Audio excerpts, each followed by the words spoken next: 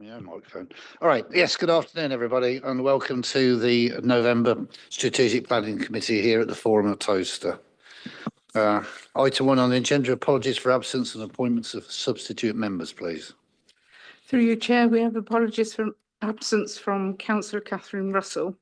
Apologies have been received also from Councillor Addison and Councillor Chandler, with Councillor Stephen Clark and Councillor Andrew Kilbride substituting respectively. Yes, thank you for those substitutions. Do any members have a declaration of any interest and the nature of that interest when they may have in the items under consideration at this meeting, please? That was a hand up from Councillor Gonzalez de Savage. Please, what is the nature of your declaration? Thank you, Mr. Chairman. I have a declaration of interest in item 8, land south of Rotary Road, west of Windingbrook Lane, as I represent the ward of Hunsbury, East Hunsbury, West Hunsbury, Collentry Park area. Yes, but it falls within that. It's not a pecuniary interest anyway whatsoever, just a personal interest being the ward councillor of the area. I'll refer to Catherine Moore. Just because you're a ward member doesn't preclude you from anything, I don't believe. Catherine, please. I was right. It doesn't preclude you from anything, so we'll strike that declaration through. Thank you. Right, for those that were here for the the meeting of the 10th of September 2024, do we agree that they're a true record and I will sign them accordingly? And for those that are here on the committee held on the 15th of October, the same question? I will sign those again. Right. Chairman's announcements. Under the Openness of Local Government Bodies Regulation 2014, members of the public or those party to the meeting are permitted to film, broadcast or report on the meeting subject to the efficient running of the meeting not being affected. Only those people who have registered in line with the committee's speaking procedure can address the committee. Those speaking are not permitted to ask questions of either members or officers. Members of the public are requested not to call out during the committee's discussion on any item. All speakers will have 5 minutes in which to make their statement. Participants addressing the planning committee will be advised when they have 60 seconds of their allotted time remaining and will be expected to cease talking immediately on being advised that their time is up. Speakers may be asked to remain seated after they've addressed the committee to answer questions from the planning committee members. There are no planned fire drills, so if the alarm does sound, evacuation instructions will be given by democratic officers, and the assembly point is at the bottom of what was a green bank, today is a white bank out there of the mount. Could all electronic devices please be switched off or onto silent mode? For those members using laptops, I would ask that they press F1 on their machines. A blue light will come on, indicating the sound is muted. The meeting will be webcast, is being webcast on the Council's corporate YouTube panel. Therefore, when speaking, please bring the microphones close to your mouth and speak clearly for the benefit of those watching on YouTube. Other matters. Yes, it's a heads up on a training session on Wednesday, the 27th of November. There's a pre-planning training session which goes into permissions and appeals. It is mandatory for all members from the planning committees to attend that. So that's Wednesday, the 27th of November.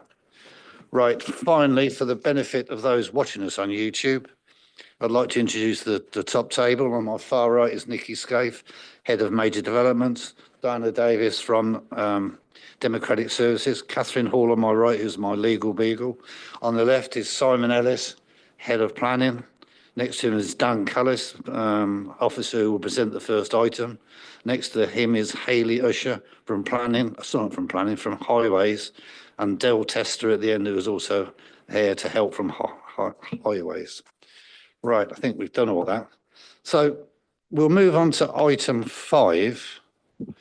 But before I start on item 5, I've been asked by certain members to suggest that we should defer this item on the basis that if it's actually heard today, it will be prejudicial to the coming appeal, which will be on the 22nd of February this year. We feel that, I know you should decide things on the day and you can only look at what's in front of you, But on the 22nd of February, the inspector's going to sit there and look at the appeal, which is for the DHL site. But whatever decision we come up with will be alongside it. So you can't say he will not take that into his judgment. And I believe, as do a lot of the other members, I believe that by making a decision today, we are prejudiced in that appeal. I invite anybody else from the members to comment or agree, disagree, or please give me your comments. Anybody? So, Charles. Chair, Councillor Manners. Chair, I'd fully support that proposition. Councillor Pritchard. Chair, I also fully support, after reading these papers and also being party to the DHL committee meeting, totally agree with what you propose. Chair, would you like any advice from officers before taking the vote on that at all, or? Take the vote to see the Well, mood, I'd like to be. the mood of the room. David James, sorry, Councillor James. Thank you, Chair. No, I don't agree with that. We should be judging the Bell Plantation application on its merits, in the same as we judged the other one on its merits, came to a different conclusion to the officers. If there's a connection, an interrelationship between the two, then the same applies to the other site as it does to this one. But the fact is, the case has to be judged on its merits. It stands alone on that. So I don't agree with us deferring it at all. Okay, anybody else want to speak at this point? Yes. Yeah. Councillor Clark, sorry. I agree that we should suspend it until after the decision in February. So I'll just take a vote, Simon, then we'll come back for advice. Is that right by you? I think maybe we should give advice before the Okay, vote. Yeah, okay. But I just think if Okay. the strength of the feeling wasn't here, you wouldn't Okay. need to give advice. sure. I think you've got to bear in mind the timing of the appeal inquiry is February 2025 for DHL. The decision in relation to that appeal will follow 6, 7, 8, 9, 10 weeks after that. So you won't know the outcome of the appeal until May, June possibly, or April, May time. So if you're deferring for the actual inquiry, you then would need possibly to make a decision after the inquiry before you know the results of the DHL appeal. Or if you want to defer for the outcome of the appeal, that's an indeterminate period. The only fixed date you know at the moment is the date of the public inquiry. You don't know the date that the decision the inspector is going to make. And you have to bear in mind, in terms of this current planning application, the applicant has a right to appeal against non-determination. So if you defer this decision today, they exercise that right straight away, then the inspector would require you to make a decision anyway. So what would happen in that scenario is if the applicant appealed non-determination following today's decision, if you were to defer it, we'd have to report this back to committee and ask you to form a view as to what you would have done had the jurisdiction not been taken away from you. So a deferral sort of for non-determinate, a deferral now is highly likely, I think, to lead to an appeal against non-determination from the applicant, and you'd be forced to make a decision anyway. And also, it seems to me that procedurally, and I'd like Catherine to advise on this, you're wanting to make that decision without hearing any of the speakers, and I'm not quite sure procedurally how that works. Can I ask you, Catherine, to input there? Thank you, Simon, through you, Chair, for me. I think in terms of any deferral process, I appreciate this is a little bit more complicated than in other circumstances, perhaps from members' perspective. However, when we would be normally looking in a deferral process, we would have heard the application process before members. It would have been presented to members. Members would have taken a viewpoint at that point. At the end of all of that, having heard speakers, having heard, each other's debate and comments and concerns and positives, if there are those on an application, before deciding whether or not to defer. Deferral would ordinarily be made for planning reasons as well, so we need to be given consideration as to why specifically this one wants to be deferred, and why we would be going against basically the standard process that we would normally implement for these matters. Thank you. Thank you for that. And in reply to Simon Ellis's thing, the view, I think, was the deferral would be until the case had taken place. We weren't going to wait for an answer. It's just that the danger of this is it sits alongside the DHL one on the same table at that actual meeting. That's the bit that we feel, or some of us feel, would prejudice what would happen in that appeal. I'm happy for us to go through this afternoon, form an opinion and defer at some point on that. I mean, I don't mind doing that if that's what we feel. When we get to such a point, having heard all the evidence, I'm more than happy to that. But I was just trying to state the view of where we were at this moment in time. So as a committee, Councillor Pritchard, sorry. Just very quickly, sir. With regards to non-determination, if in fact this particular application was postponed, how does non-determination come into it? Well, if I may, through you, Chair, if you defer the decision when it's been presented to you to make a decision, I don't know what the date of the expiry date is. Have you got so the expiry date of the current statutory expiry date of this planning application is Friday. So by Saturday morning, the applicant has a right to appeal against the fact that you haven't determined the planning application. So it goes straight to the planning inspectorate. The jurisdiction to make the decision on the planning application goes to PINS. And then what happens is we would get within a few weeks, we'd get a start date of the appeal, and we'd have 5 weeks to tell PINS what decision you would have made on the planning application. And that timing is completely out of your hands. And if you can't just not make a decision on a planning application in an appeal against non-determination. You have to tell the inspectorate what you would have done with it. Would you have granted it, or would you have putative reasons for refusal, which you would then later defend at the appeal? So a deferral in waiting for in a situation where there's an appeal against non-determination, it's not a get out of jail free card. You've still got to make a decision on the application, even if there is an appeal against non-determination. So that's the scenario. That's where you are. The clock's ticking. The expiry date is Friday. There would be a high risk of an appeal against non-determination next week.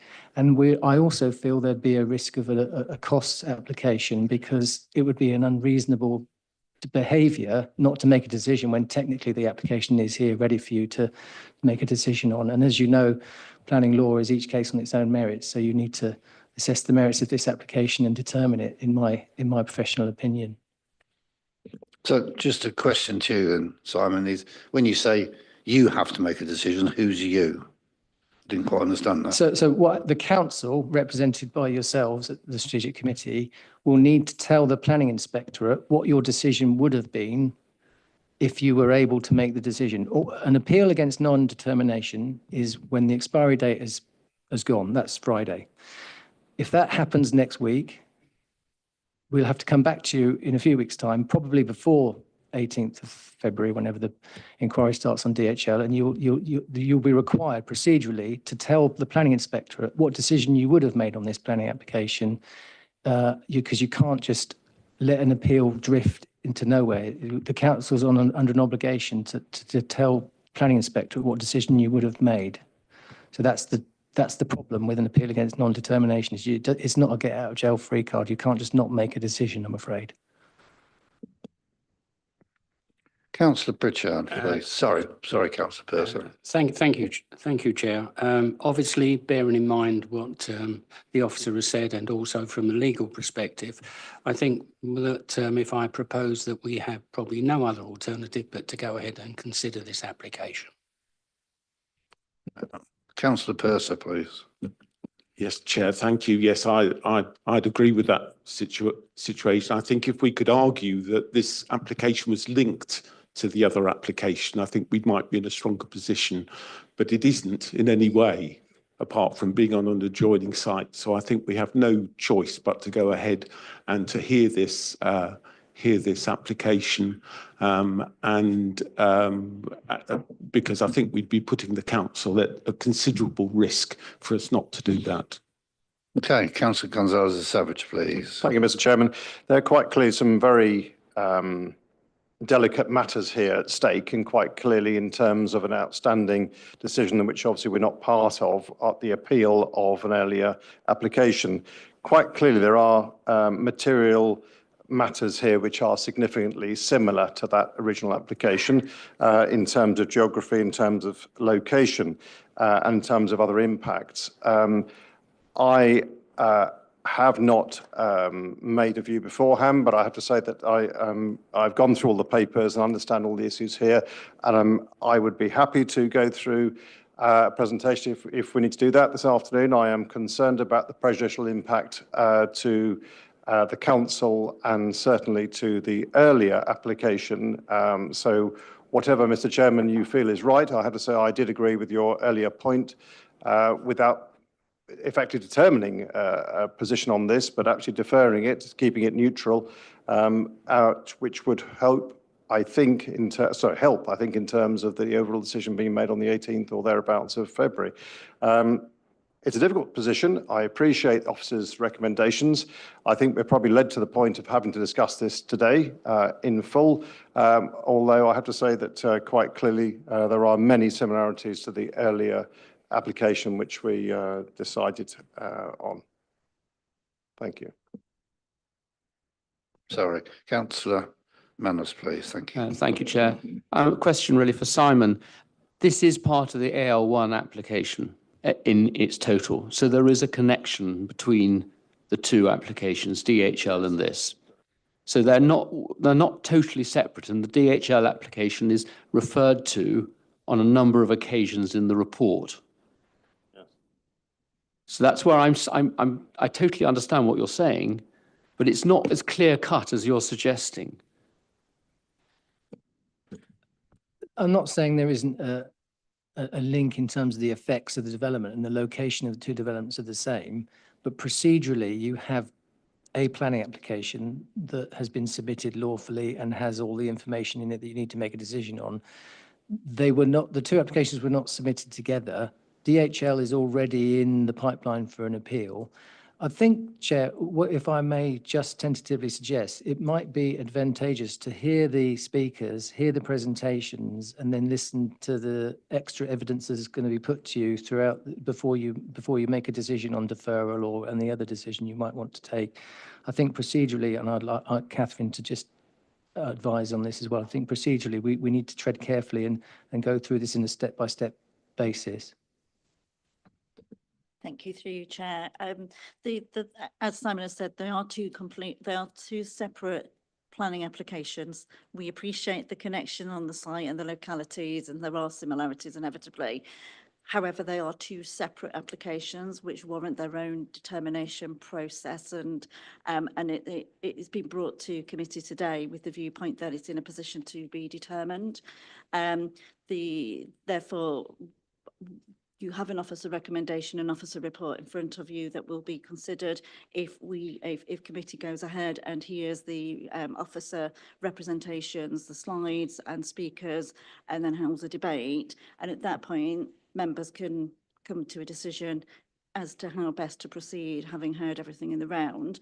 And that would, to be fair, I think if officers weren't content with suggesting that process to members, it wouldn't be before you today, but it is before you today, and there is the possibility, if for any reason it's not determined today, that the right to appeal will be invoked by the applicants. That is their prerogative. It is also members' prerogative to make a decision as you see appropriate, but I would suggest that it's more appropriate to members to hear the application in the normal way.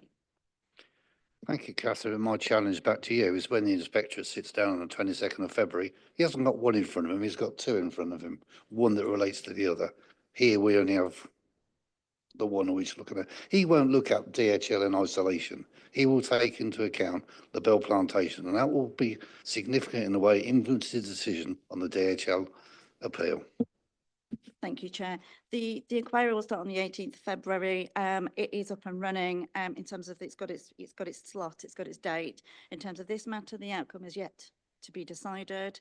And depending on the outcome of that decision process, depends on what happens next. For example, if it is deferred, as Simon has said, then there is the opportunity for an applicant to instigate non-determination appeal. That is a matter for the applicant to decide. It's just being informed to members of what might be the next steps.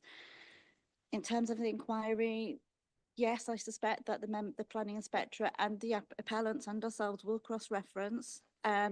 However, that's a matter for the inspector to decide how much weight they give to an issue at that point, and how they evaluate the whole process before them. That isn't a matter for us to preempt as committee members. I'm not saying we shouldn't be aware of the practicalities ahead, but that's not an issue for us to consider in planning terms for today's determination.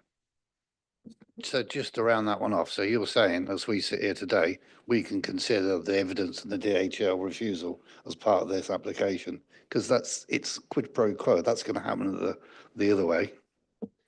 The DHL lease, as referenced in the report, to that degree, it can be considered as part of this process today, but you couldn't revisit the DHL application, which has been determined. You could revisit the evidence that accordance to that decision on that application, because that is relevant to this as well. Thank you, Chair. You would only be looking at the evidence as it relates to the application before members today. So we only get one shot at it and the inspector gets two. Councillor Parker. Yeah, I think to bring it to an end, Chair, I think what we do, we listen to the whole application and make a decision on the application, and therefore either party, we've done everything correctly. There's nothing about it.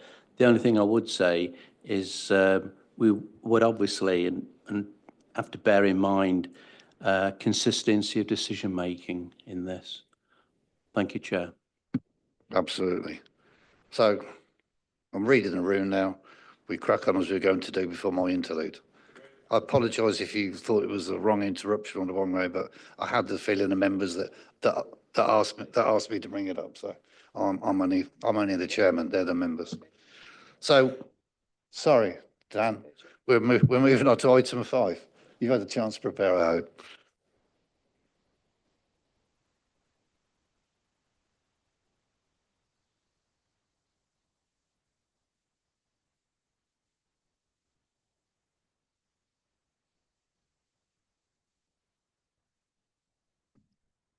Okay, thank you, Chairman. Good afternoon, everybody. Item 5 is an application for major employment development on land land east of the A5 north of Towcester.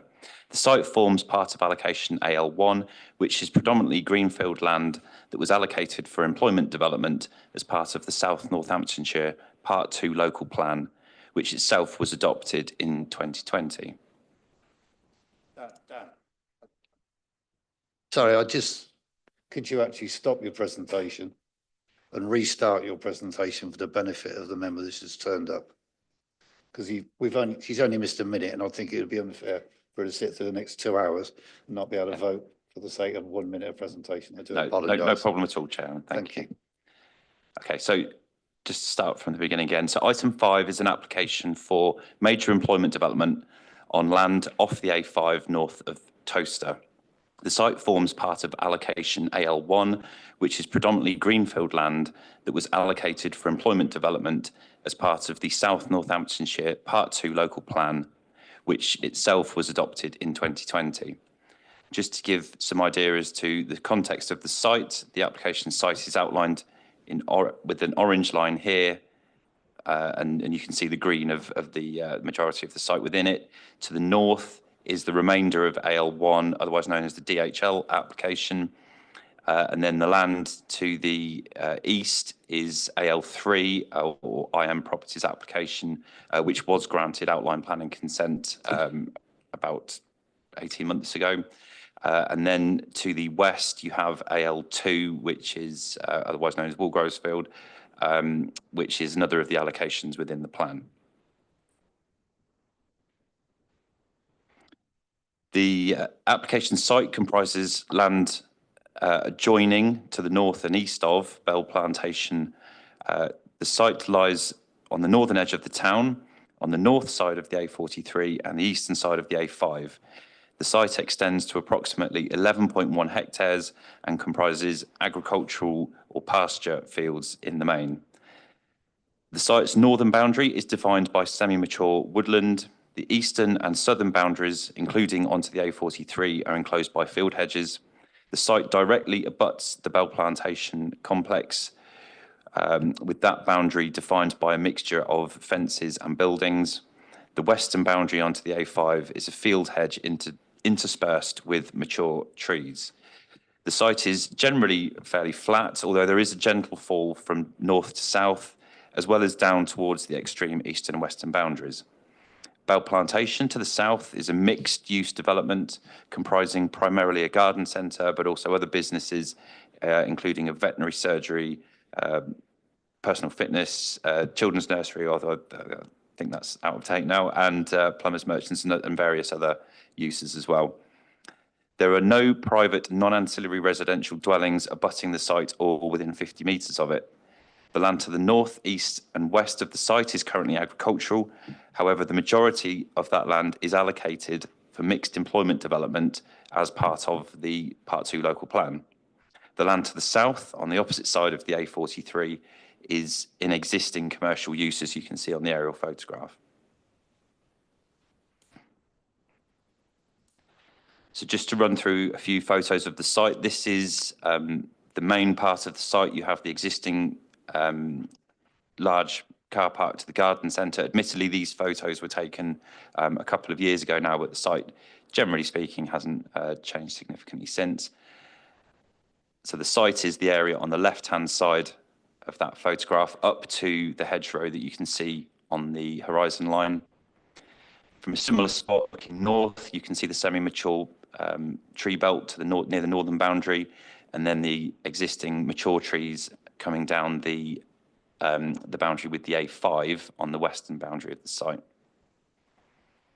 Another view generally across the northern part of the site. So this is looking towards the northernmost corner in the highest part of the site in the centre of the photograph.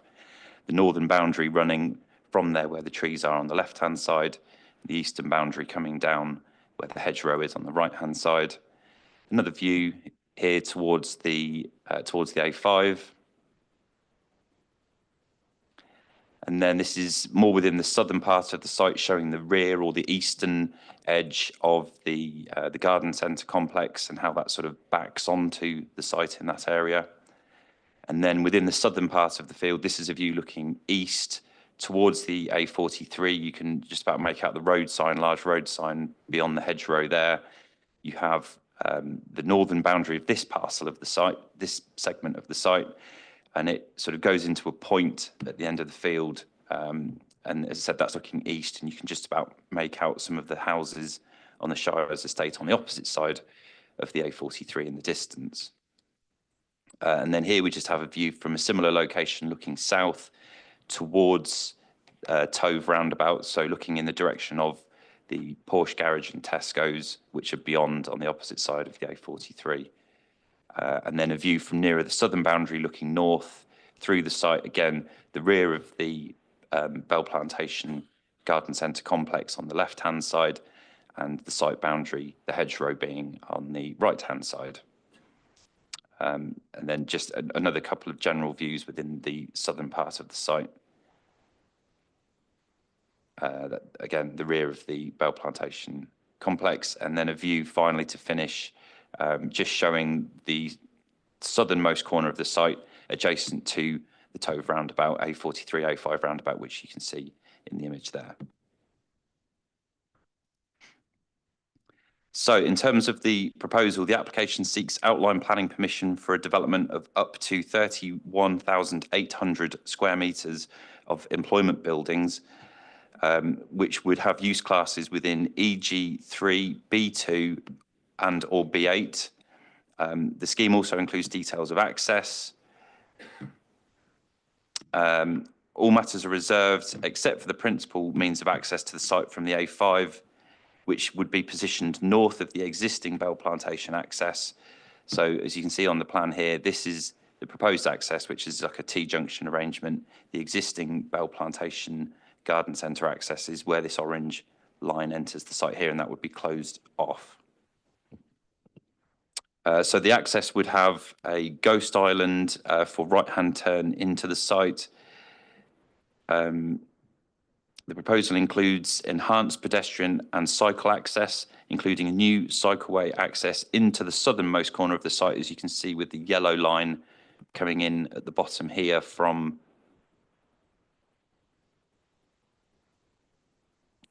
the crossing, the existing crossing on the A43 Tove Roundabout Junction.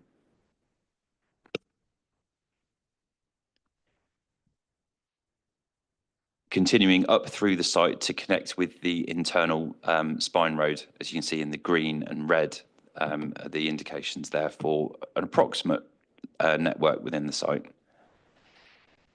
New bus stops would be provided on the A5 Watling Street south of Tove Roundabout, outside the Aldi supermarket. I'll come on to a plan showing that shortly. That would be some 240 metres from the southern boundary of the site and roughly 650 metres from the middle of zones 1 and 2. So we've got zone 1 in the red area, zone 2 in blue, and zone 3 in green.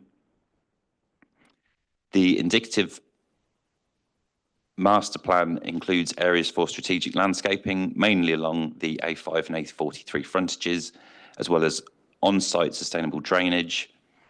All of the northern relatively juvenile woodland would be removed, as would some of the hedge and trees on the western boundary to create the site access. Building parameters, which are set out on the plan here, would provide for maximum building heights ranging from 11 metres to 16 metres. The proposed conditions include a maximum unit footprint of 6,500 square metres for each individual building. The parameters that we have here also give the maximum finished floor levels within each zone. I would stress that they are maximums, and that generally across the site there will be a cut and fill arrangement which will allow levels to, sort of equate to a sort of a mean average for the existing land levels within each site. Those matters would be ultimately determined at reserve matters stage, but what the parameter plan does is set the overall absolute maximum finished floor levels. So in terms of the indicative, I would stress this is indicative master plan we have at the moment. It shows landscaping to all boundaries, northern tree belt, which is sort of approximately in this area here, being removed. Pond on the eastern boundary forms part of the SUDS and would be,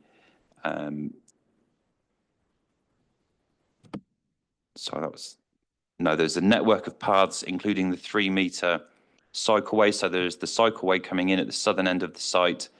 There is also improvements to the existing footway up the A5, which would see it slewed away from the carriageway, creating a 1-metre buffer.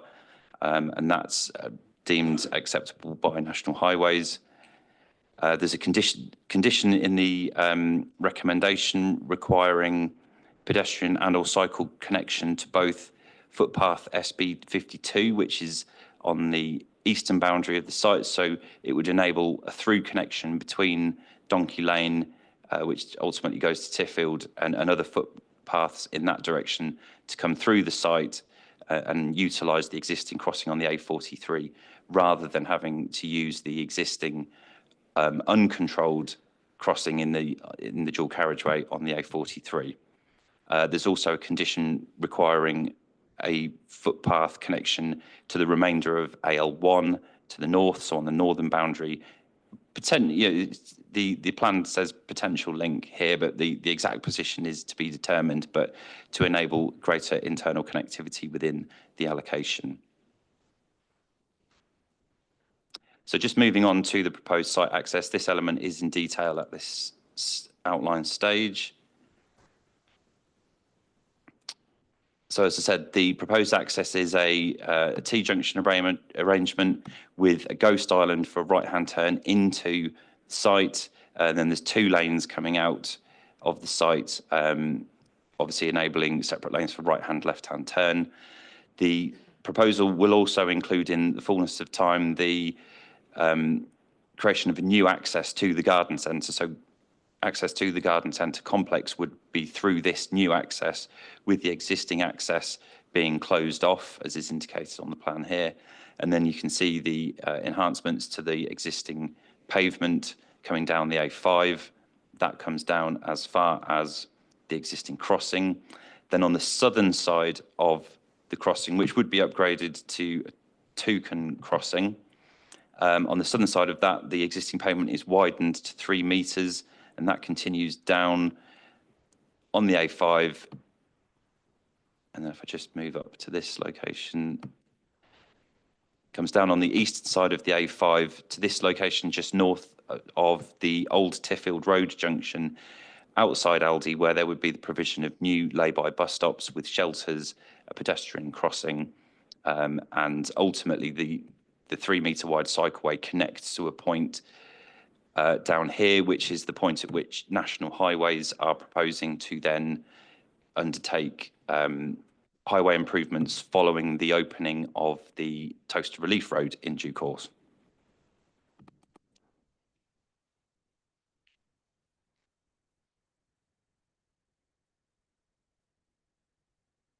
Okay, so firstly, so that's the proposal set out. I'd now like to take you through the various material considerations relevant to determining the application. Firstly, with regard to landscape and visual impacts, it's inevitable that the development will result in a localised adverse impact on the character of the site itself and the immediate landscape in which it sits. However, it should be noted that to the south, on the opposite side of the A43, there is already significant development of a similar commercial type to that proposed. The land to the north, east and west is also allocated for employment development in the local plan, with some already granted permission and others subject to live applications or appeals. But it can be reasonably expected that the site will be effectively surrounded by significant development, commercial development on all sides. As a result, the visual impact on the wider, more distant countryside will either be significantly screened by the expected surrounding development or will be substantially mitigated by the proposals being seen in a much changed context in the future. That said, there would be residual harm, and that harm does need to be weighed in the planning balance. Much of the time taken to bring this application before committee, however, has been the result of detailed and protracted discussions between the applicant and both relevant highway authorities. Following clarifications, the applicant's final modelling submissions in May of this year demonstrated that the opening year assessments for 2024 resulted in no severe impact on either the strategic or local road networks. National Highways have subsequently confirmed that they raised no objection. West Northants Highways have raised concerns about the performance of Tove Roundabout and other locations in the future year assessment, which is 2031. However, National Highways have confirmed that the 2031 assessment is not, as they consider it, within their remit for assessment. And as a result, West Northants Highways have confirmed equally no objection. It should be noted at this point that a planning application on the adjacent site, known colloquially as the DHL application, was determined by the council in September of this year. The officer report recommended the grant of permission.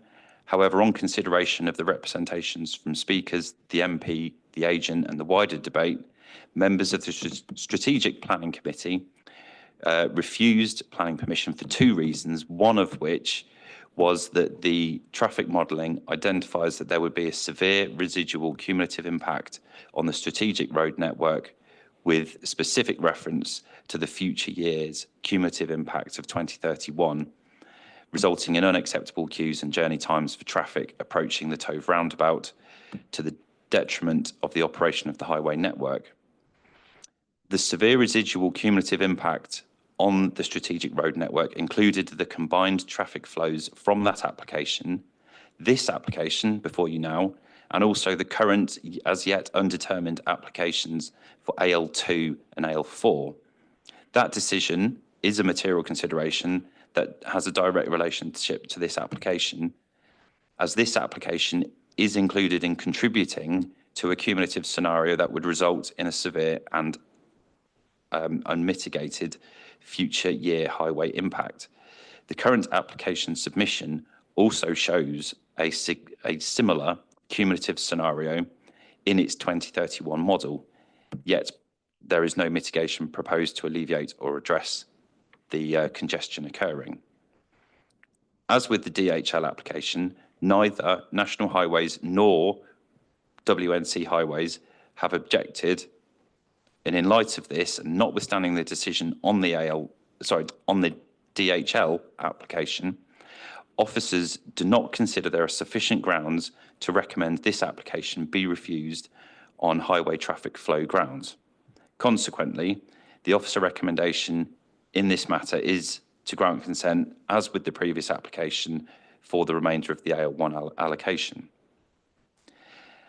Moving on to other matters, archaeological trial trenching investigations have been undertaken by the applicant, and WNC Archaeology have confirmed that none of the findings preclude the possibility of development, and any further works will be secured via condition. The proposal is considered to have minimal impact on the setting of built heritage assets, such as listed buildings, conservation areas, historic parks and gardens. With regard to ecology and biodiversity, the majority of the site comprises grassland, which is common locally and has low species diversity. With the exception of the northern woodland, the vast majority of the existing trees and hedges to the site's periphery are to be retained. These will be supplemented with landscape planting, which comprises a mix of native species selected for their visual screening and biodiversity values. And the northern woodland, being relatively juvenile, is not considered to be of sufficient amenity or ecological value to warrant its protection or retention. And that's reflected in the lack of any objection from either the ecology officer or the arboricultural officer. Although not a statutory requirement for this application, given its age, on-site and off-site landscaping enhancements proposed will deliver in excess of 10% biodiversity net gain, which will be secured via a mixture of conditions and Section 106 obligations. Protected species are not considered to be significantly impacted, and conditions will ensure sensitive lighting does not negatively impact upon nocturnal ecology or appear intrusive in the surrounding area's rural nightscape. The development is not anticipated to generate any material harm in terms of air pollution, ground contamination, noise, foul drainage, and any residual matters in those regards are controlled by condition. Surface water will be managed via a SUD system, which would limit discharge rates to existing greenfield rates. Further detailed design matters would be controlled via condition. Although no detailed agricultural land classification is required, given the site is already allocated for development, the applicant has submitted an agricultural land quality survey, which concludes that the entire site is grade 3B, so does not constitute best or most versatile agricultural land. In relation to socio-economic impacts, the development will result in approximately 35 million expenditure on construction, generate 50 full-time equivalent construction jobs, generate around 500 permanent jobs post-construction, and increase local wage generation by approximately 16 million per annum. In terms of representations on the application, there are no outstanding objections from technical consultees other than the health impact assessment team. There are, however, objections from 5 town and parish councils. The application has received has received 72 objections. The most common objections relating to highway traffic impacts and landscape and visual effects, as well as many other matters, and a full list of the objections is set out in the report. Finally, with regard to updates, members' attention is drawn to the written updates. In addition, 2 further letters of objection have been received. 2 further letters of objection have been received since the publication of those updates. The objections are on the following grounds, being that the application should be considered as EIA development, i.e. should be accompanied by an environmental impact assessment. That it's a very poor choice of site for a development of this type.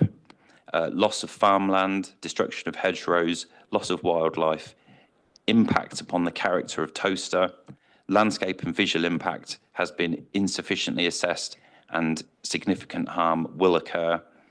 Lack of demand for the development, inappropriate mix of uses and job creation, impact on traffic, accuracy of traffic modelling and highway authority responses, light and noise pollution, and that the development should comply with BREEAM excellent, not just BREEAM very good. An objection has also been received from Abthorpe Parish Council, raising the following grounds, being that the employment and economic benefits of local residents will be minimal. There is no clear proven assessment of the types of business that will occupy these units and therefore what types of job will be available. The local economic impacts of these developments will be low and may indeed be negative as people look to avoid the area because of significantly decreased amenity value and increased traffic congestion. That the height of the development is too high at 16 metres when taken along with the relative height of the A5 and the A43. And there is no consideration of the impacts these high buildings will have on the character and appearance of the area. The principle of development on the site, the increased traffic congestion on the A43, A5 and through local villages, and finally harm to air quality. There are no further updates to report. So just to conclude, in summary, in the context of the presumption in favour of sustainable development set out within the MPPF, it is considered that the proposal would result in sustainable development which generally accords with the development plan, particularly policy AL1, and the adopted employment site allocations development brief SPD. Where harms are identified, particularly the adverse landscape and visual effects, these would be mitigated as far as practically possible, and the residual harm, although afforded significant weight, is in officers' view outweighed by the significant benefits of the proposal and the delivery of the site, which has been allocated for employment development. To conclude, the application is recommended, it is recommended that the committee grants delegated authority to officers to approve the application, subject to the conditions outlined in the report, as well as the completion and signing of a Section 106 agreement in accordance with the heads of terms set out. Thank you, Chairman. Thank you, Dan. We now move on to question time from members of the officer. I'll go first for a change. On page 39, Dan, it says this site does not need an EIA appraisal, or you want to call it. Having the top half of AL1 had an EIA, why does this bit in the bottom not need it? I didn't understand that at all. Okay, thank you, Chair. So there was a screening opinion application, I believe, on this prior to 2022. Yeah, so obviously in assessing that application, it was deemed that the scale of the development didn't warrant, or the likely effects of the development didn't warrant it. Now, it is also a factor that cumulative effect, is a consideration when determining whether EIA development is whether it constitutes EIA development or not. In this instance, officers concluded that it wasn't required. So who decided on the screening? You as a department, or what? There's delegated authority to officers to deal with screening opinions and scoping opinions. Well, I don't really understand why, but second question, bus stops. It talks about 2 existing bus stops on the A5. Well, they're quite a long way away from where this development is, and it talks about they're going to be lay-by based. Well, how are you going to develop the land to make them lay-by based on the A5? The A5 is its narrowest with a footpath either side. I can't see how you can actually stick bus stops in that actually afford that without causing trouble to the traffic. Okay. Because one's next to the bridge. Yes, so you can build it over the river, aren't we? Thank you, Chair. Yes, so just to clarify, the existing crossing, I don't know if I have it on this plan doesn't maybe quite zoom out enough, but the existing bus stops are just off the bottom, if you can see my cursor. So where we've got this sort of black cloud down at the bottom of the left-hand half of this, the existing bus stops are just off the bottom of that plan. So they are just south of the Tove River Bridge.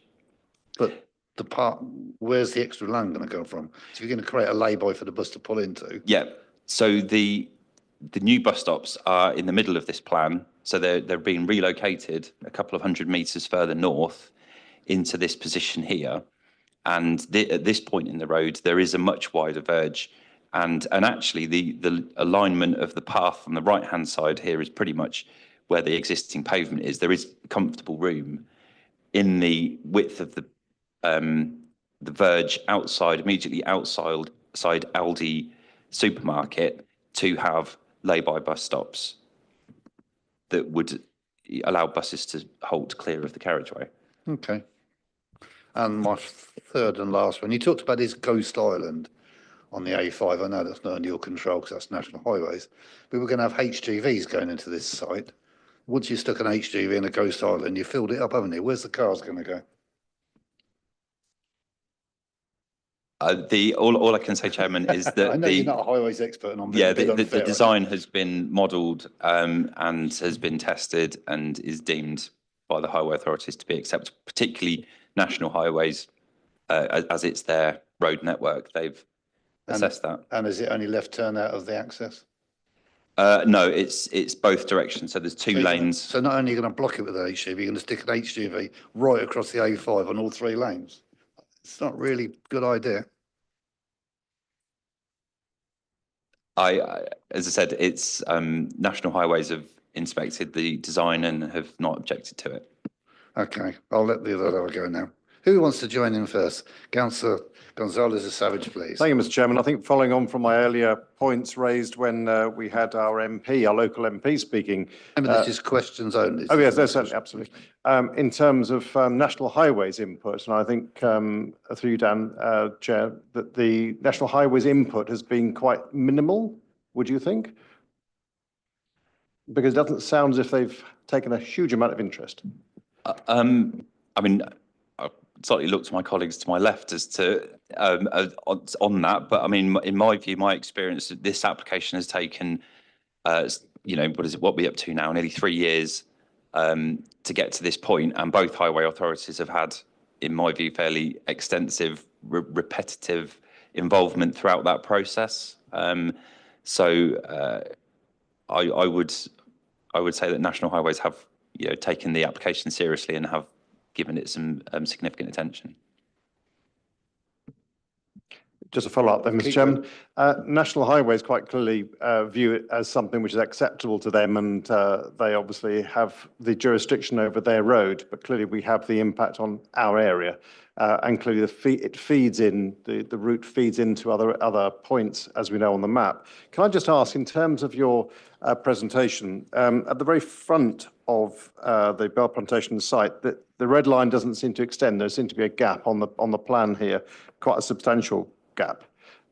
I know you said that the axis is being moved, but why is there not an extension, therefore, of the red line, as it's the entire area really it covers, rather than just the not including the lower portion there? So from the roundabout, if you go north, that's it, that section there where your cursor is there. Just north of that, there's a gap between the lines. Do you mean this section? Yes, because the whole of the area needs to be taken into account, doesn't it? This area is the existing Bell Plantation Garden Centre complex. Yes, but the entrance of it is not taken into account, and actually all of that needs to come into account. It needs to be taken into account because of the traffic movements. The entrance to the existing garden centre is in this position here, if you can see the cursor. Yes. Which is within the red line. And why does the red line not continue south? Because obviously we have pavement access, we have cycle lane width measurements that you indicate as well. Why does that not continue all the way around? I think because it's fairly common practice for highway improvement works outside of an application site, i.e. off-site highway works, to be dealt with via condition. In this instance, the red line covers the proposals for creating the site access itself in terms of widening the A5, creating the Ghost Island, the T junction, closing off the existing access to the garden centre. It's not necessarily essential that every other element of those works is within the red line, because it can be appropriately controlled by a condition. Right. I would certainly like that to be an extended line on the basis that it's the entire area that is clearly affected by this application. But thank you. Question from councillor Pritchard. Thank you, Chair. Can I just confirm that all this particular application traffic, all the Bell Plantation traffic and all the potential DHL traffic will all come out to this new T junction on the A5? Thank you, Chair. No, that's not correct. So this T junction that we've, let me bring the plan back up. Bear with me a second. So the T junction that we have, which forms this site access, is only serving this site. It does also serve the garden centre, but it doesn't include any of the remainder. So the DHL site to the north would have its own separate access. So it have its own separate. Also, the traffic measurements were done back in 2021 during COVID. Mm-hmm. They, as far as I'm aware, they were done in 2021. I think it was December 2021, and they were done outside of COVID lockdown restrictions. But also, as we've confirmed in the previous applications, is that the national highways don't do any traffic monitoring on the Mondays or the Fridays. Mm-hmm. Correct. Yes, that's the standard approach. That's correct. Yes. Yeah. So therefore, as far as I'm concerned, national highways are not really fit for purpose, are they? Correct. I would have to defer to my colleagues to my left as to any sort of specific questions about highway modelling, but my understanding is that, and as was discussed on this matter with the DHL application, that there's a need to have a sort of a normal traffic flow, or an understanding of a normal traffic flow, not, and that's why Fridays in particular, also Mondays and other special events are excluded, because they're not, they don't follow that sort of normal day pattern. And the next question, I don't know whether highways want to, our WNC highways want to comment, because obviously they say that they don't have any objections. Yeah, I'll defer to my colleagues from highways to respond on that. Thank you. May I assist, perhaps if we just go backwards about the 2021 issue and that model. My understanding is that the 2021 data was used to validate a VISIM microsimulation model of the area. So it was just to validate the starting point. But I just want to just put on record one thing that this application has done that DHL didn't do, is that they've used the Northampton Strategic Transport Model. So they followed the process that we really wanted them to follow in that respect. So the forecast year traffic that they've looked at, the future years, so they've looked at 2024 using 2026 data, but also 2031 in the future years, similar to what DHL did. But the flows for that have come out of our model, out of the council's model. So we're content with that approach in principle. So I just wanted to put that on record to start with. However, the fact that we're not happy with the outcomes, if you like, it is correct to say, and you'll recall that we went through the reasoning of that in detail at the DHL application. And the reason really is that the cumulative impacts that we're seeing are quite significant. And that's something that National Highways have recognised in their own response. The difficulty is that National Highways, in interpreting their circular, which is what they work to, say that they only need to look at the opening year, whereas we want to look at a comprehensive cumulative impact assessment. So if you look at the opening year, National Highways' conclusion was that they didn't have concerns about it, but they did accept that in the future year that we were looking at and what we would normally look at, there would be significant adverse impacts arising cumulatively from all these developments. And that's what really raises a concern with us. So the difficulty is that the network where these impacts are arising, so the A5, the A43, are not within the jurisdiction of West Northants Highways.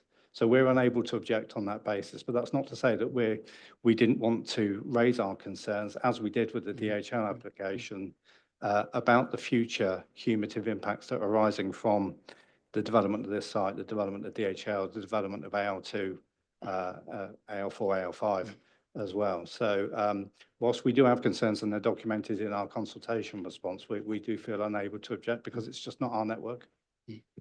Also, the next question is with regards to B8. Is there any limitations in this particular application for B8 distribution?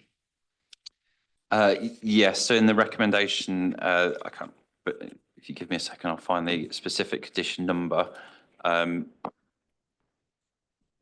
of the early conditions does limit the condition 4, I think it is, the maximum floor space for B8 use shall not exceed 15,900 square metres, which is basically a 50% limit on the overall development floor space proposed. Yeah.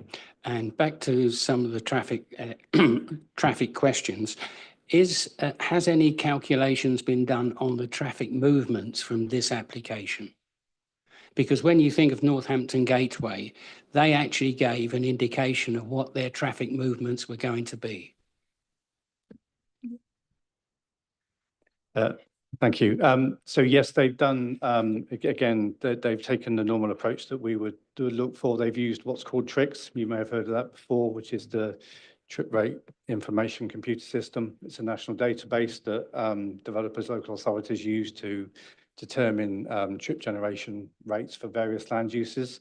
So in this particular case, they've used generic data for commercial warehousing for 50% of the floor space, as Daniel's just pointed out, as being restricted to B8. And for the remainder of the floor space, they've used general industrial estate, which is more light industrial type uses rather than warehousing. So they, again, using TRIX. So they've used if you like, a traditional approach to calculating those trip rates that we would use in transport planning. Was any physical monitoring of the vehicle movements at all done along this particular, or was it all done on software? No, the starting point always in building models is to use physical data that's been collected on the network. So there's two data sources for that. They've done their own work, the 2021 work, but equally, the strategic transport model for Northamptonshire is based on traffic surveys that were undertaken as well across not just Towcester, but the whole broader administrative area to build a new strategic model at the time. So there's two different elements that have been used here. The developers have done their own surveys. Sorry, I'm moving away from the mic.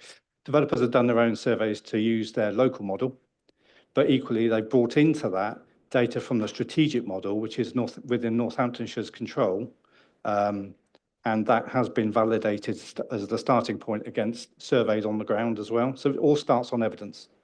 Was any consideration given to things like Northampton Gateway, AL5, AL4, and these sort of area calculations? Because we were assured in previous situations that all these traffic movements will be taken into account. So the cumulative assessment that we refer to, and even beyond that, the do minimum assessment that they've done of just their development, does take into account all committed development. So Northampton Gateway is in as a committed development in both the baseline and the forecast year assessments. So it is included, as is the Towcester Relief Road. So I think National Highways are recommending a condition that says they can't occupy this development until the relief road's open. That's because it's in the model. That's the basis of their assessments. Okay, thank you. Sorry, just one further point. AL5, all the other AL sites I think are in this as well. Certainly in the cumulative assessment, AL1, 2, 3, and 4. Thank you. Okay, thank you. And a question from Councillor Humphreys, please. Thank you. It's just a comment, really. I think you've answered my question, really. But Daniel, in your summary, you say that Highways doesn't object. I mean, in all but name, it is an objection, isn't it? The LHA advises that a grant of planning permission could potentially lead to a position where the true effects of all committed and proposed development are not known or suitably mitigated. That as I say, in all but name, that seems a very serious objection we've got to grapple with. Yes, so if I can just come back, thank you, Chair.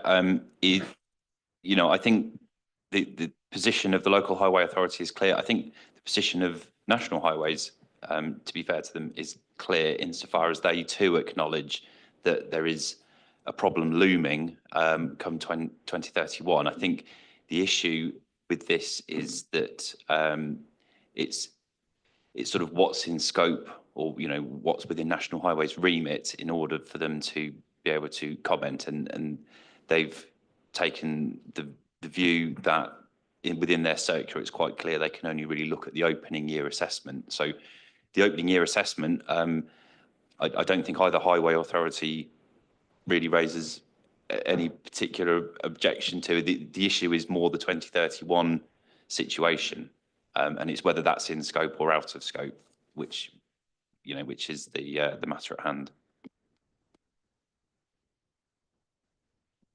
Question from Councillor Manners, please. Thank you, Chair. Dan, could I ask, please? I understand the traffic entrance, but what confuses me slightly is paragraph 7.39, and it says there the completion of the new access roundabout prior to the commencement. And will the entrance, will it have traffic lights on it or not? No. Page 53.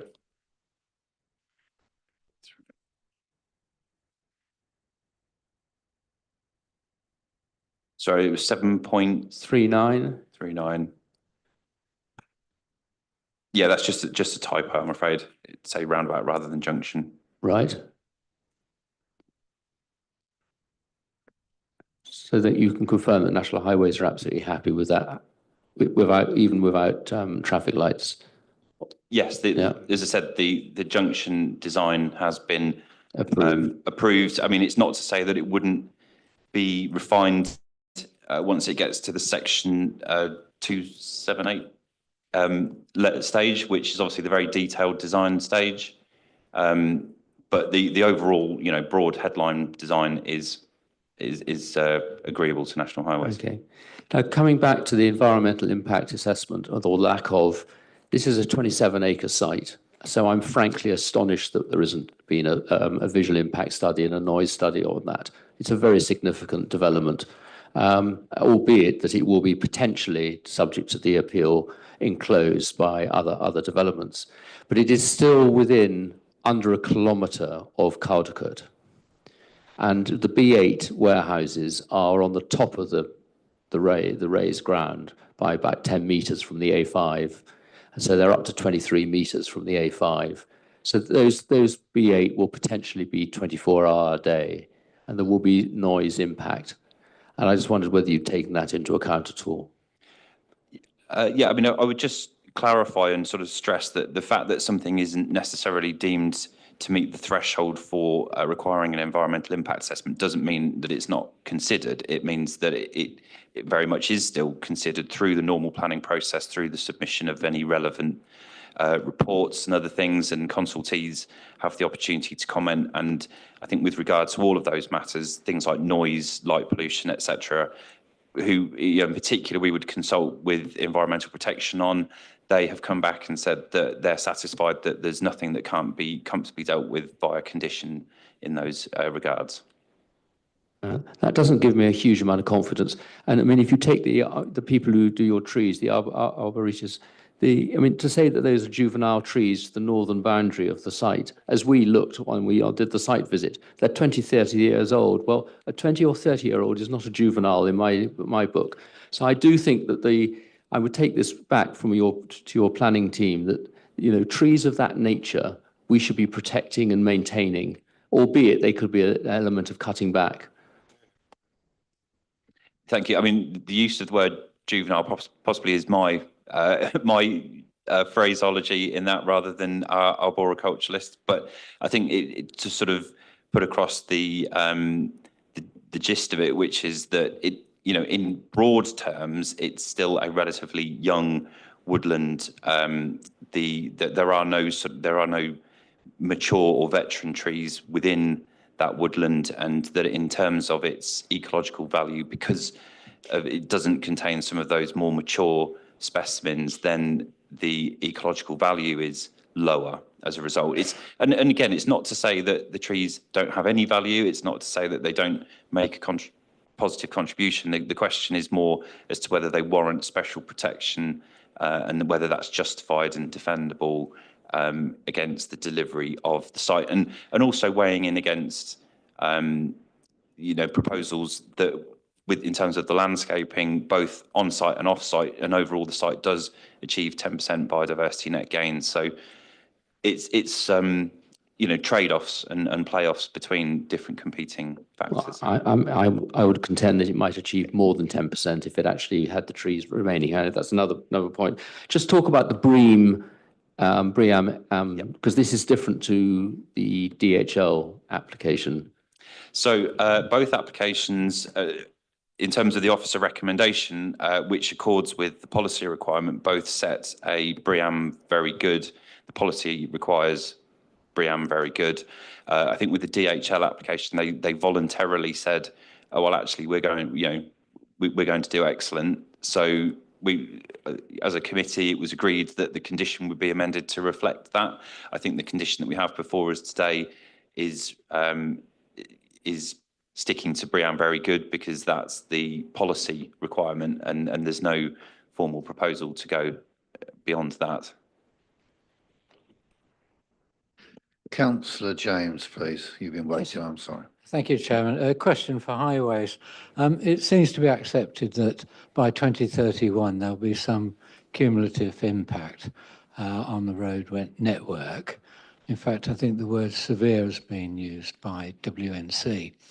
But in many ways, that could be a good thing if it slows down the traffic.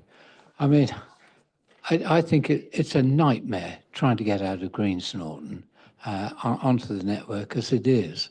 Not so bad on the A5, but both the A5 and the A43 have a reputation as being killer roads, and nearer that point on the A43 in particular. So it wouldn't be a bad thing up to a point if the traffic was slowed right down and there was an element of bunching.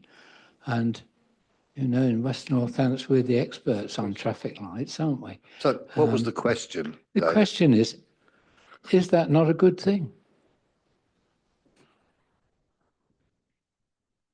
Thank you. Through you, Chair. Thank you, Dan. There is a view that could be taken that the congestion does slow traffic down, and that isn't necessarily a bad thing.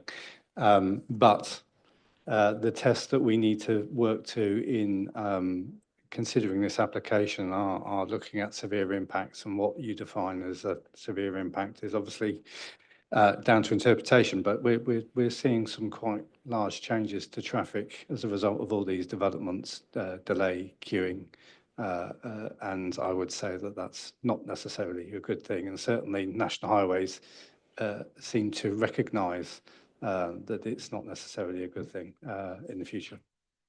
Thank you. Councillor Andre de Savage. Thank you, Mr. Chairman. I absolutely distance myself from that last comment in terms of traffic impact being a good thing. We have obviously on page 45 a point, Mr. Chairman, and a question to Dan. Have you taken into account the WNC health impact assessment, which they object, on the basis of loss of woodland without sufficient mitigation, detrimental impact on local wildlife as a result of loss of habitat and external lighting? There seems to be little added biodiversity on the site, so not sure if the proposal is in line with the spirit of the new Environment Act, and the proposals will increase traffic and, as a result, increase pollution in the area. So apologies, Councillor James, but I can't agree with your point there. I'm also very aware, through you, Dan, and obviously Highways, that we have significant congestion around Grange Park, and this is effectively turning an area of rural areas into an urban point. Has that been taken into account? Have you taken into account any other areas similar to the junction that is being proposed at the moment in terms of the congestion? Because quite clearly at 2031, the congestion will be unacceptable. Okay, to you, Chair. So in regard to the first point, which was health impact assessment response, I think the points that you've raised there all relate to things like ecology, arboriculture, highways, etc. And I think that within each of those aspects, the supremacy, as it were, in terms of consultee responses leans towards the ecology officer or the highways officer who have the relevant expertise in those disciplines as to whether something's acceptable or not. So I think that the comments in relation to the health impact assessment are more in sort of rounded comments, as it were, rather than actually focusing in on the appropriateness of each individual specific topic where they're mentioned. In relation, sorry, the second question was the point of comparison on places such as Grange Park with the extensive development there of sheds, effectively B8s, on an area which was very rural and now going urban. I mean, I can pass over to highway colleagues, I think, to answer on that one. But I think the conclusions from, in terms of the impact on the local road network from this development, so anything, you know, avoiding the A5 and A43, the conclusions were that even in 2031 there wasn't a significant impact on the local highway in terms of rat running, i.e., you know, traffic spilling off and into local roads. But as to whether comparisons are drawn, I'll just ask colleagues to clarify on that. I think that's probably, again, it's a strategic road network issue primarily in terms of the Grange Park site. But we did do as Daniel's just correctly said, we did do an assessment through the Northampton Strategic Transport Model of potential rat running on a broader level beyond just Tove and Abthorpe and the local Towcester area. And we didn't see anything on the local road network that gave us information that would be sufficient for us to mount refusal. So we did look.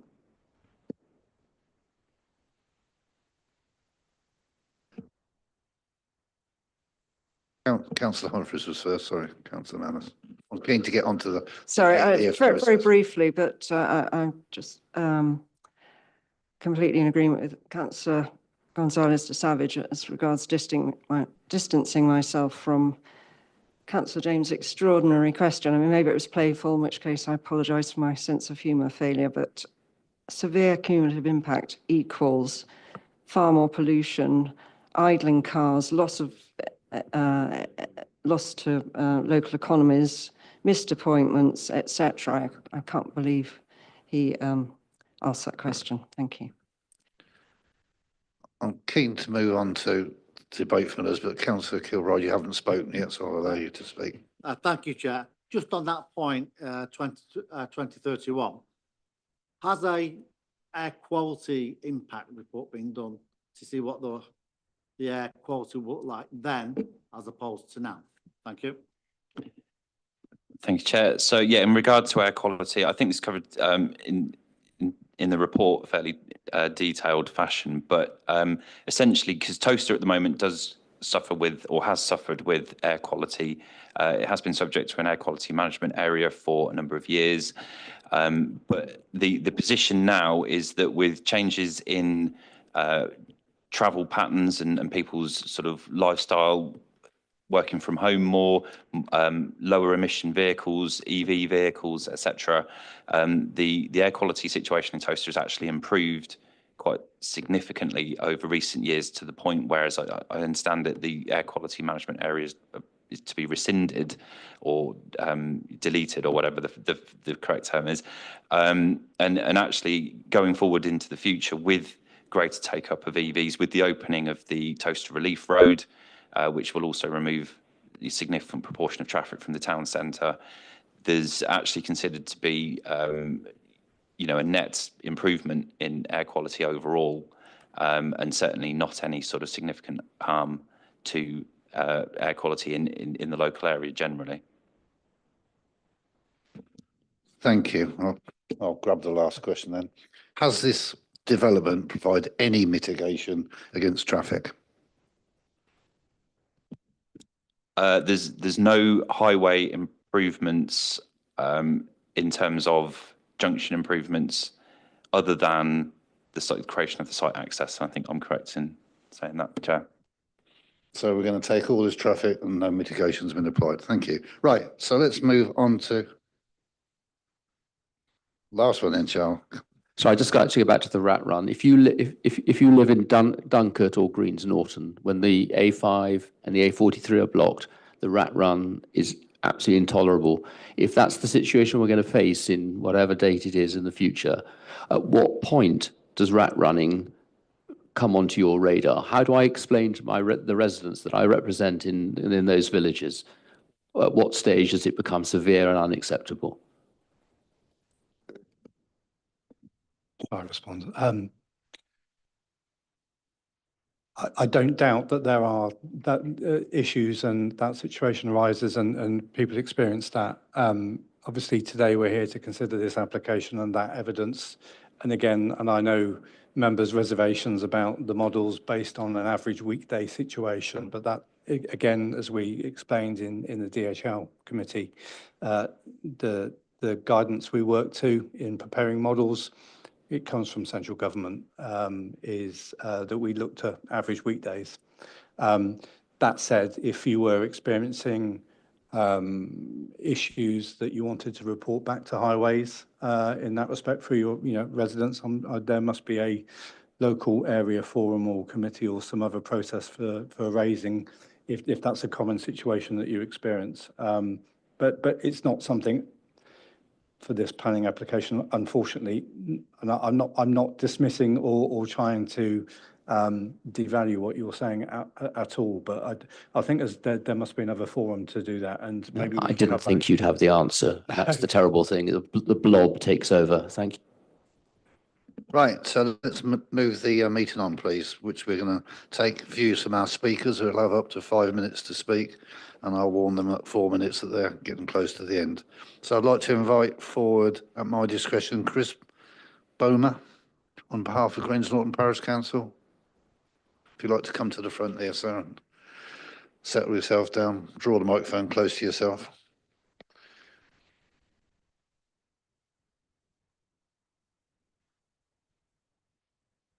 Thank you, Mr. Chairman. Make sure it's closer to you for the benefit of those. And when you get started, please address the committee. I can't tell you how angry I am after that response. I cannot tell you.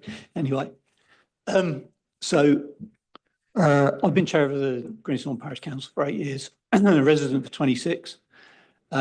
This particular application has some merit in our view. We're not particularly unhappy about the approach to employment scale, medium and small units compared to the big warehouses. We're not particularly unhappy with that.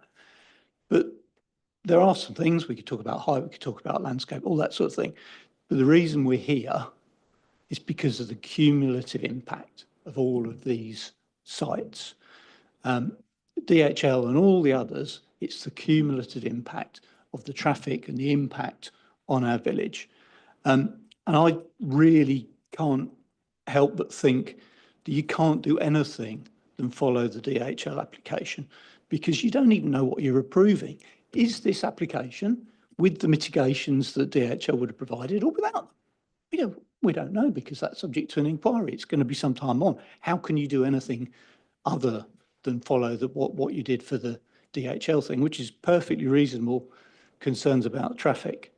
I was interested also to hear Dan's point about the national highways in point 739, which Charles brought up, which referred to the roundabout being built in advance of the application. Now, I read that as meaning the DHL roundabout. Now, it might be a typo, but it might be reference to the DHL roundabout, in which case it's entirely material to what we're talking about today. But when we are looking at what the traffic impact will be, DHL probably will generate a little less traffic than this will, but we've got a real significant problem. Remember that National Highways said that their no objection was as a condition that Relief Road is opened and this roundabout was completed. Okay, it's quite important.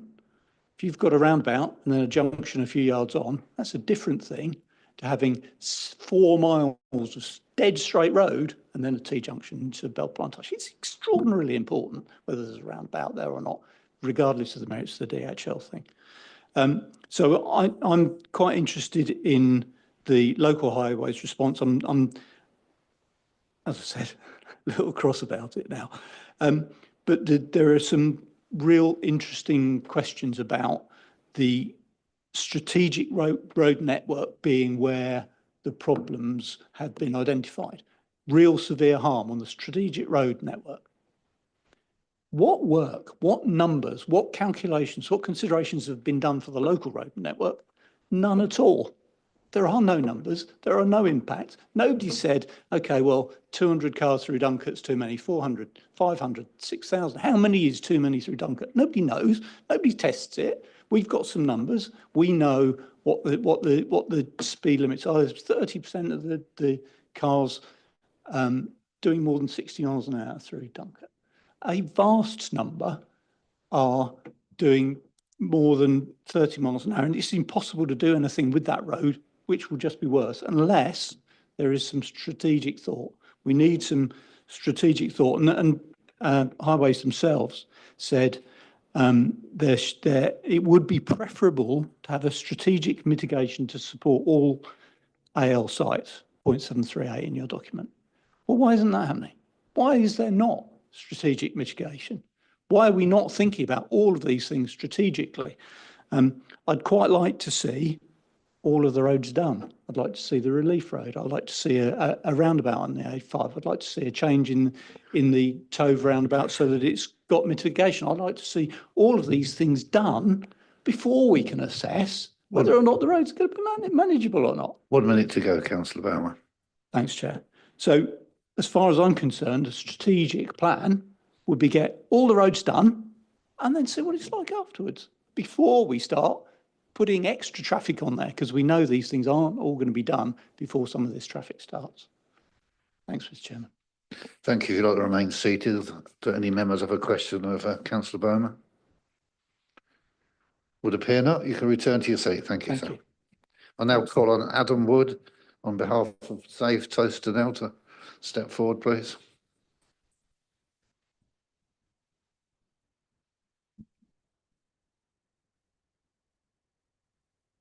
Same procedure. You've got 5 minutes, and I'll let you know when Just check you can check. You can hear me, okay, Chair? Yeah, keep it close to you. Okay, thank you. Good afternoon. My name is Adam Wood, and I'm speaking on behalf of Save Toaster Now. And I'm a local resident, and I live in Caldicot, so I do have first-hand experience of some of the traffic problems.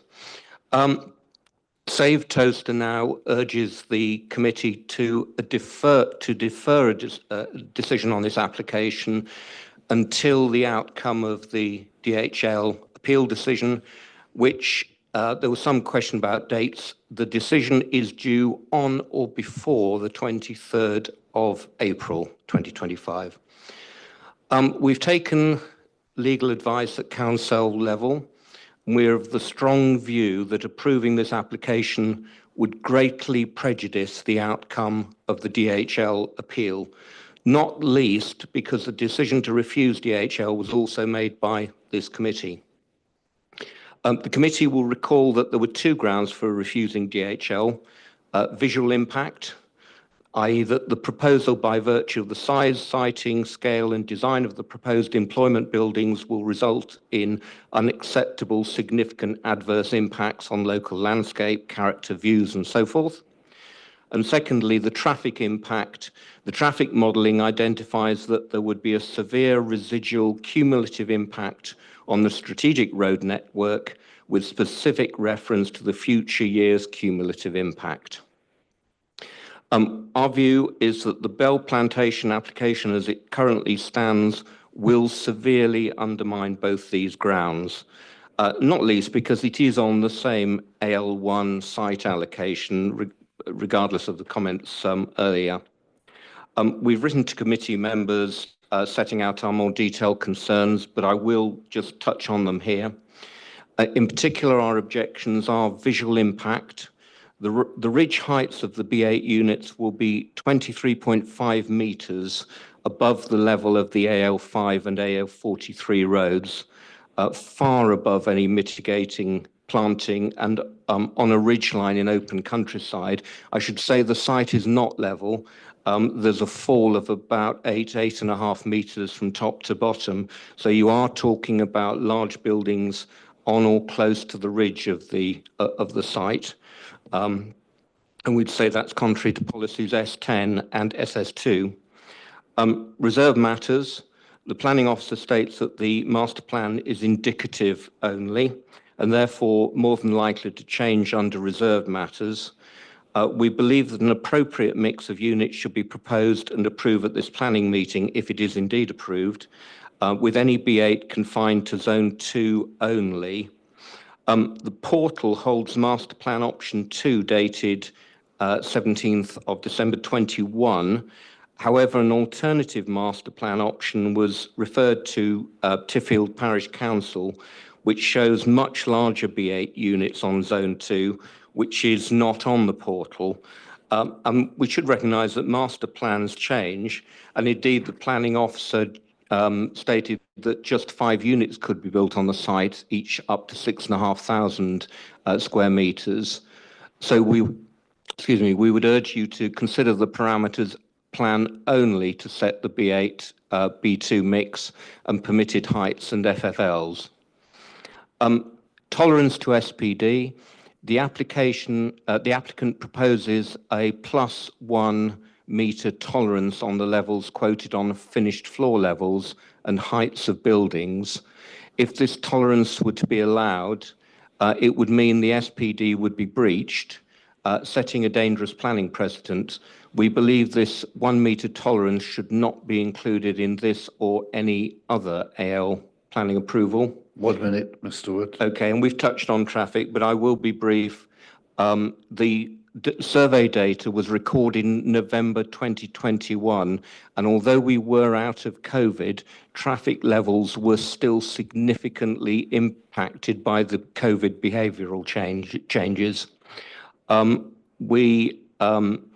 The modelling indicates that by 2021, the A5, A43 Tove roundabout impact will be severe, with queues in the morning of 3.8 metres compared with 99 metres today. That's a 38-fold increase. And I think National Highways are nonsense on this. So in short, we'd prefer the decision for this application to be deferred. But if the committee feels unable to defer a decision, then we would request that the application is refused. Thank you, Chair. Yes, thank you much indeed. You remain seated. Has anybody any questions for Mr. Wood? Yes, Councillor Andrew. Thank you, Mr. Chairman. Mr. Wood, good to see you this afternoon. I wonder if you can just confirm the details. You said that Tiffield Parish Council were presented with alternatives that were not present on the portal currently. Is that correct? I understand it was referred to. I don't know whether it was actually presented, but it was certainly referred to. Can you just confirm what it was referred to? Sorry, we will check if Tiffield do ask to speak this afternoon. But do you have that information? It was I'm trying to think if I've got the option number. I believe it was option 22, but I haven't got that on my notes. But we can certainly supply you with details of that. Thank you very much. Thank you. Any more questions? Okay, thank you, Mr. Brown. Mr. Wood, Mr. Brown. Thank you, Chair. I now invite one of the ward members, Maggie Clubley, to come forward, please.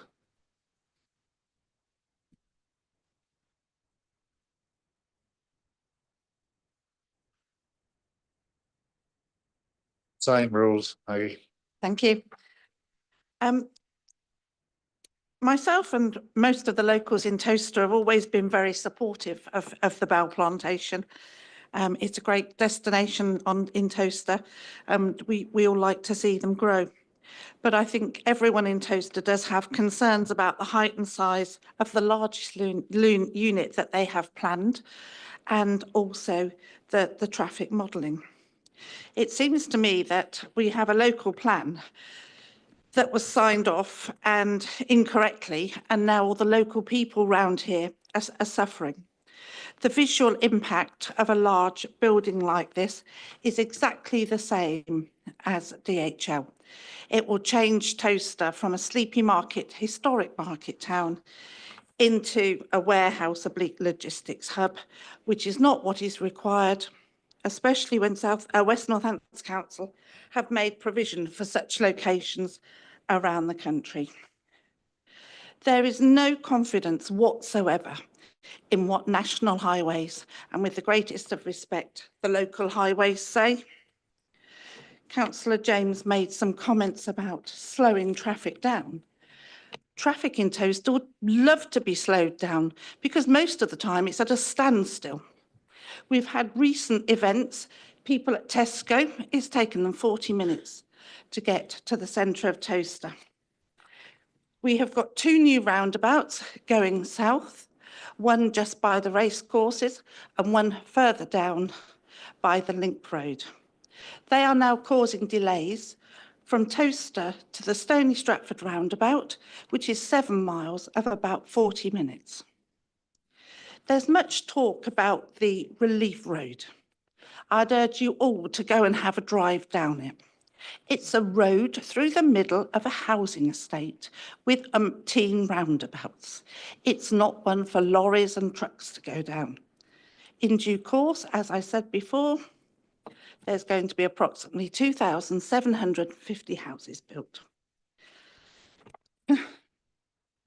We have no bus links here. We have no employment needs.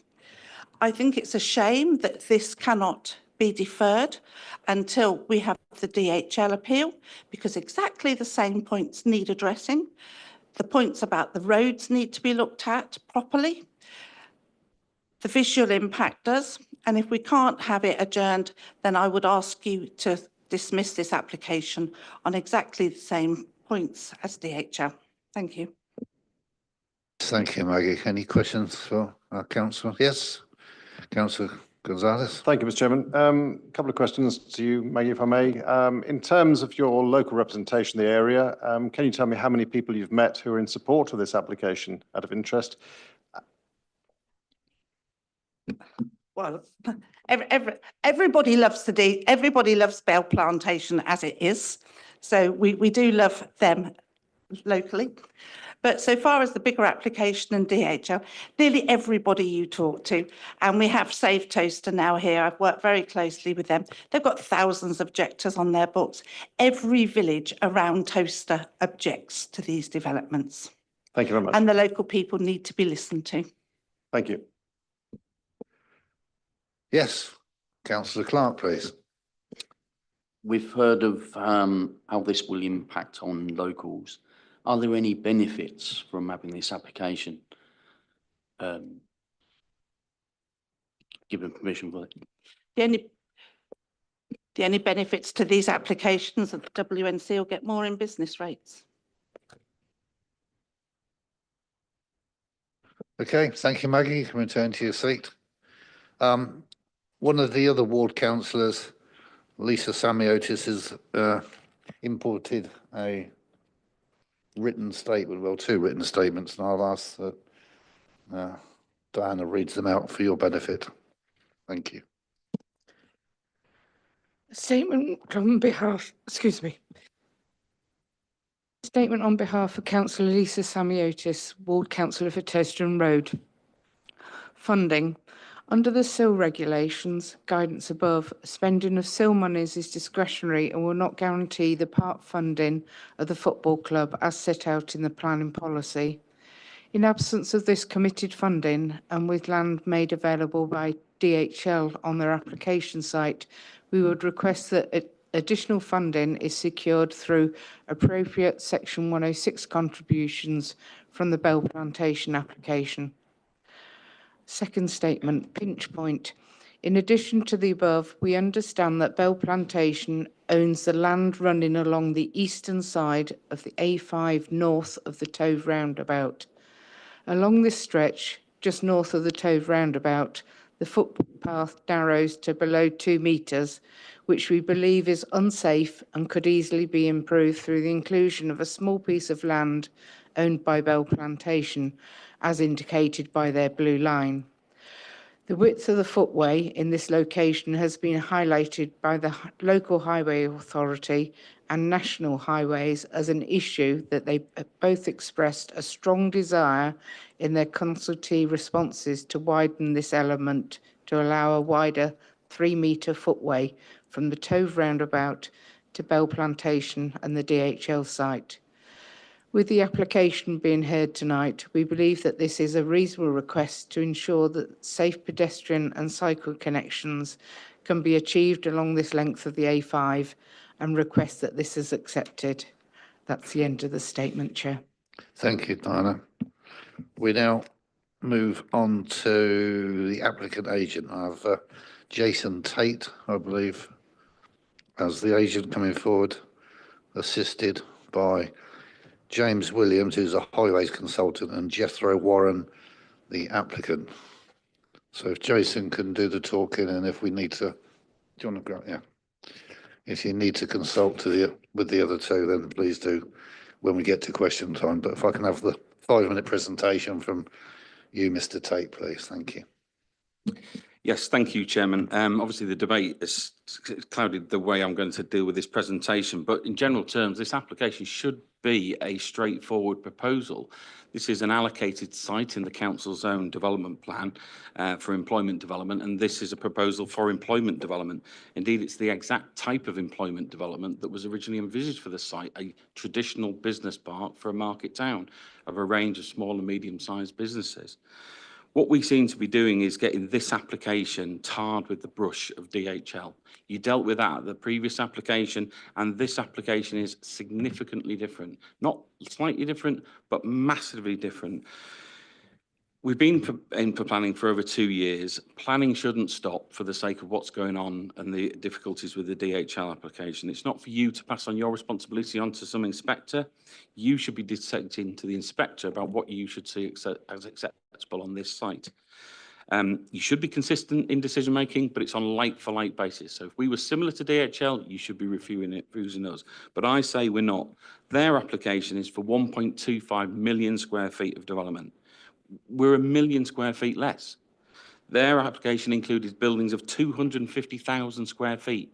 The biggest of ours is maybe 70,000 square feet. The most of ours are 10 and 20,000 square feet.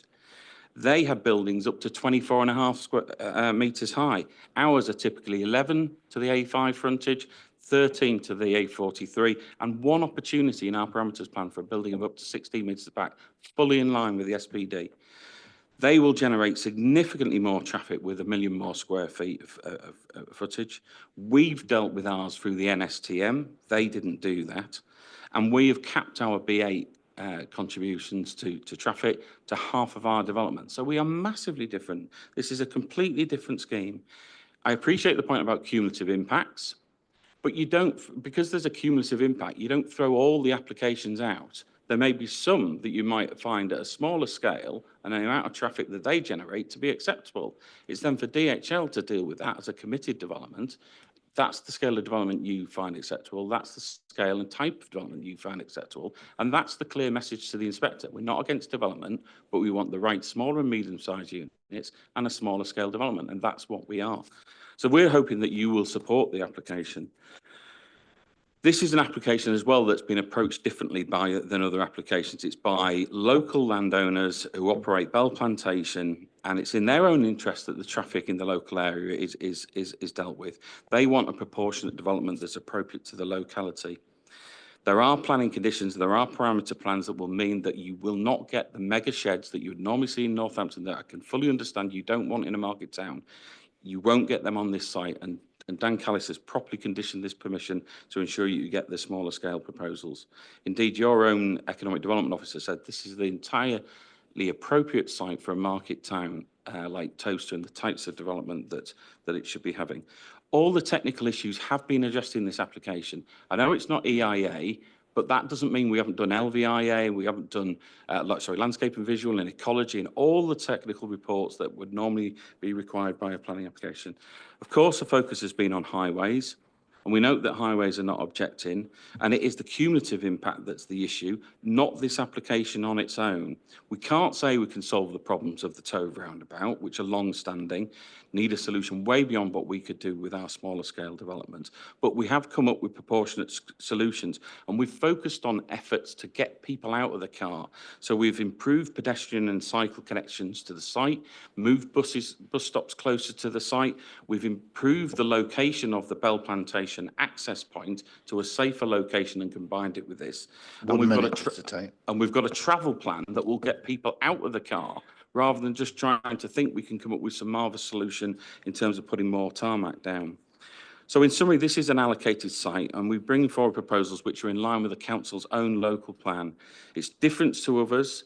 It aligns with the original intention for the allocation. All technical issues have been addressed, and the local road undoubtedly has problems, but this smaller scale of development, which will have minimal impacts, can be absorbed more easily, and it's promoting a number of local highway improvements and sustainable travel measures to the site.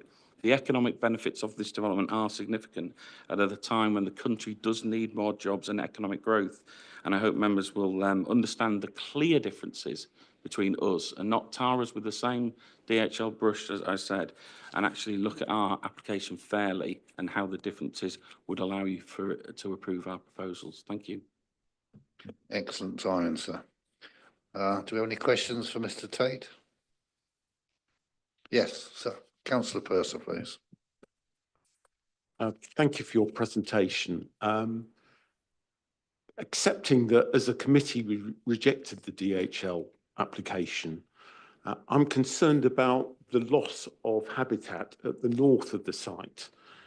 Given that that kind of application, and I would hope that an inspector would support the committee's decision, would you reconsider the landscaping and the value of those trees, semi-mature trees at the north of the site? That's my first question. My second question is about the access from the A5 onto your site. I'm concerned that you've got a long straight road coming south, and I'm unhappy about the T-junction concept. And given the sort of vehicles that you'll have coming onto your site, would not a roundabout be a better traffic solution to that access? Because I worry about the the A5 and its accident record. Yeah. Okay, I'll leave the highways one to James, and he can explain why that junction has been designed as it has been. With regard to the plantation, that was a plantation of trees that was planted by the applicants, and not so long ago. It's not a mature woodland. It's not a veteran woodland. It's not of typical native tree types that you would normally see in the UK. So it's quite an unusual that it's actually there. Also, it's now, this site obviously is not on the edge of the A1 allocation. It's obviously not on the northern edge where DHL were, which is obviously much more sensitive. And it's not, it wraps around the existing plantation. So that woodland would be actually sat in the middle of the allocation, not on its edge. So it's not actually performing a function for screening the site, because the site is actually further north. If it was on the very northern edge of where the DHL application was, it would provide more screening for them. But where it's located at the moment, it's not providing particularly any screening function or any value within the site. And that's why the SPD that the council produced actually says it could be removed, because it's not a mature woodland. It's not got any particular high ecology value, and it could be an element that could be removed in favour of looking at other alternatives. So we have got planting along the A5, and we've set our buildings back from the A5. We've got existing planting on the A3, on the A43, and proposed planting on the A43 as well. So we focused on those elements, and we've got our smaller buildings on there. as well as the smaller buildings down towards the A43 and the A5. So our buildings are slightly larger one, which is still in line with the SPD at 16 metres, is set back further into the site. So generally, it can come up, and that's why the view was taken in that regard. And we're still achieving the ecology benefits. We're still achieving the landscaping around the edge of the site that will still make sure we've got substantial screening and greening of this element of the site.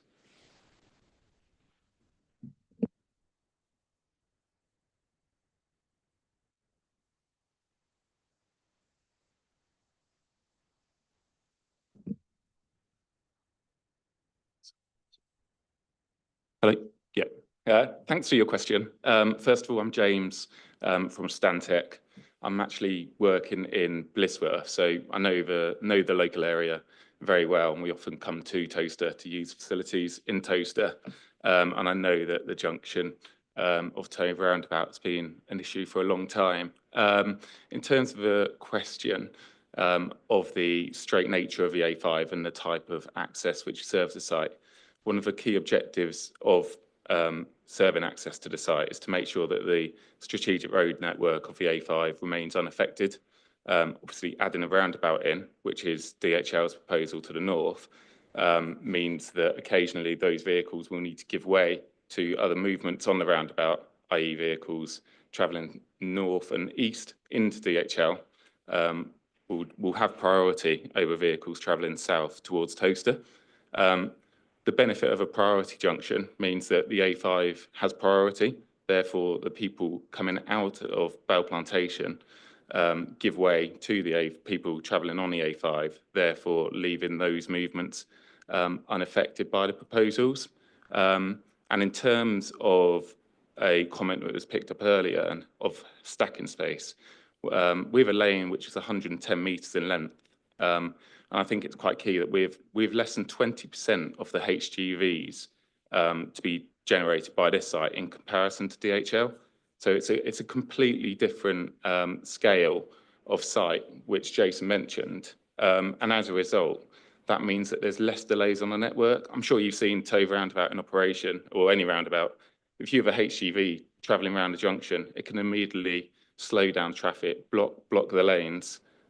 By having less than 20% of those HGVs, which another site is having, we have much less impact in that respect.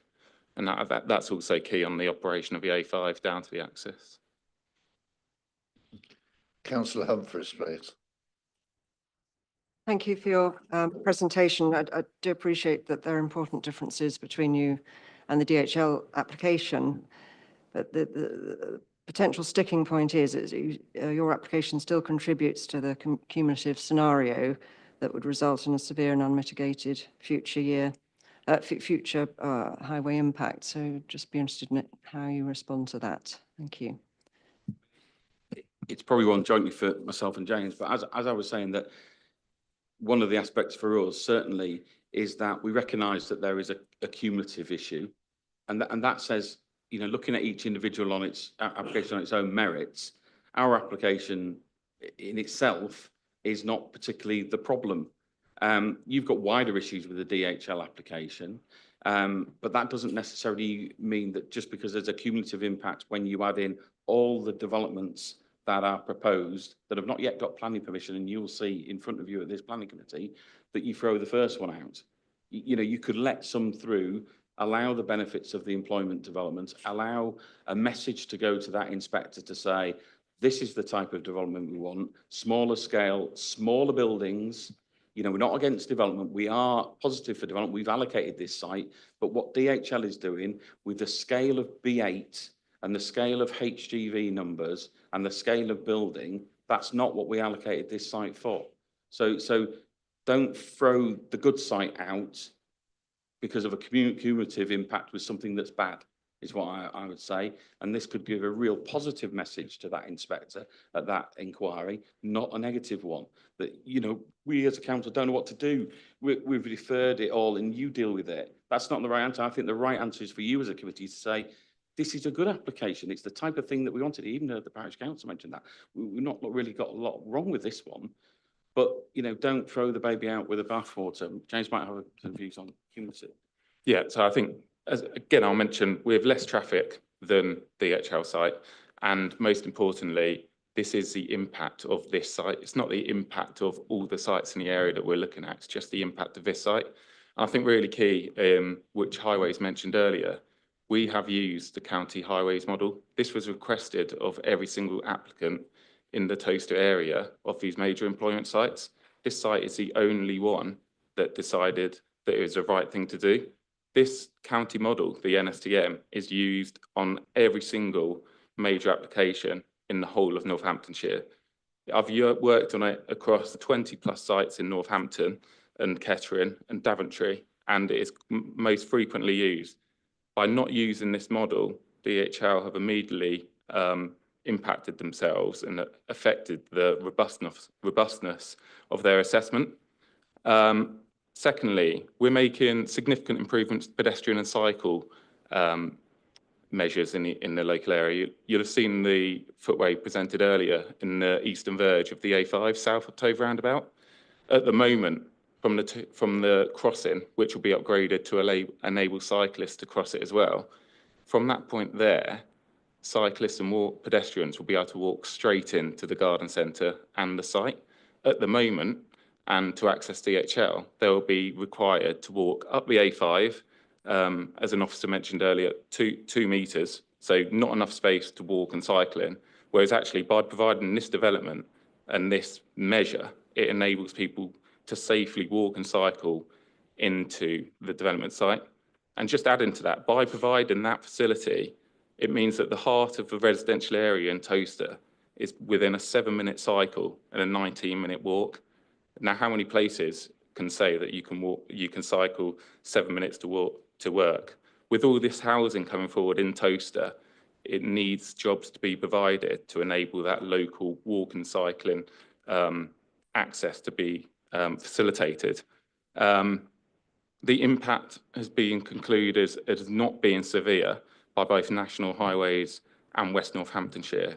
And just coming to some data, we've looked at the impact on 12 journey time routes. 9 of these 12 routes change by less than 3 seconds on average 10-minute journey. So we have an impact of less than 3 seconds on 9 routes. On the other 3 routes, the greatest impact we have is 21 seconds. So you're driving for 10 minutes and this development will add 21 seconds to that journey. Is that really severe and a significant impact? The impact of this development is not significant in that context. We'll also reduce the number of trips commuting out of Towcester, as I mentioned before, with the jobs. That's not taken into account within this data also. These trips are accounted as new trips onto the network. These trips are likely to travel from places in Towcester already through Tove roundabout and then to jobs elsewhere. By actually providing the jobs closer, they're more likely to be able to walk, cycle, or catch a bus to work. We've used the correct model, which I mentioned at the beginning. This has already been allocated and recognised as a sustainable location for employment development. I think that's really key. The council have already concluded that. And I think one of the subtle differences, which touched on in response to the previous question, is that DHL add a roundabout, which does add delay. We don't add a roundabout, which doesn't add delay onto the network at that location. And in terms of rat running, which has been referred to earlier, this is not an issue of this development. I've mentioned those routes which we've looked at. Highways have looked at those routes. We've used the county model, and all the conclusions conclude that the impact of this development will not lead to more people cutting through villages. It may already be an issue, but that isn't the impact of this development to resolve.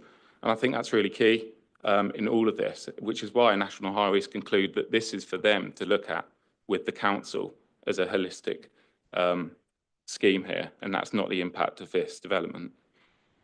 Can I just mention as well, James mentioned about the footpath in his answer. There was also mention about the footpath on the A5 and the pinch point was mentioned, if people know that specific point. Our proposals provide for a 3-metre wide footpath cycleway going right through the middle of our site. So we took the decision to not widen or enhance the A5 footpath next to the A5 because we didn't want pedestrians and cyclists so close to the busy traffic on the A5 and just trying to widen that. We actually decided that we wanted to provide a brand new one right through the middle of our development that would take pedestrians and vulnerable cyclists away from the A5. So that's why we've not included that. We were aware of it. And we took a conscious decision to do something different. And then just the other thing to mention, James mentioned about stopping out commuting. Members will probably be aware that that was one of the reasons why these sites in Towcester were allocated to stop out commuting, which causes traffic for people travelling further afield to their area of employment. So part of the strategy was to create job opportunities within Towcester that would mean businesses could potentially locate nearer to where people perhaps would live in Towcester. So that was part of the local plan strategy. Sorry. So sorry, I'm Jethro. I'm the client, but a family member of the family that run Bell Plantation. We moved to the site in 1987. Excuse me, you weren't asked a question. It was to the panel, I thought. Apologies. No, it was the questions. Oh, okay. Was it specific to your topic? Hasn't been Okay. asked. I apologise. Yeah. Councillor Humphreys, please. So, thank you for that. Can I just clarify, you mentioned the extra journey time, 3 seconds, 21 seconds, obviously pretty negligible. That's at the 20, the first year of operation, as it were. Yeah. And you said that you've quite rightly used the correct model, the Northampton model but it's fair to say the highways still have concerns following that model, isn't it? For future problems. Yeah. Well, West Northants Highways have recommended approval to this application. I'm talking about the local highways response to the model. Yeah, they have recommended approval to this application because we don't have a severe impact on their network. They've recognised concerns with their thoughts on National Highways network. However, National Highways conclusions, in accordance with government policy, is that we don't have a severe impact. In terms of the cumulative effects, I think it is also worth noting that between now and 2031, if no other development came forward in Towcester, there would be an additional 16 minutes. Yes, there would be an additional 16 minutes of journey times on some of these routes. We had 21 seconds when you just look at us. So the impact in 2031 takes into account all this growth across the whole of the county. We've included all the sites you mentioned, but critically what it doesn't do, it doesn't assume any mode shift to any of these sites. So it just adds layers upon layers and layers and layers of trips, but it continues to assume they will travel by car. Mm-hmm. These warehouses at Northampton Gateway, they'll put on mass public transport services. And I don't know if any of you have been to an industrial estate at shift changeover times, but you'll see that public transport services, it is absolutely packed at a number of these sites. This model doesn't take into account any of that. It also doesn't take into account the fact people work from home now. Doesn't take into account the fact that some workers actually may prefer to travel earlier than the peak hour or slightly later than the peak hour to avoid the traffic. So it's sort of this artificial scenario where all this traffic is assumed to continue to happen between 8 and 9, whereas in reality, that level of growth may not ultimately materialise. Councillor Paul Clark. Yeah, I'd like to thank you for you speaking to us and giving your side. A couple of questions, really. In light of what's happened with the planning application at DHL, have you spoken with any locals, groups, councillors about your application? Obviously, you would have concerns with the DHL being rejected. Also, you talk about creating jobs. So have you got any facts and figures of how many locals it will appeal to and how many commuters are likely to come from not within the area? Thank you. we were very conscious about the way DHL got criticised for not engaging locally with local people. Now, people might have different views to us, but that didn't stop us, certainly as a local landowner, speaking to the parish councils and Save Toaster now, and I'm sure they will attest to that, that we have been engaging. I mean, Jethro might be able to help in terms of explaining what we have been doing. Yeah, we've been in constant contact with Save Toaster now. In particular, we've been to Toaster Town Council. We've offered to go again since I've been to Tiffel Town Council twice, Tiffel Parish Council twice, to explain to them our site. We've offered to Greens Norton, and we were never taken up on it. You're frowning at me. I'm sure we have absolutely have emailed and offered. So yeah, we've been really engaging. We've been very conscious of the impact of this application on our existing business. That's a continuous reservation concern we have, and we've been very keen to alleviate any concern as much as possible to bring forward a scheme that does work for the local area. So yeah, so we haven't in any way been trying to hide behind closed doors. Like I say, we've been to a number of parish councils and been to see Save Toaster now, and I think some of them genuinely do see the differences in our application. I think the nervousness is that somehow this is going to all of a sudden open the doors to DHL, and I don't think it does. I really don't think it does. I think it actually does quite the opposite. As I said, it puts a clear marker down to say, this is the type of development we want.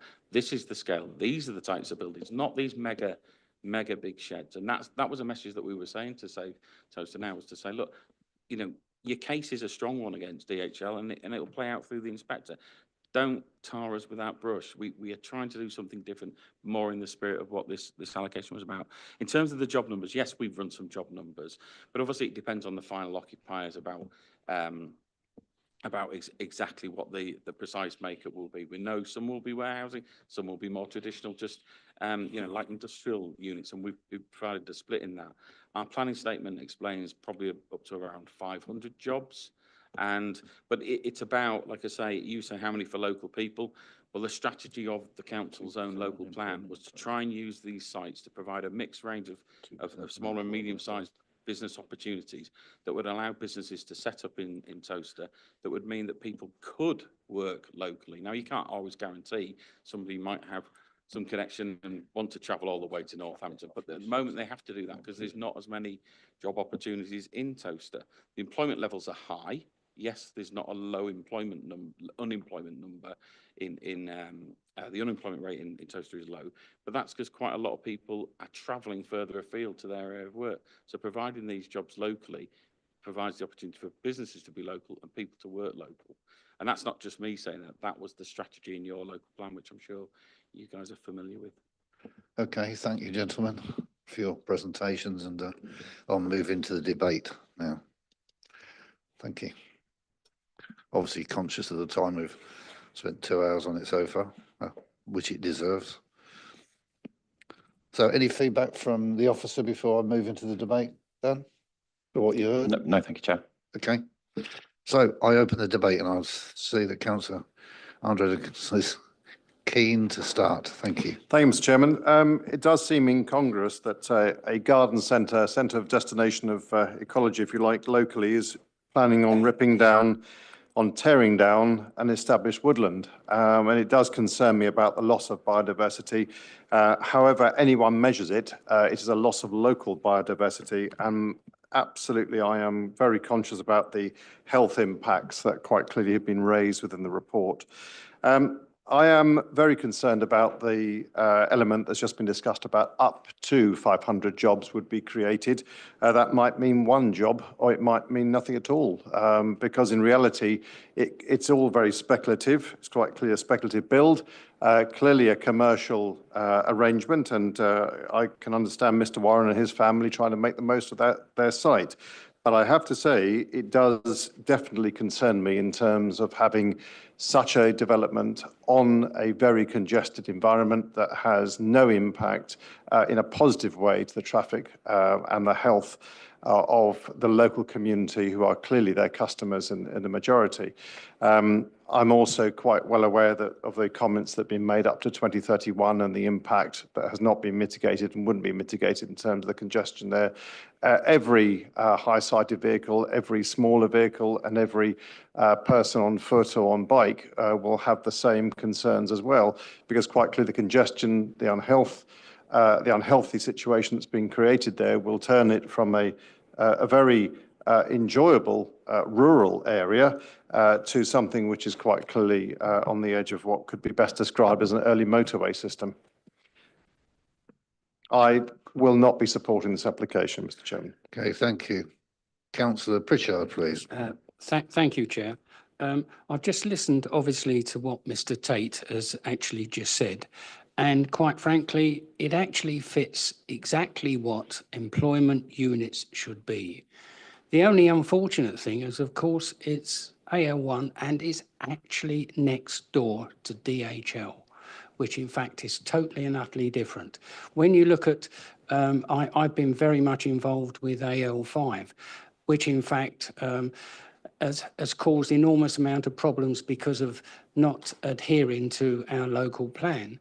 But having said that, what Mr. Tate has actually said, it really does fit in with what employment units should be. But unfortunately, it's adjacent to DHL, which is an enormous amount of B8 and also significant amount of traffic and also environmental problems. Next. Councillor Paul Clark, please. Yeah, I think it's a good application, but it's in the wrong place, situated in the wrong place. So I won't be supporting this application. Thank you, Paul. Sorry, I just saw Councillor Humphreys' hand up before the men. Yeah, I don't feel able to support it either, although unwillingly in some ways, because it clearly is a different mix of units and scale, etc., to DHL, but it's still, I still come back to paragraph 7.52 in the report we've got before us, which is what the LHA says, advises that a grant of planning permission could potentially lead to a position where the true effects of all committed and proposed development are not known or suitably mitigated. So it is still contributing to what is likely to be a severe cumulative impact that, and as a result, doesn't comply with the MPPBF 114. So I don't feel able to support it. Thank you, Councillor Humphreys. Councillor Manners just got his hand up first. Thank you, Chair. I listened to Mr. Tate, and it was persuasive on a number of fronts.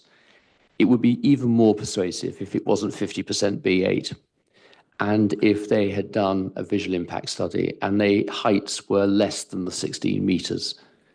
That would then be a proper mixed use development. It's not that. It's a combination of B8, large B8, albeit 6,500 square metres, and small units, which I fully support. But it is also the cumulative impact. We cannot ignore the reasons for the DHL refusal, which was the cumulative impacts on the traffic and our lack of confidence in national highways and the traffic studies. So I will not be supporting the application. Yes, and in support of what you're saying, it's the largest B8 is on the top of the hill as you go away from the A5. Where have you got your biggest unit on top of the hill, which is the most conspicuous place, which occurred to us when we were stood there on the site visit. Next, Councillor Bob Bursar, please. Thank you, Chair. Yes, I'm minded to support this application. I think it fits in with the local plan. My question really, I do see this as separate to the DHL proposal. Can I ask, will a decision by this committee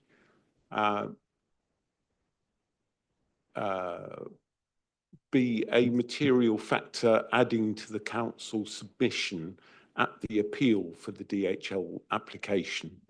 I'll get the legal person on my right to answer that question for you, Bob. Catherine. Thank you, Chair.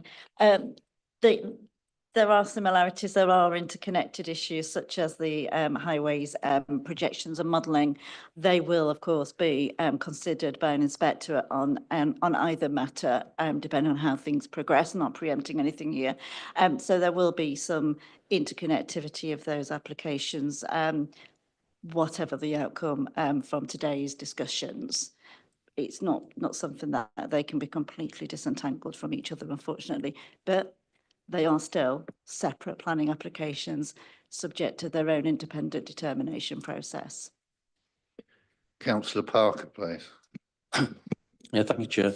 Yeah, I think it does go back to the traffic and sort of reading it and what other people have said. I'm sort of going through the notes. I mean, page 39, local highways, the cumulative, excuse me, the cumulative assessment are clearly severe. So it's there in black and white. And in actual fact, page 41, I think it is, yes. National Highways even said there's significant capacity issues in the future. So this is like a rerun in a way, in my view. The mitigation, which I thought was a bit strange, which is on page 53, I think. Yes, 7.38. The mitigation to support all the AL sites, such as a joint agreed approach, being adopted through a policy. That'll be interesting to see what a policy is going to do on mitigating traffic. I can't wait for that one to come. That'll be a first. So strange, that's very strange as far as I'm concerned. I think then, as Councillor Humphreys has mentioned, if you look at the MPPF and the 115, I think it is, it clearly states that development should only be prevented or refused on highway grounds if there would be an unacceptable impact on highway safety. Well, I think in 2031, everyone's saying there is going to be an impact. So it's there. We can refer back to that actual policy. I don't see any problem in that at all. And I think I've got two more. Bear with me, Chair, sorry. Yeah, page 54, 7.48. I think this is actually from, yeah, this is from highways as well. The current application submission also shows a similar cumulative scenario in its own 2030 model, yet proposes no mitigation to alleviate or address congestion occurring. So everyone's saying the same thing in all of that. So I'm struggling to absolutely support this about what was said. The other one, which I thought was strange, I'm not sure if this is just the wrong words in actual fact, but on page 55, 7.62,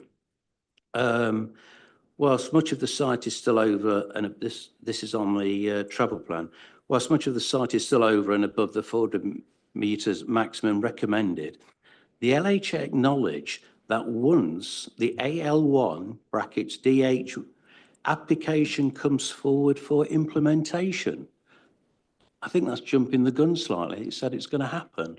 I think they're the wrong words to be used here. Thank you, Chair, for that. Do you want to come back on that one, Dan, or those words? For clarification for the benefit of the committee?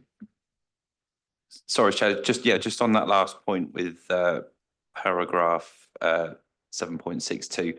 I think the point I'm trying to make, or officers trying to make in the report, is that the land to the north is allocated, will come forward, you know, in theory at some form during the plan period, not necessarily, you know, in the form of the DHL application, but it's that there would be, it does present the opportunity to. The scheme isn't reliant upon it, and I would just stress, you know, we're not saying it's reliant upon it, but it's making the point that, you know, the bus stops that are proposed as part of the application would be nearer to the application site than they are than the existing stops.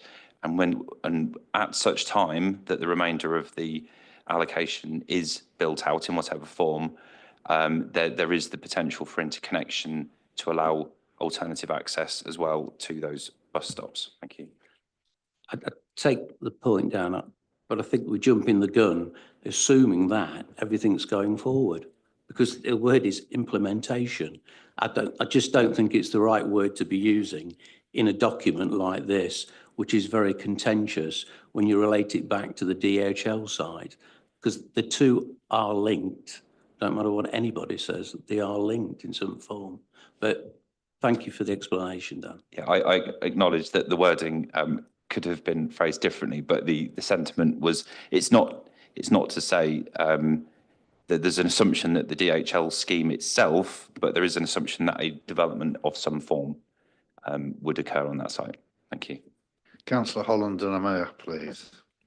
There's no doubt that this is more in keeping with what the proposed use of the site is in terms of scaling, in terms of local employment. I do still have concerns about the B8 presence and the height of it. And I also recognise how we've still got this elephant in the room with regard to the cumulative impact of all these developments on the road infrastructure. Do have to acknowledge the applicants' efforts to link in with active travel in terms of cycle connections, in terms of pedestrian access, in terms of improving the bus stops nearby. They've certainly done their research, and it feels like they are edging towards what was the original intentions of the policy here. If there were conditions on the maximum height of the B8, maximum height of 16 metres, no wiggle room, which was mentioned by one of the speakers, then this would definitely one where I'd say, yeah, this is perfect for what we need on the site. But we've still got this elephant in the room in terms of the highways. I would mind it to, I'm wiggling between approval or abstain, but I think we have really got to have a bigger view, strategic view of all the road network around this area.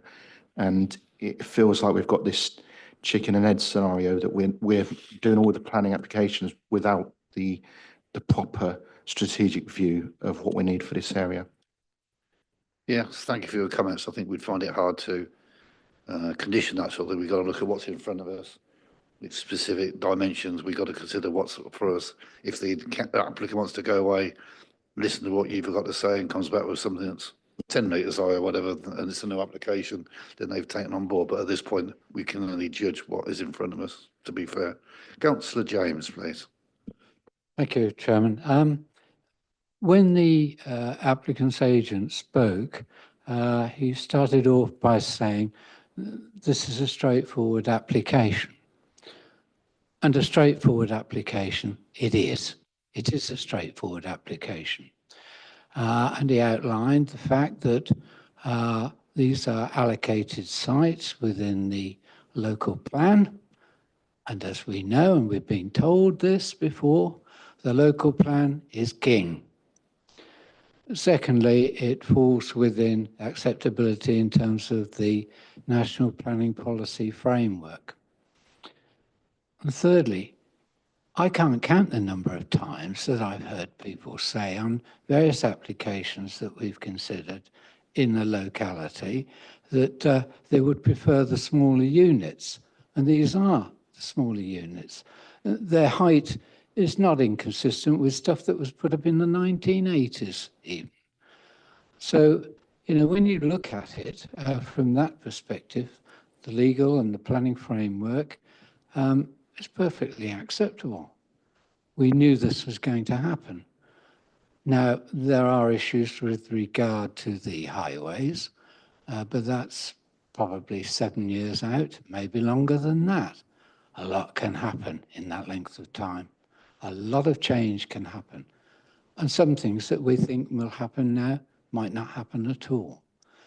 what we've heard is basically anecdotal evidence of severe impact on the national road networks. And it is anecdotal. There's no empirical evidence. Plenty of empirical evidence that there's a danger in the traffic here. And danger with traffic is like danger if you're riding a horse or even running along a road. It's speed that kills. And I still think, in spite of being poo-pooed, that anything which slows down the traffic going across the A5 junction to the A43 and the other way is to be welcomed. So I've no hesitation in recommending we go for approval of this application, that we accept officers' advice.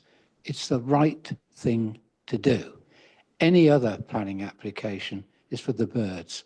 It's not on record really, other than the fact that we know about it and maybe have been involved in it. But we have to consider this application on its merits.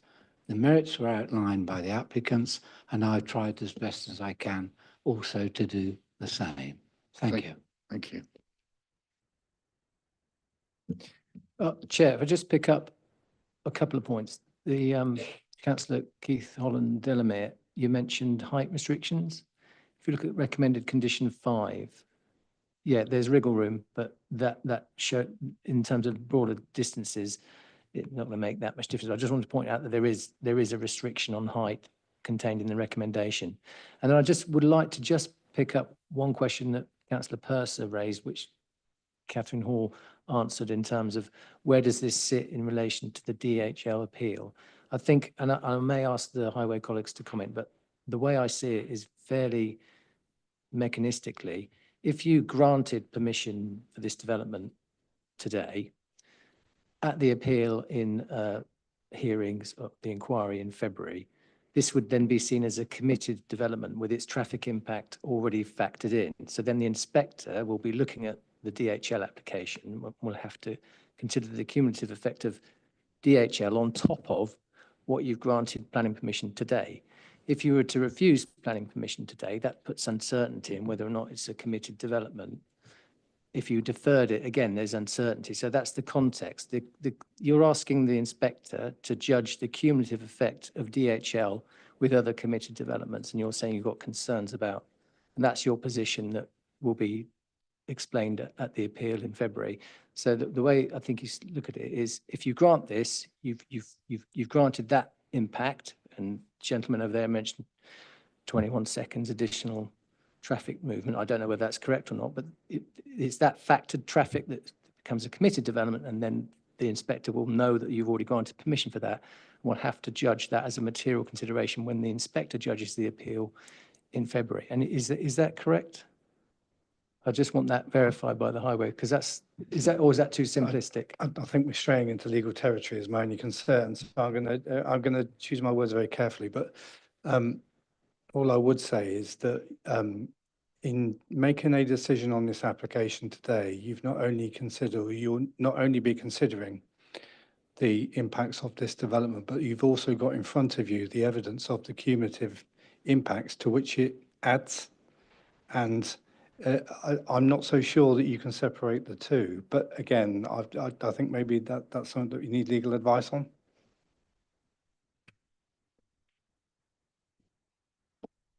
Catherine. Thank you, Chair. Obviously, highways modelling and all of that is not anywhere in my remit at all. So I'm not going to suggest that I'm going to start unpicking any modelling or any discussions on highways. In terms of how this would be viewed, or how DHL will be viewed, and therefore whatever the outcome of this is, that is quite clearly a matter for an inspector at that point at the public inquiry. We can't preempt what they may or may not turn their mind to in relation to this application. And the applicants have sat before you today and have put their viewpoint forward, and it's really then a matter for members of the committee to determine where that takes you next. Okay, Councillor Kilbride. Thank you, Chair. Vehicle movements are increasing year on year on. National highways, I have no faith in on this particular document. there is going to be an issue in 2031, and that cumulative effect, I have grave concerns about it. So although the applicant has said there's some good unit sizes and things like that, it's just that it's in the wrong place. So I agree with Councillor Clark on that one. So for me, it's a no. Thank you. Councillor Stephen Clark, do you want to give me your? Like Councillor Parker, I'm struggling with this as well, and I'm of a similar mind to the concerns that have been expressed. Thank you for that short summary, much appreciated. I suppose the only person that hasn't had a word is me now. I agree with most of what you're saying. The fact that there's no mitigation at all from these people, they're just chucking it in there saying we're coming first serve. Don't worry about our impact on them. Everybody else will come later on top of it, and that's not our issue. And the fact that well, it's not them, but the National Highways are coming up with this hideous island in the middle of the A5, which you could turn right with an articulated lorry across and block all 3 lanes in one go, is just beyond all belief. So if they believe that's a suitable way of addressing it, and the other thing concerns me, it's a bit like Councillor Holland de la Maire, that we stood on top of the hill, which looked down on everything around us, and they said, this is where we're going to put the highest building. Really? And bear in mind that B8 does account for 50% of the area. So, it's still a massive amount of B8. So I have to say that I cannot support the application myself.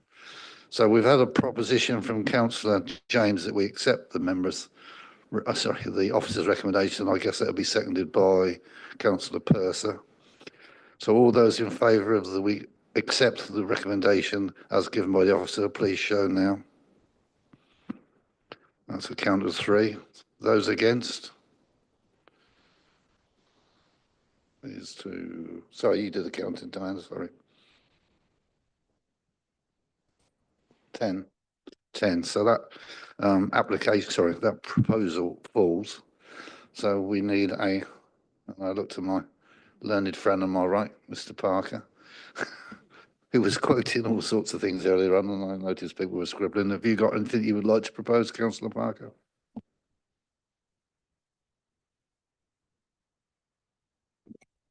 Beg your pardon, Hall.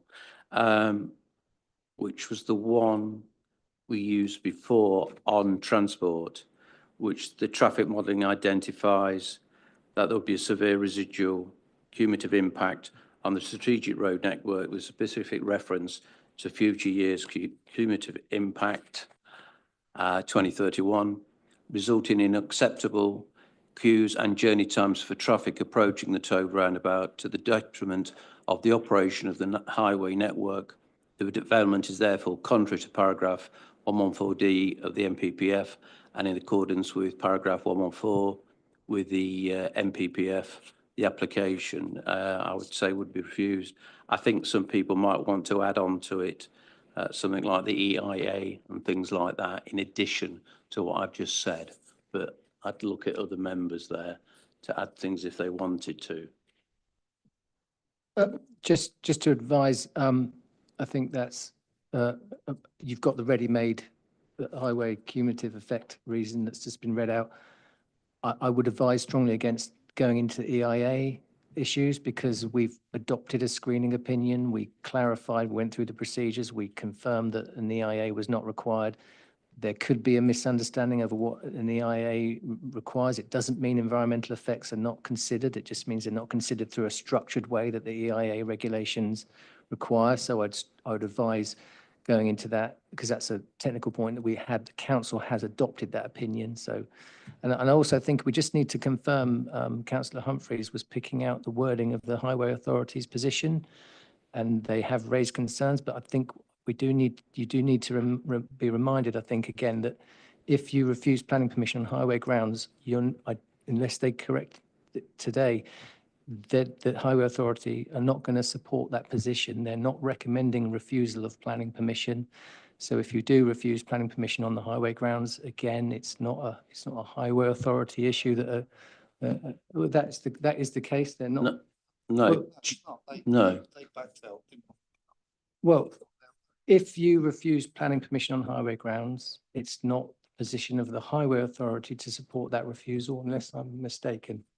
I'm sorry, Chair, but I'm getting quite concerned that the officer actually is trying to recommend to this committee that we should accept that proposal. So therefore, I actually, the decision has been made. No, I think, Chair, I would just like to have the highway authority's position confirmed because there was a debate, part of the debate that Councillor Humphreys raised was she picked out a paragraph and raised the point that they have concerns, but I'd just like to kind of procedurally, if you refuse planning permission at the appeal, my understanding is, and I think I'd like the highway authority colleagues to confirm that, they're not supportive of that position. I think, Chair, excuse me for jumping in, the local highways have to succumb to the national highways because it's a national highways road. And I'm not putting words into their mouth because I don't need to, but they've said it's severe and they've said that in black and white, but they can't take that forward because it's not in their remit. It's national highways who are saying it. It's not the local highways. They've said there's an impact. Even National Highways said there's an impact. I'm just confused here. What more do you possibly want? There's an impact. So all I'm trying to say, Chair, in terms of the normal rules of planning, you're minded to refuse planning permission for the reasons that were set out in the DHL decision.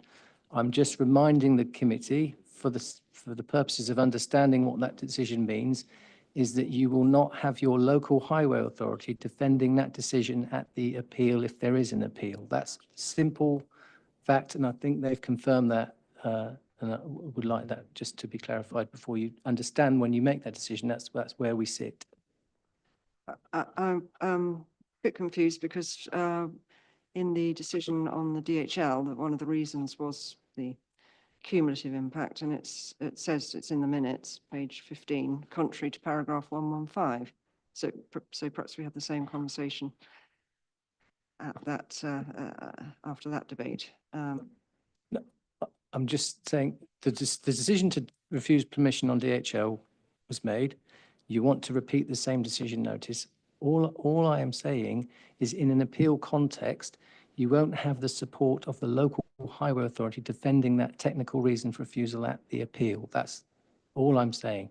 And that's the same with the DHL. They are not, there's no ambiguity. They're not objecting to this planning application, although they raise concerns about the severe highway, but they feel constrained by the fact that it's not their network. And that's all I'm reminding you of.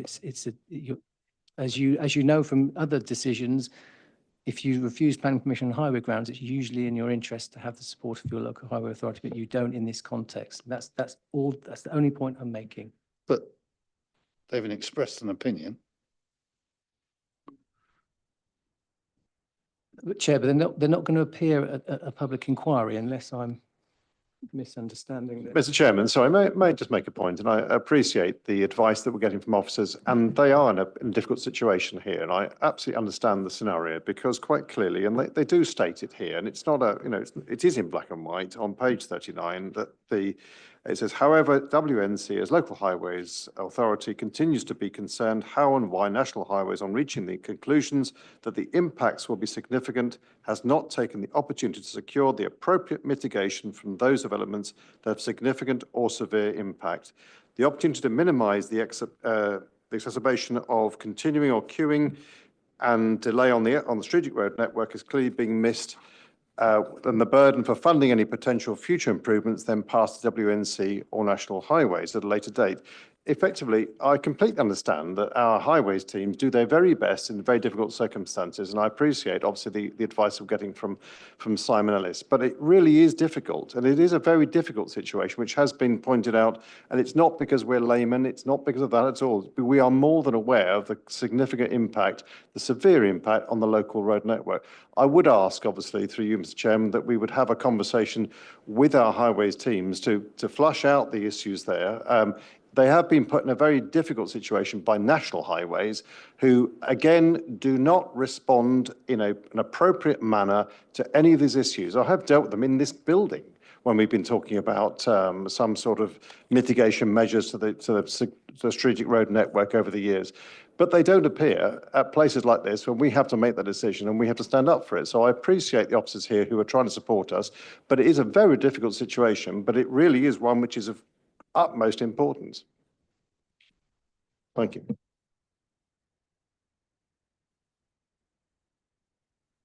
Sorry, Chair, that's the only point I'm making, is that you refuse planning permission and if there is an appeal, and correct me if I'm wrong, the Highway Authority will not be there to defend that appeal for us, to provide you with the technical evidence to justify your decision.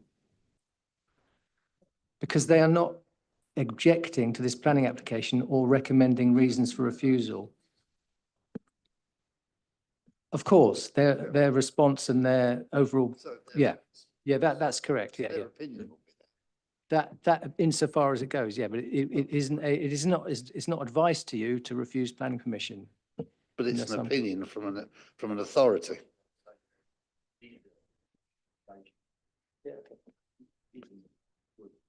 So that's covered the highways bit.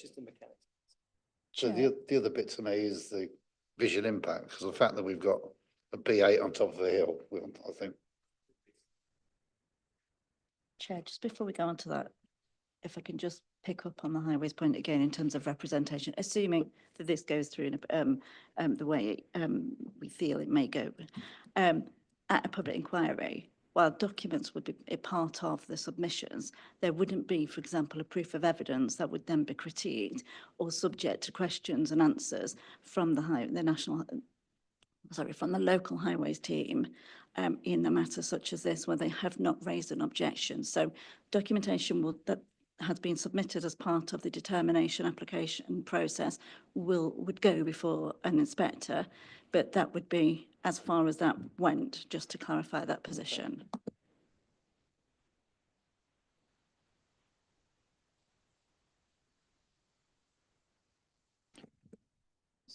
Chair, sorry, if I can just come back on the landscape and visual, if that's something members are considering, and just reiterate that the maximum height of any building proposed is 16 metres, and the SPD does state that buildings of up to small and medium-sized buildings of up to 16 metres in height are likely to be acceptable, and that the highest part of the site with the proposed maximum finished floor levels is around a metre or so lower than the existing maximum or highest part of the site, and that when the site is developed, as explained on the site visit,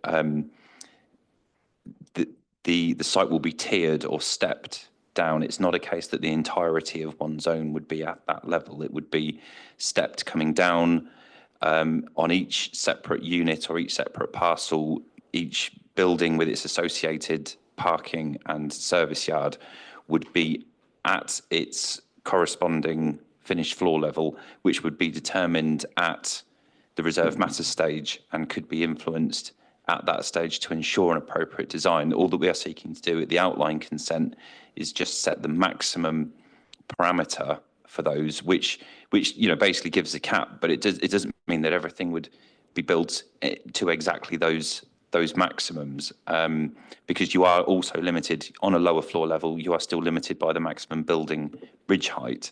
So in terms of the landscape and visual effect, when there is compliance with the policy, with the adopted SPD, and in the context of the development being surrounded by other larger areas, the remainder available to the north, AL3 to the east, AL2 to the west. I think we would just need to be absolutely clear as to what the visual impact is in that instance that's sufficient to warrant a reason for refusal, and whether that could be sustained at appeal. Thank you. Okay. So we'll stick just to the cumulative effect. Yeah, Mr. Chairman, I just to question that, because there's an 8-metre fall through the site, Dan, that we discussed before, and there's the 16-metre building, and it could be a B8, 50% of the site. It could be at the top of the site, and therefore there could be a 23.5 metre building roughly within that environment? Yeah, I mean, what I would say is that the parameters are there regardless of the use. It could be a B1 use that happens to be 16 metres tall. So I wouldn't sort of hold it against B8 uses necessarily in that sense. In terms of the height, I mean, again, the SPD talks about the existing ground levels. So with the site being stepped, it makes sense for each individual unit and parcel to be stepped following the natural topography of the land. If, any site, I mean, to be honest, any land around here is not dead flat. So there will always be a difference between a road level and the opposite side of the site. And I think to talk in the realms of it being 23 metres tall because there's a change in topography, essentially if we were to take that through its full course, we would be saying that we're writing off a massive proportion of the allocation because it's higher than the road. I don't think there's any basis for that in policy or in the guidance at all in the adopted SPD. And what I would say is that when you're actually, it's also a question as to which visual impact are we talking about. Are we talking about the impact from the road? If it's the visual impact from the road, you will have the retained trees and hedges. You'll also have the buildings closest to the road, which may be only 11 metres tall, but because of sight lines and perspectives, they will essentially screen stuff that's taller behind them. If it's a distance, the views from a longer range distance across the landscape, yes, you may see them, but a metre or two here or there at a kilometre's distance, I doubt anyone would really be able to pick that out. So it's just a question of being clear as to exactly what the harm would be if that were the case. Thank you. Thank you. Councillor Purser. Chair, I think we're in some difficulty as a committee here because I think if we're going to, in that we have rejected it, we have to have good reasons that can be justified at appeal. Now, I regularly attend planning committees and regularly object to applications and try to persuade members that I have good reasons. And sometimes I win and very often I lose. But in those situations, it's my duty to represent my residents and their views. And the committee has to make a judgment on whether what I'm saying conforms with policy or not. And I think we have to do the same here. We've got to be in a position to justify our decision. And it sounds like on highways grounds, we can't. And in relation to the policy on height. Well, sorry. We've been through the decision. We've decided to reject the application. We've come up with an alternative. If you as a person want to vote against that alternative, that's absolutely fine. But other people around here have their own views. We've had a long debate. We've been on this for best part of nearly 3 hours now. So people have formed an opinion whether we think we've got a good case or not. And we should take a vote that we accept the recommendation from Councillor Parker, seconded by Councillor Pritchard, and move on. We'll be here all night. But have we got any other reasons apart from the highways, Councillor Manners? Are we just putting in highways then as the objection? Because I'd like to see a form of words on the visual impact.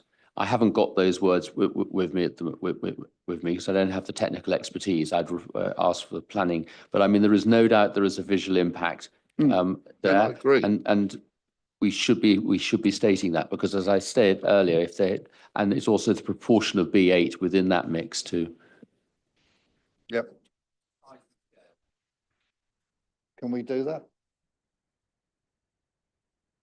I think, Chair, if you're going to go down that route, and I'm reading the refusal on DHL, and the first refusal on landscape and visual is fairly general.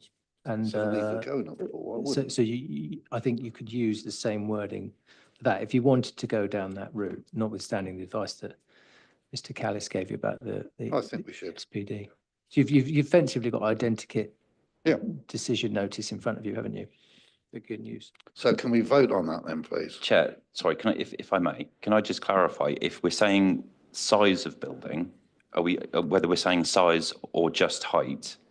Because if we're saying size of building and we have a building limited to 6,500 square metres, which falls comfortably within the medium-sized category as set out in the SPD, and we're saying that even that is too large, I'm just wondering, when the policy and the SPD clearly say that small and medium size are acceptable, I'm just wondering whether that is an aspect of it which members wish to consider further. Councillor Manners. It's not, Dan, the size of the units, it's the number of units and the percentage within the mix. So the number of units in terms of the 50% B8.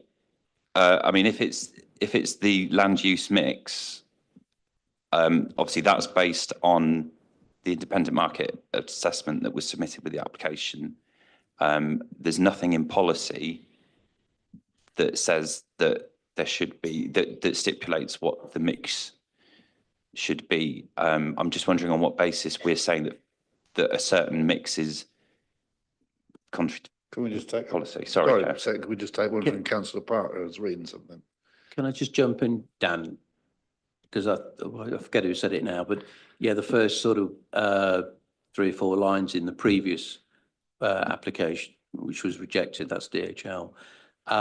It was size, which we've knocked on the head, but siting must be one because the large units were, I think what you said, were at the top of that field. They weren't, as we thought, naturally, you'd put the larger ones down near the roads because it builds up. Why would you put a B8 on the top of a hill? You wouldn't do that. You'd build it down. So if you're using those words, and I'm looking at Councillor Manners because it says, but it wouldn't be scale and design. It would be siting, surely. Size and sighted. You want to read that?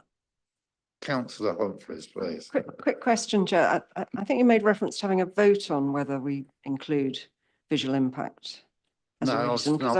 I'm just trying to establish what we're voting on, Councillor Humphreys. Oh, voting on, right. I We've think covered the there's- thing. I'm just saying, what are we going to add to that if we're going to add anything to it? We've got to visual impact. If we come up with something, you can vote against that if you want to, but I mean, we're going to come up with something that will be possibly scale and impact as well. It's the, Chair, can I, it's Yeah. the siting and the scale of B8.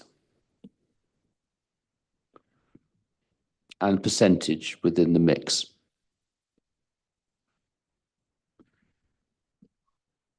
We happy with that?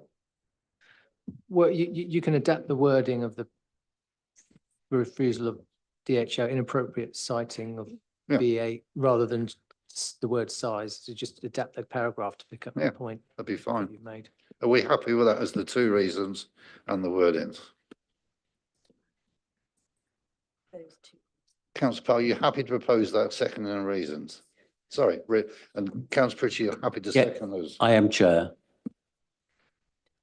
Yeah, and things. At this point, I have to disqualify Councillor Holland Delamere for leaving the room, who hasn't been involved in the whole of the debate on this vote. On advice from the legal expert on my right, that's not me having a go at you. No, he's here, but he went out of the room during the debate. I know the needs and natures must, but I'm sorry. So voting on that proposal from Councillor Parker, seconded by Councillor Pritchard, on traffic and size and sighting, all those in favour accepting that? So it's 3, 6, I'll make that 8. How are you doing, Diana? Those against? And unfortunately, you don't get to vote, so that's 8-2, I believe, yes?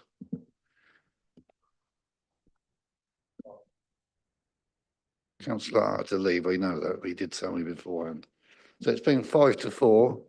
I intend to get through the rest of this in the next 1.5 hours, but can we take a 5-minute natural?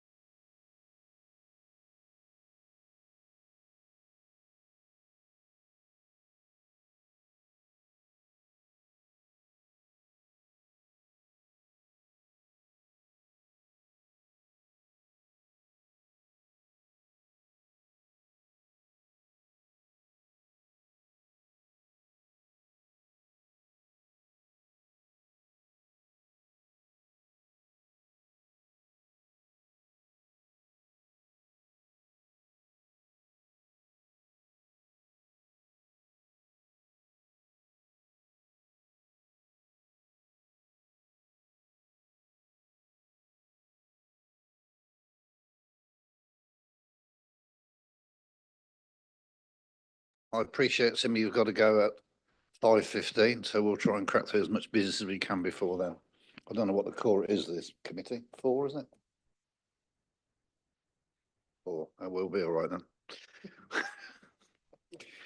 Dan, have item 6, which is the land north of Kilsby Drive, Toaster, please, for a 73-bed care home. Thank you. Okay, thank you, Chair.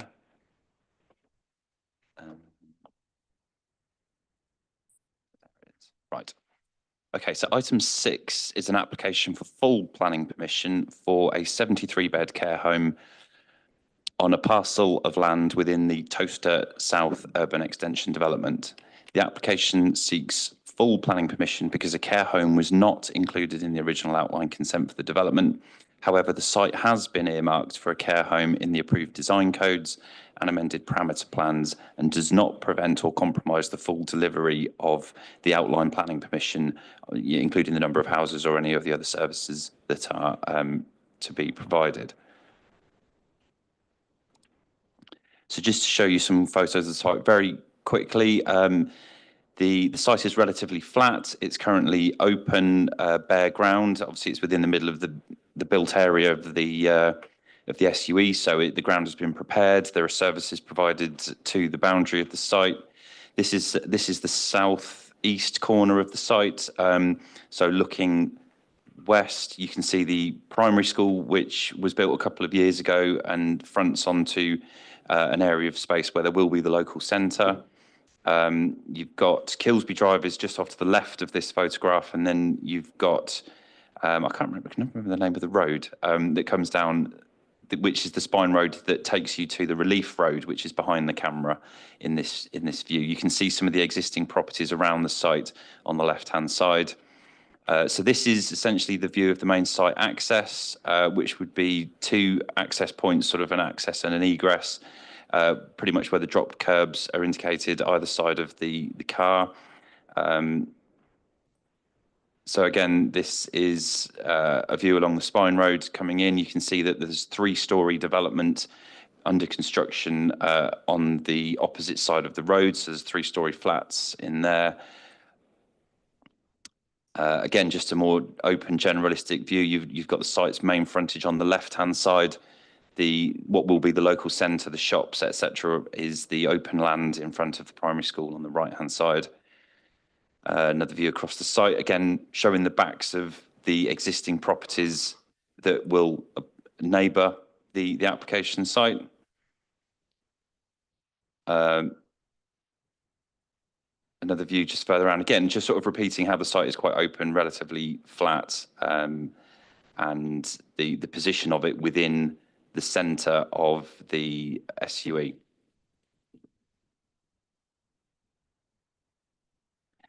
So in terms of the site layout, we have a 3-storey main building, which is this sort of arced shaped building here. And then there is a 2/2.5-storey rear projection in this area.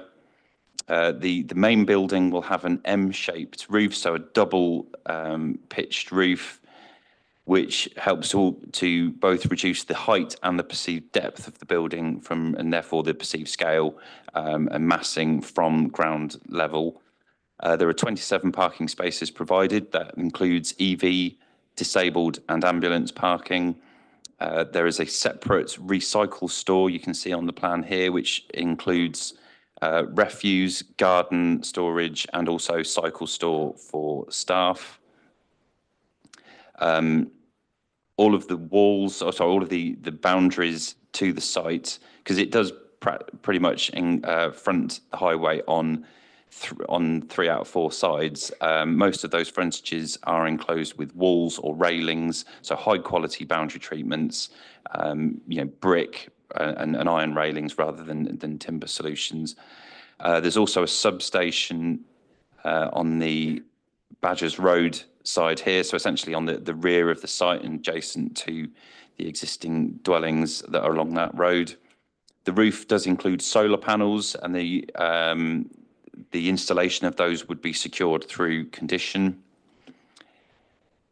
In terms of the proposed elevations, So the scheme follows a formal Georgian townhouse style in the main with 4 separate terraces. So the first section here, then there's like a sort of stone panel infill on the cranked corner of the building, then another terrace, and that's mirrored on the opposite side.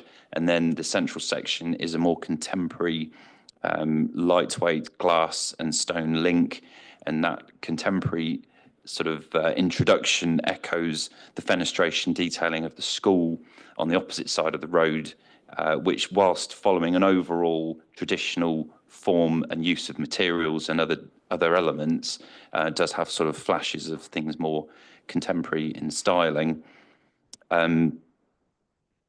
So yeah, with this, as I said, there's these stone panels, there's use of chimneys to punctuate the ridge line, there's use of parapet eaves, and overall the detailing in the main in terms of the Georgian facades is an authentic replication of the correct proportions, the correct materials, etc., to also correspond with the design code that applies to the entirety of the SUE and provides consistency in detailing. So there's possibility of provision of public art. You can see on the elevations here, there's these sort of indicative areas with sort of swirly patterns. There is a condition relating to that such that if public art were to be installed, then details of it would be submitted to and approved, so to ensure that that artwork was a positive benefit to the scheme, possibly even could have some sort of local community involvement, etc. So overall, the proposal is considered to demonstrate a high standard of design that will create an attractive landmark at this key junction of internal spine roads, helping to create a key focal square in the heart of the SUE, opposite the existing primary school and the eagerly anticipated main local centre. Although fundamentally quite a large monolith, the significant scale of the building is successfully fragmented into smaller component elements through several different elevational treatments. The Georgian townhouse rhythm of the main 4 blocks also ultimately delivers something that has very much more residential scale and character, and that would allow the development to sit comfortably along the existing adjacent dwellings that surround the site. So just to run through, in addition to that, there is the main entrance of the building, which has this modest projection and a much more contemporary style, similar to the central section on the principal elevation, and it would help. The purpose of this is to help differentiate and give legibility to the main entrance of the building. So on the rear elevation, it's again very similar styling, level of detailing, because the rear would be relatively exposed in the public realm. The only sort of key difference is the inclusion of these balconies on the rear, serving the first and second floor, and then a patio on the ground floor, which gives some outdoor amenity space to residents. I would point out that the balustrading on these balconies is deliberately tall. It's sort of 2 meters high in order to, from a health and safety perspective, for the benefit of residents within. So just to clarify on the refuse building, the refuse store. So that's just a very simple single-story functional building, quite understated in its design, but echoing the materials of the main building, designed with a blank facade towards the neighbours, and then louvered vents and other things on the garden-facing elevation, and a relatively low profile to that. Just to run through the floor plans very quickly, just so that members can have an idea as to the general arrangement. So this is I think I might not have. Yeah, so this is the ground floor. So you've got the principal entrance in at the south end of the building here. You've then got the general sort of manager's admin office, entrance seating area, the sort of reception area and visitor area in there. The 2.5 story wing contains kitchen staff equipment, staff accommodation, as in staff room, changing rooms, etc. And then the main section of the building through here is where all of the residents' bedrooms were, with the contemporary link in the middle of the structure being a mixture of dining rooms and sort of day rooms within those, and obviously access to the balconies. And then there are various other facilities throughout the building, such as quiet lounge, hair salon. The upper floors, very similar sort of model, but other things such as audio visual room, activity room, laundry, staff changing areas.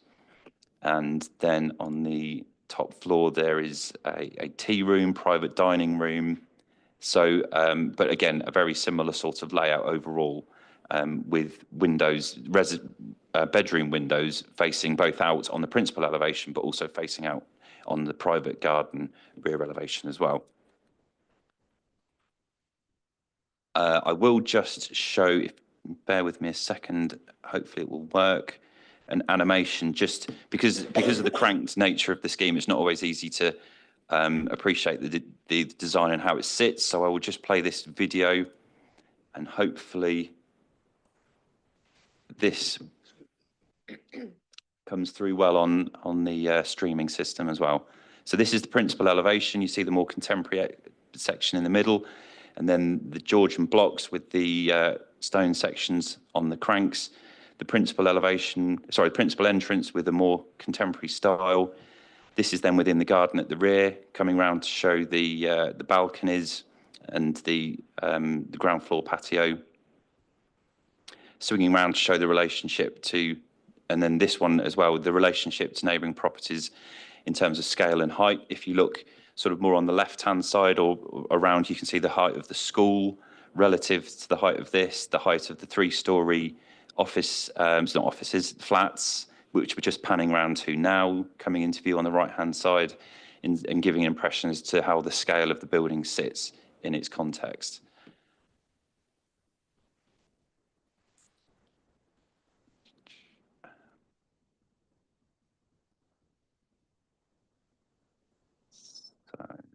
Sorry, just find the right plan. So to summarise on other matters, the development would create around 75 full-time equivalent jobs. The proposal includes a travel plan which commits to achieving a 20% modal shift. There would be no undue impact on neighbouring amenity. Biodiversity net gain will be dealt with via condition. It is a formal requirement of this application. It would most likely involve the purchase of off-site provision of biodiversity net gain via a commercial habitat bank, because there isn't the space or opportunity within the site to achieve the requisite level, but achieving it off-site is a perfectly sort of acceptable manner, or established manner in which that can be achieved. The proposal is considered to be in general accordance with the development plan and the MPPF. There are no objections from any technical consultee. The Town Council have objected, principally in relation to the amount of parking proposed, i.e. being an under provision. But following on from that, there is no objection on those grounds from the local highway authority. And there was also one objection from a neighbouring resident. With regard to updates, there are no updates to report. The application is recommended, the recommendation is that delegated authority be granted to officers to approve the application, subject to the conditions outlined in the report. Thank you, Chairman. Yes, thank you, Dan. Can we have more videos in the future? I thought it was great. He certainly did a good job. Any questions for the officer? Yes, Councillor Gonzalez. Thank you, Mr. Chairman. Just two questions, if I may. I can't find the objection from the resident or from the neighbour. That would be helpful just to understand what that was. And in terms of the highways, there's a concern here. It says, although the parking provision is below the standard required in the adopted parking SPD, there's an element there about the number of spaces. I actually agree with Toaster Town Council. It's a little bit on the restricted side when there's 73 members of staff, I think you just mentioned, and only 27 spaces. I also spotted, I think, just 3 disabled accessibility spaces on the plan there. And I think a care home of this type needs a lot more access than that. So I would suggest that that was revisited.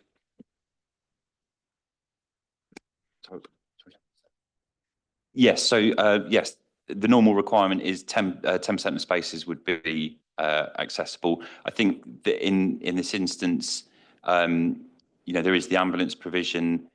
We have to remember that the care home is a 24-hour operation, so people will come and go all times a day. The demand at any one time is likely to be relatively limited. I did say that the proposal would generate up to 70 full-time equivalent jobs. That is over a 24-hour period, 24-hour operation over 7 days a week. So at any one time, there's never going to be 75 employees there. I think at any one time, the maximum is 18 on working on shift patterns. Now, clearly, at times, there will be shift changeover, which will generate a slightly higher amount. But working through this with Highways, they're satisfied that the amount of spaces that's provided is sufficient to address that shift changeover. And then obviously when there are visitors at other times, because shifts are normally 12 hours, and throughout the middle of those shift periods, there will be capacity in the car park for visitors, hairdressers, nurses, etc., to come and go and use the spaces that are vacated. So Highways are quite satisfied, and I think the amount of parking that's provided is commensurate with other similar scale schemes elsewhere.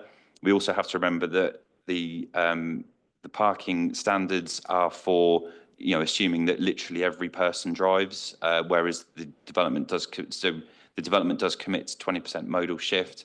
It is in the middle of the SUE built up area, so hopefully there's significant opportunities there for people to walk and cycle to work. It's very close to the bus stops, which provide a regular bus service, both with the rest of the town, but also heading down towards Milton Keynes. So I think in the balance, it's considered that the amount of parking, in addition to the fact that there is also some capacity for informal parking in the adjacent side streets and in the local centre, and there's the ability for people to do combined journeys, so they may come and visit a relative and then nip to the shops, etc., or pick the children up from school. So again, there's a lot of those sort of combined journeys which reduce the overall amount of parking demand, or allow them to be brought together. So thank you. Councillor James, then Councillor Clark. Thank you. I'd like to ask Dan if he did say there'd be on-street parking in the adjoining side streets. This site is a corner site. Are they going to be able to park not actually on the corner, but along the roads near the corner as well? That's one question. And the second question is, I think there's a reference to number 2 Kilsby Drive having adjoining the car park. But that's not, I'd like to be able to see that on the plan where number 2 is, to make sure that they're not going to be adversely affected by the car park. Okay, thank you, Chair. So from memory, I'm pretty certain that this is number 2 Kilsby Drive here. So property there with front door on this side, driveway. Oh, sorry, I forgot I'd stop sharing. Bear with me a second.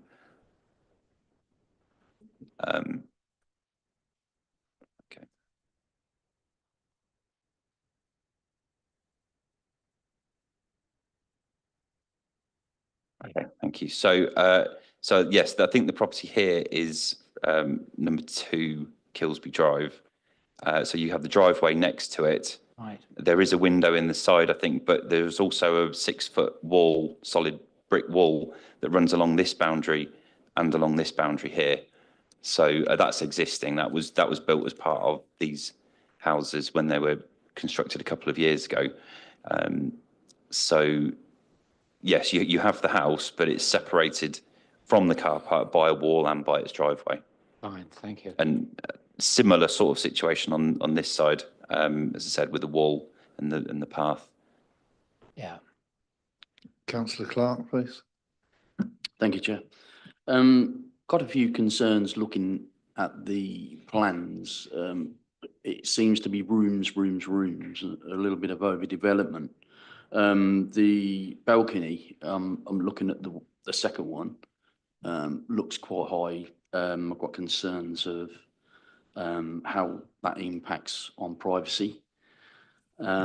Also, looking at the spaces that are provided for communal activities, so there possibly could be impact on noise. What type of service user is the home providing for? And also, obviously, parking and everything, and I'm concerned about the refuse space, the size of that for 73 rooms. Okay, thank you, Chair. I mean, in terms of the user, I think I've explained, set it out in the report. It's principally dementia care. It's not something that's, you know, that we're sort of seeking to condition exactly. I think the majority of,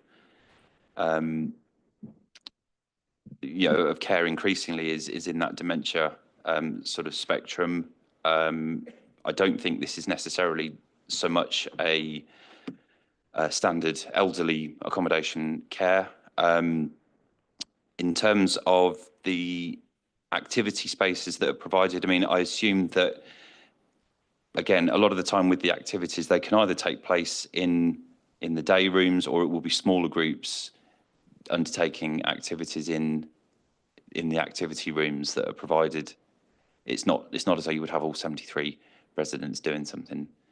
I think it was when we was looking at the vision there, the finished product, it looks quite open. If we look at this space, just where the balconies are, that's here. There, yeah. I'm just looking at privacy for neighbouring properties and also the users.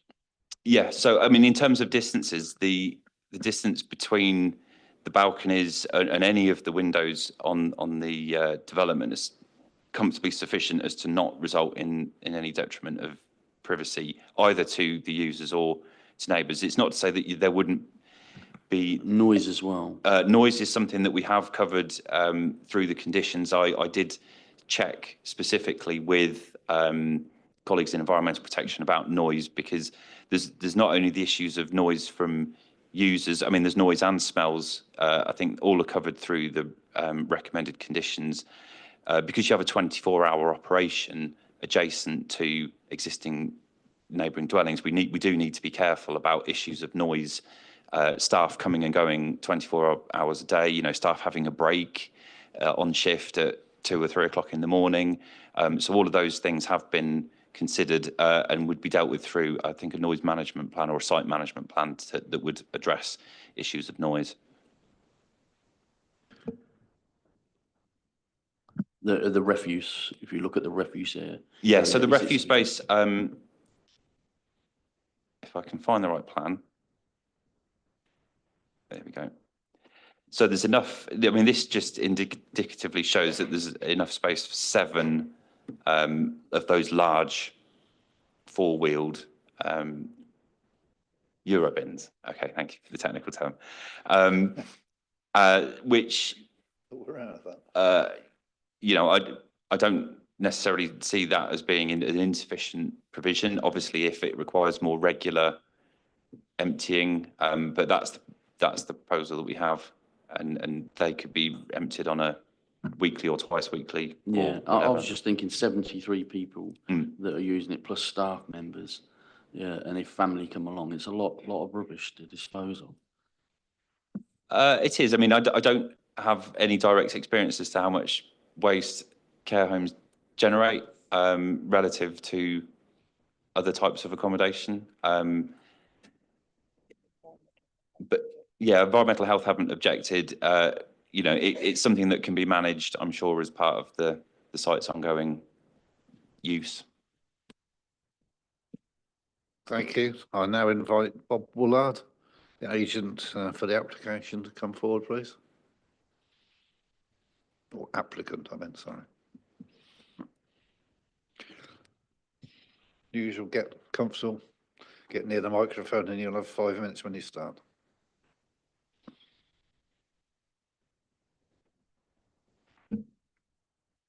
Yes, thank you, Chair. Thank you, members of the committee, for the opportunity to present this proposal for a new purpose-built care home at Towcester. This project represents a significant step forward towards delivering a much-needed care and support for some of the most vulnerable members of our community. It aims to provide a safe, comfortable and dignified environment for elderly residents ensuring they receive the best possible care in later life. The proposed care homes situated on a well-connected site within the Towcester South SUE. It will consist of 73 ensuite bedrooms, which is a standard kind of number for a care home of this nature that makes it work effectively and operationally. So that's where the numbers really come from, about making the most efficient and effective operation for the care of residents. It's surrounded by thoughtfully landscaped grounds, providing an environment that promotes both independence and community. This facility is more than just a building. It's designed to be a true home for its residents, designed for their needs with their well-being at the forefront. We believe that every individual deserves the opportunity to live with dignity, and this care home embodies that philosophy. In terms of those operational considerations, very careful considerations being given to the operational aspects of this development. C-Squared Architects, who've designed the scheme, a specialist care home architect. So in terms of things like the size of refuse stores, that's specifically designed to cater for a site of this size. In terms of traffic and parking, as Mr. Callis explained very well, staff operate on 12-hour shifts, so that reduces the intensity of parking demand at any one time, and obviously shift changes can be well managed. None of the residents will have cars themselves. There's no parking for residents because they just won't drive. They won't be of that able to drive effectively. Yeah, effectively, as well as kind of managing those shifts in terms of visitor numbers. Sadly, care homes don't get a lot of visitors, unfortunately, but there is sufficient parking, obviously, within that to manage those visitors when they do arrive.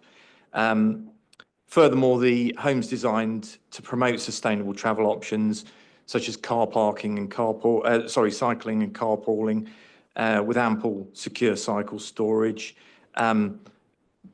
Principally, care home staff come from the local area, so they are able to walk, they are able to cycle, they are able to car share. Shift patterns, shift changes for most of the year take place during daylight hours, so it's all feasible, and obviously there are bus services, etc. as well. We've also planned, obviously, for electric vehicle charging, and these measures will really ensure the care home integrates smoothly into the existing community without negatively impacting local traffic conditions. We realistically don't anticipate parking on adjoining streets.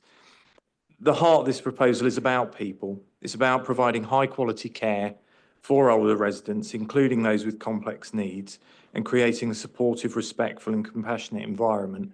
Just on the activities issue, again, it's really difficult to get elderly people outside at all.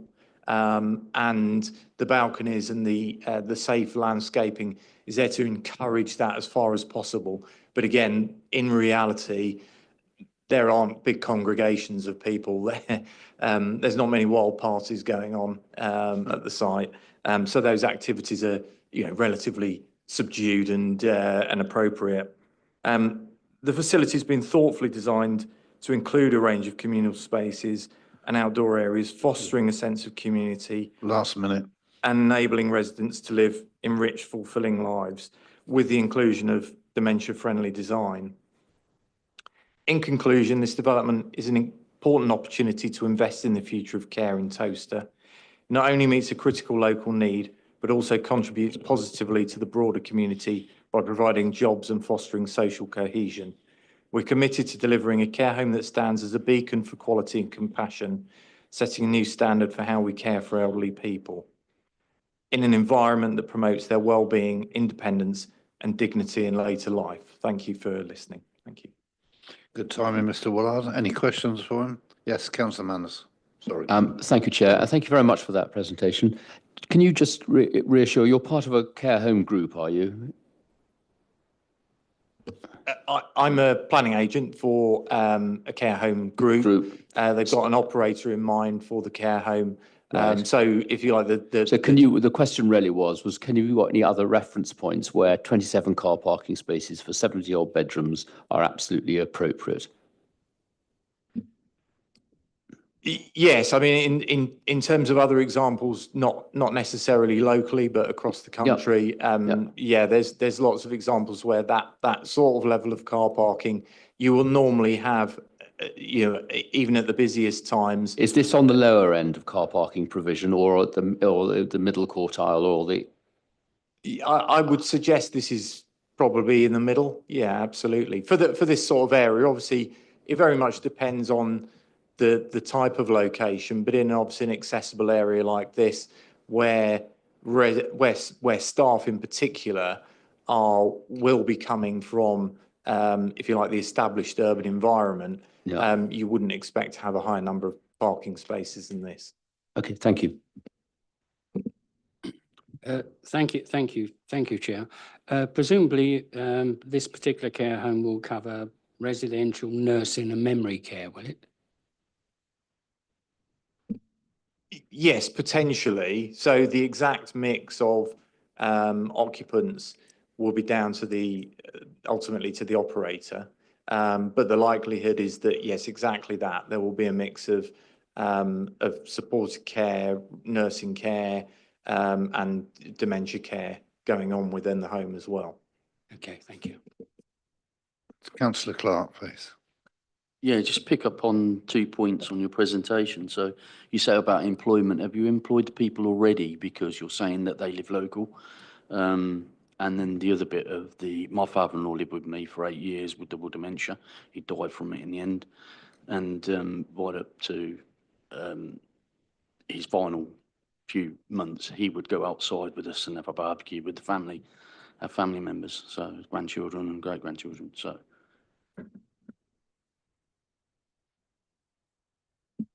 Yeah, thank you. So in terms of that last point, obviously,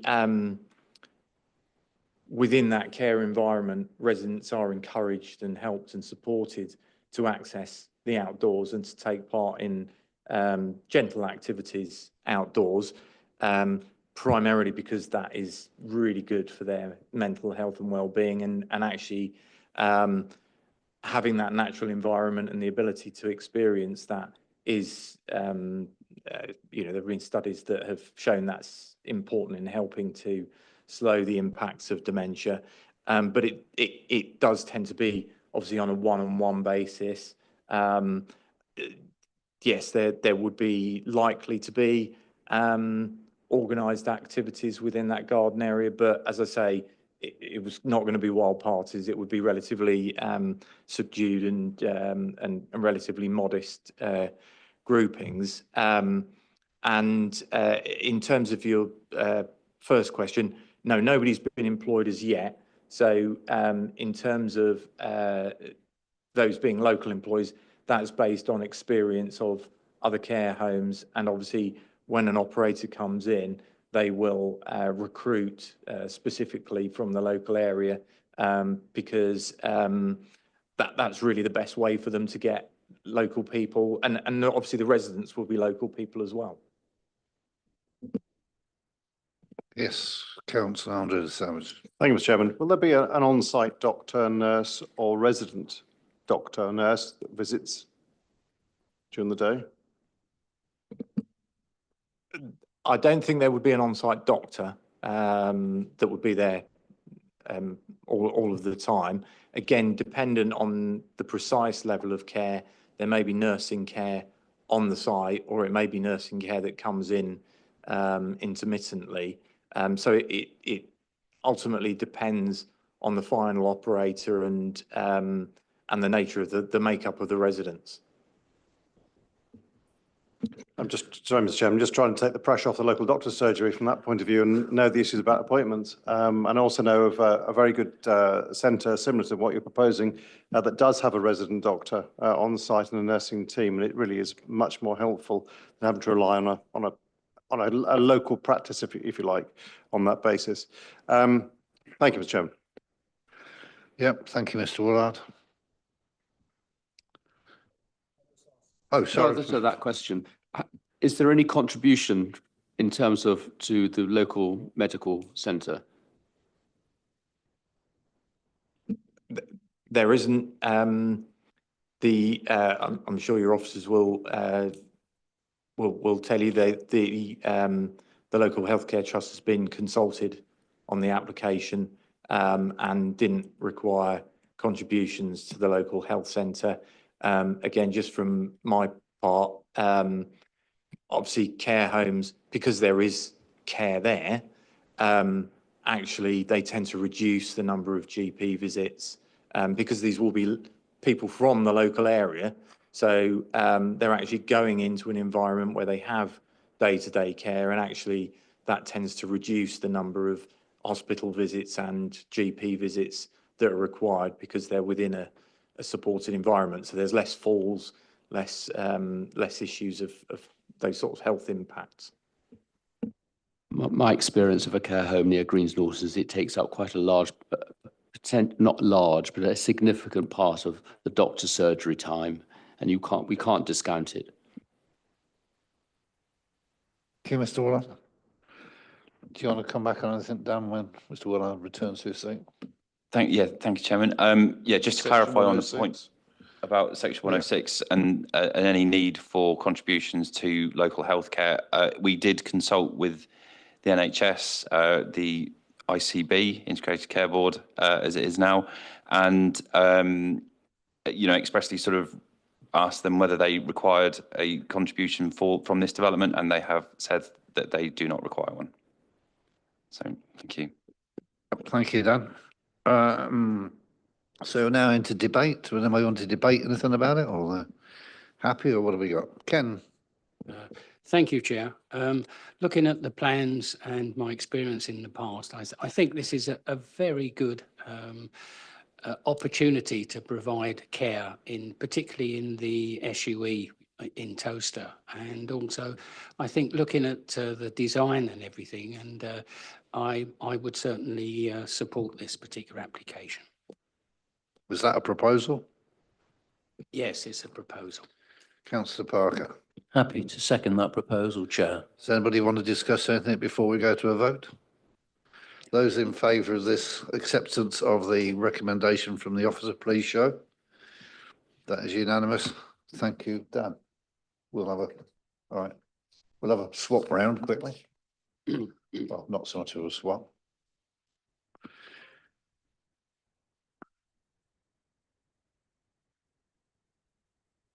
So, just the conditions, I think, isn't it? That shouldn't take long, should it? Oh. That makes sense. Oh dear. Sure.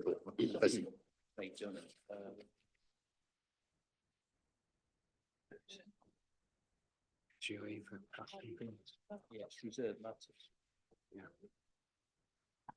Access of hearings, landscape. Yeah, reserved matters, yeah. We haven't got a lot to do with this, have we? No. No. Yeah, there's no objection.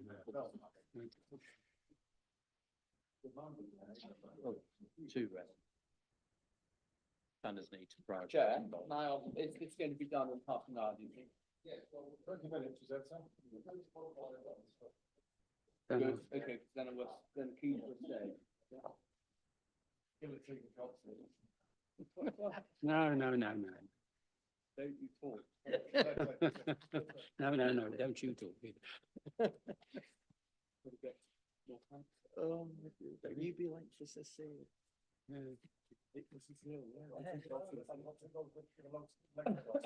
Yeah, same here. No, mine's been since 11:30.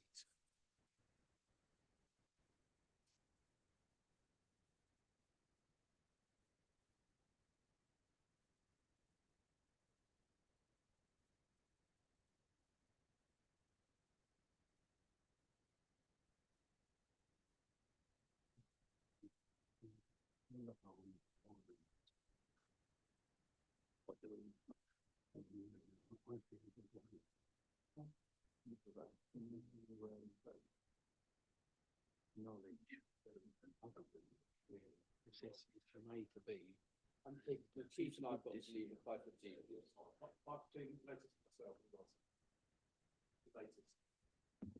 Sorry, just while we deal with some technical issues, just checking kind of, you know, who may need to leave at 5:15. Just so that we know that if you leave, obviously you won't be participating further in the debate and the vote if it goes beyond that time. Are we still call time? Call time. Call time. Call time. Corey. Need some more caffeine. Will we call it? Will.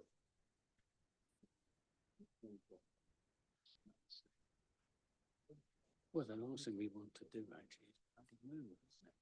Because obviously this is where the cabinet meeting. Yeah, well, are you staying for the cabinet? No, I've got I've got to set a be there. I was on a planning. Well, yeah. I thought we'd get kicked out. Yeah.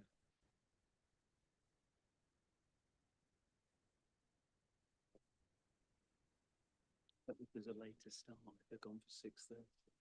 Well, I think we should have started at 11, 12.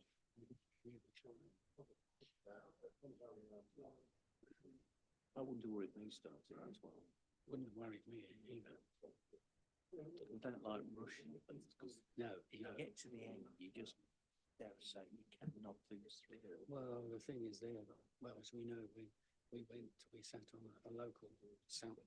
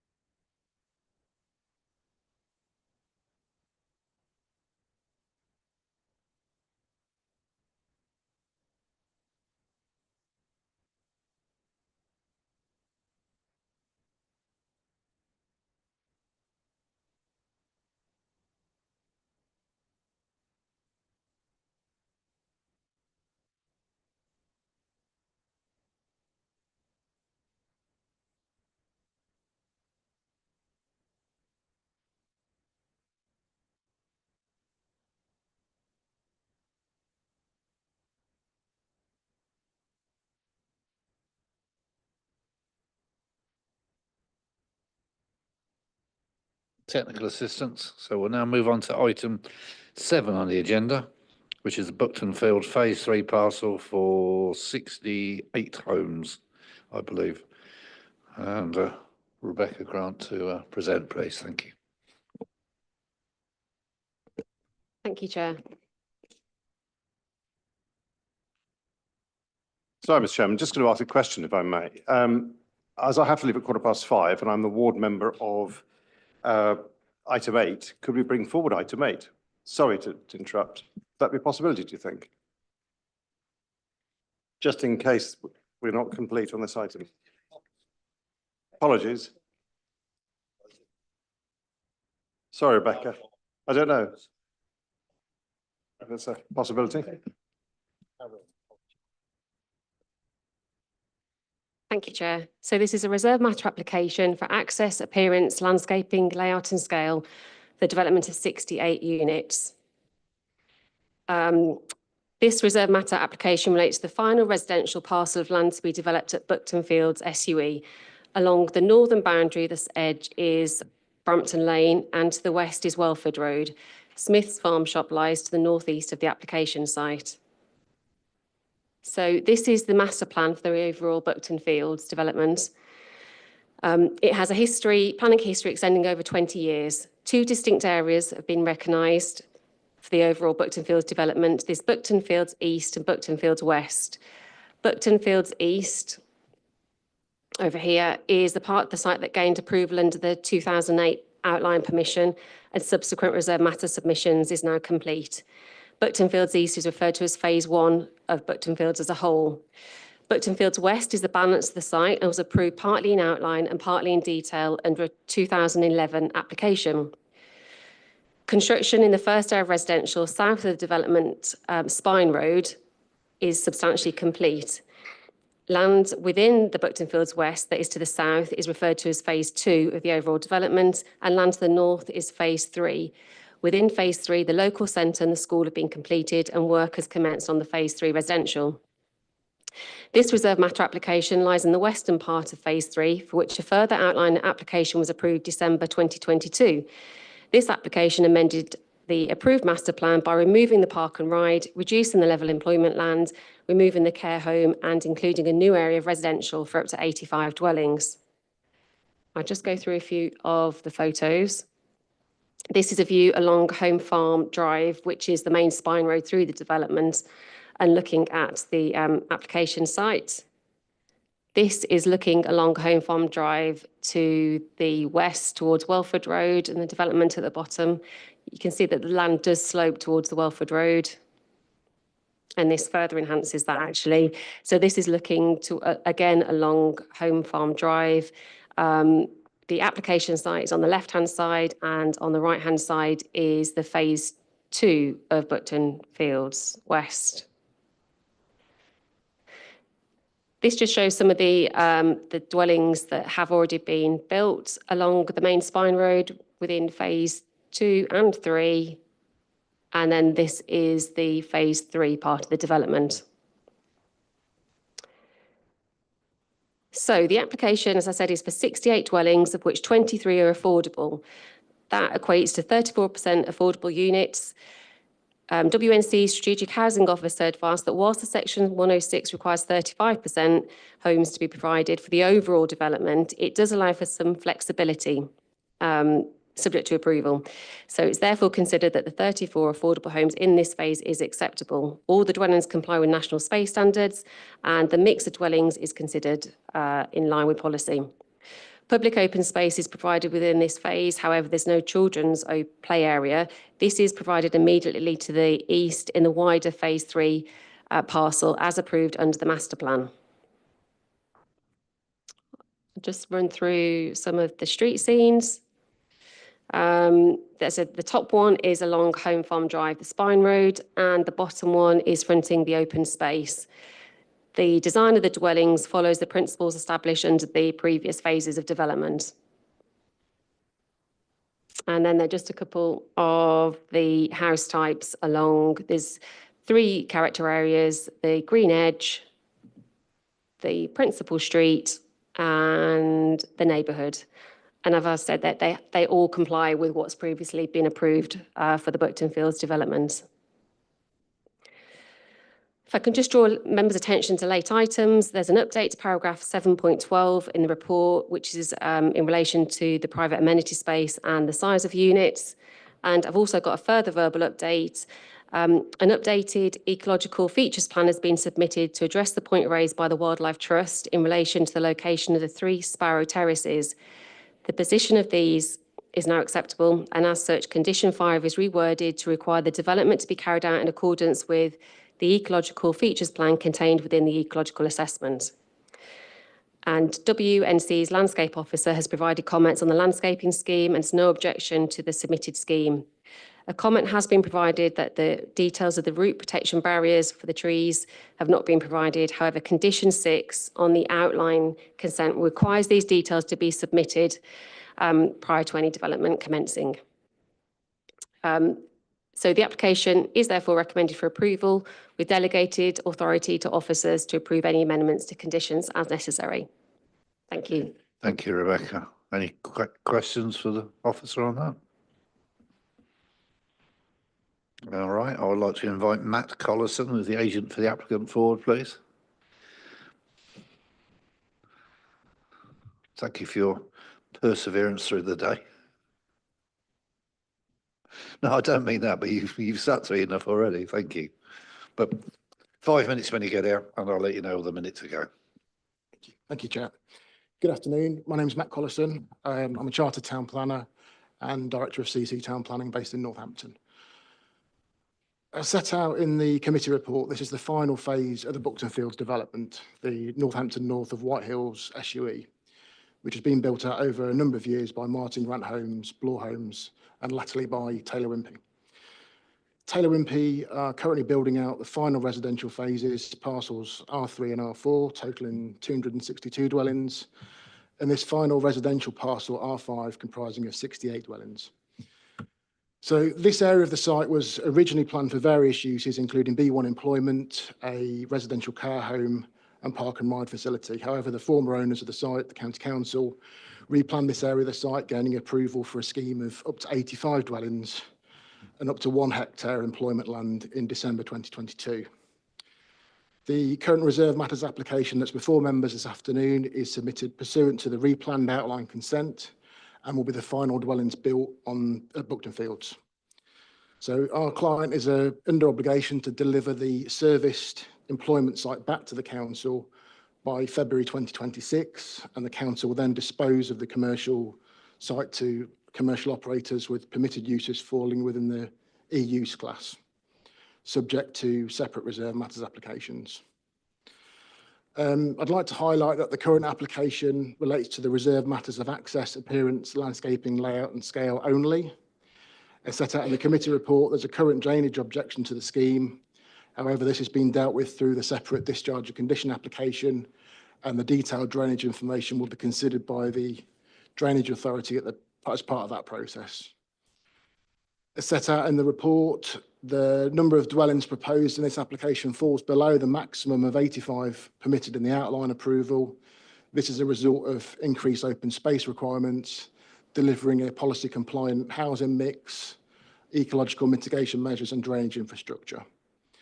The housing mix, development density and general layout all accord with policy, the requirements of the outline permission and follow up from the design approach and materials palette approved on the adjacent parcels. As set out in the committee report, there is a minor shortfall in affordable housing provision. In considering this, we'd ask members to take into consideration the significant difficulties in delivering affordable housing at the present time. The affordable housing mix and officer, the affordable housing mix has been agreed with the housing officer following extensive discussions with the applicant who they've worked with on the various phases of Buckton Fields and delivering affordable homes. The various parcels developed by Taylor Wimpey have delivered ecological enhancements, areas of public open space with a lap, leap, neep, all located within the adjacent parcels that are being built out currently, including a children's play area within 200 metres of this site. All dwellings within this current parcel R5 will have access to an EV charging point. The scheme will also secure financial contributions towards education, the delivery of the North West Relief Road, bus services, travel cards, libraries and healthcare, in addition to SIL payments. We've worked closely with officers over several months, making revisions to the scheme to provide a layout that your officers support and in response to consultee comments. The scheme complies with the outline consent and replicates the design approach, house types and materials as approved by the council on the adjacent parcels. Aside from the drainage comments, which are dealt with through the separate discharge and condition process, there's no other objections or local concerns from the parish council or residents, aside from 2 comments are set out in the report. I hope the committee will support their officer's recommendation and approve reserve matters application this evening. Thanks for your time. Yes, thank you, Mr. Collison. Any questions? Yes. Thank you, Mr. Chairman. Just a small question, sir. On page 131, the report, we've got the lead local flood authority with a concern there about flooding. Just wonder if you could give us information to mitigate that, please. Do you have the paragraph number for that, if that's okay? No paragraph. No, it's on 131. I can read it. It says, we would advise that information provided is not satisfactory to demonstrate the proposed surface water drainage system scheme for the development will adequately manage flood risk in accordance with policy BN7 of West Northants Joint Core Strategy. Okay, so essentially, there's certain types of details that we needed to submit with the reserve matters relating to the actual reserve matters. Everything else is subject to conditions imposed on the outline consent. Now, there's a separate discharge of condition application for drainage. And at the minute, the objection is more to do with a lack of detail because that detail just hasn't been provided. So that's a separate reserve matter, separate discharge of condition application that's in the process now. So that will progress. Fine. Thank you. Yep. Yep. Yes, thank you, Mr. Collison. Thank you. Any comebacks from you, Rebecca? Okay. Right, committee. Anything we want to debate on this? We're not happy about it? Or? Yes, Councillor Parker, please. Happy to support officers' advice on this one, Chair. That's a proposal, presumably. I'll second that. Does anybody have any? Andre over there, seconded it very rapidly. Is there anything we want to go through before we go to a vote? Okay, all those in favour of accepting the officer's recommendation, please show. Thank you very much. Thank you, Rebecca.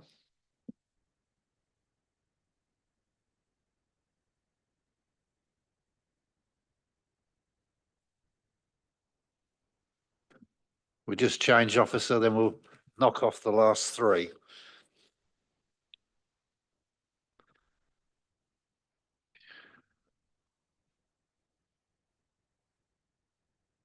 Thank you, Charles.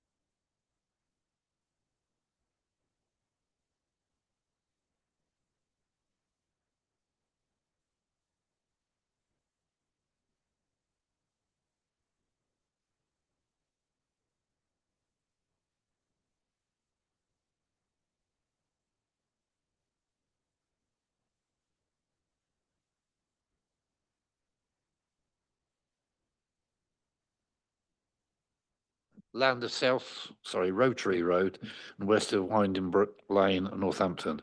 Reserve matters only. Chris Burton, please. Thank you. Thank you, Chair. So say reserve matters application, which is pursuant to outline planning permission, which was varied in 2023 by section 73. And it's the approval of phase 2B infrastructure works, including the internal link road from the Rotary Road access to the residential parcels within Northampton South SUE, the reprovision of golf course holes 3 to 7 on Collingtree Golf Course, plus associated foul surface water drainage, groundworks and landscaping. To start off, could I draw your attention to the late update, so the late representation that came in. I apologise, members, that should be for the next item. So please disregard the B&G comments that I've put in for this one on the late representation. I will reiterate those for the next application. So this is your site location plan. Obviously it sits within the SUEs or reserve matters. This is the approved master plan. So we're looking to the north in terms of the road and the golf course. This is the approved roundabout. This is the submission of the drainage. So you can see the sud ponds down to the southeast of the road and then to the west. And this is the golf course and planting plan that's been submitted with the application. The planting is conditioned via the outline on the LEMP, which is the Landscape Environmental Measurement Plan. So that's controlled within that document. Obviously, your ecology team have reviewed this as well and are happy that the planting accords with suitable ecological planting. So members, this is, as I say, a reserve matters. It's for infrastructure. There's no housing as part of this, but it will be part of sort of the opening up of the site to bring the housing in.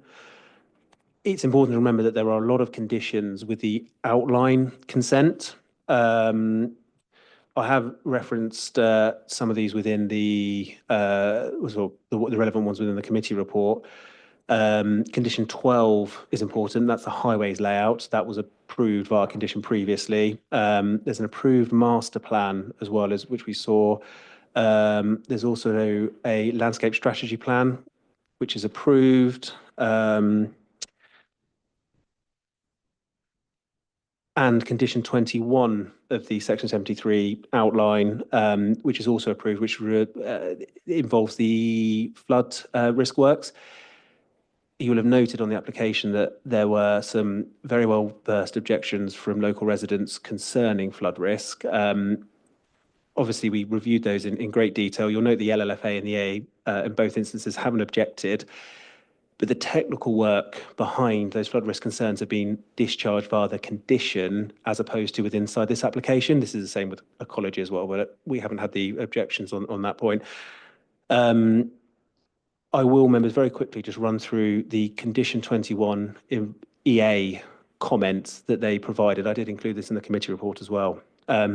We reviewed the Stantec supporting letter dated 10th of June and the Stantec hydraulic modelling report of June 2023, and I satisfies that conditions 21 and 22 can be discharged. The supporting letter shows the extensive efforts of Vistry have put into managing the flood risk from and to their development and the existing nearby properties, in particular Collingtree Park. The flood risk betterment that was originally envisioned in the outline flood risk assessment when modelled was not in accordance with national policy or condition 22 by increasing flood risk off-site. Vistry have sought alternative opportunities to reduce flood risk and provide betterment. The long-term maintenance of Wootton Brook and the floodplain within the site, which are not covered by the Section 38 and the existing Section 30 agreement for Wootton Brook, will need to be considered in more detail. This can be dealt with during the flood risk activity permitting application. Discussions are already underway on what the maintenance agreement needs to consider and what legal options are available to secure it. We have no concerns that Vistry will continue to liaise with the Environment Agency on the future maintenance of Wootton Brook and its floodplain, or that the legal agreement will not be forthcoming. And so that's from the Environment Agency. And I think the point there being there is continued dialogue on this flood risk and that there is a permitting scheme which the applicant is engaged in to continue dealing with that flood risk. So The flood concerns have been taken very seriously from the residents. And I say there's some very well thought out comments on there, but they are dealt with via the condition, not within this application. So members, your officers have put this to you that it's recommended for approval. The submission of these phase 2B infrastructure works will see the internal link road brought forward, which will serve the residential parcels within the Northampton SUE. As part of that, it requires a reprovision of the golf course, of which we have no objection, and the foul and surface water drainage works, which we have no objection from the EA and LFA on. Obviously, the principle of development has already been agreed by virtue of the outline consent and the discharge of conditions, and it's your officer's view that this meets the parameters as set out within those previous approvals. Thank you. Thank you, Chris. Any questions on that before we invite the speaker down? Yeah, no, all right. So I invite Paul Carver, the applicant, to come forward and have his 5 minutes at the microphone. Thank you for your patience. When you're ready. Good evening, everyone. Paul Carvey from Vistry. I've been involved in Collingtree for coming up 4 years. My primary site, I think I know most of you well, so I'm not going to waste any more of your valuable time, and happy to answer any questions that you may have. Members, do we have any questions? Thank you, Mr. Chairman. Welcome, Mr. Carvey, to the meeting today. I know that you've had full engagement over the 4 years with the local parish councils and obviously residents groups as well. And I'd welcome the continued support in terms of the appreciation of the concerns about flooding, as you know, and certainly issues such as management of the site and how that will be looked after once you've vacated the site. A question in terms of that and the management committee issues there, has that been agreed in terms of the company who will be managing the site? There is a management company in place for our first phase of the 349. The management company will be put in place via the Section 30 application with the golf club. All the legal mechanisms are in place with the golf. Well, the golf club is a tenant, but there are legal mechanisms that we can instill through the tenant to manage their function and us to manage our function. So between the pair of us, we will enter into the agreement with the EA, and that will resolve any long-term management concerns. So there's already an existing Section 30 agreement in place, and this will just modify that agreement to take into account the new reconfiguration of the golf course and the bridge works, etc. Lovely. Thank you very much indeed. Any more? Okay, thank you, indeed, Mr. Carvey. Thank you. Any comebacks from you, Chris? Nothing from me, thank you, Chair. Okay. Any discussion or just? Just to say, Mr. Chairman, I'm supportive of the application. Obviously, we've been working as local residents and ward councillors with Vistry Homes to ensure that obviously they do understand the importance of working with the community, and the local and resident parish councils there. Both of them appreciate obviously the work and the regular meetings that they have. So I'm fully in approval of this, and I'd propose that we accept the officer's advice on this. The seconder? Councillor James hasn't seconded it today. Right. Are we happy to go to a vote? Those in favour of the recommendation from the officer, please show. That is unanimous number of 8. Thank you. Same officer, we move on to.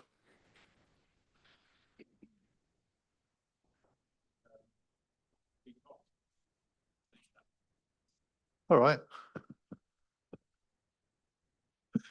And then there were 7. Magnificent as they are. So we're moving on to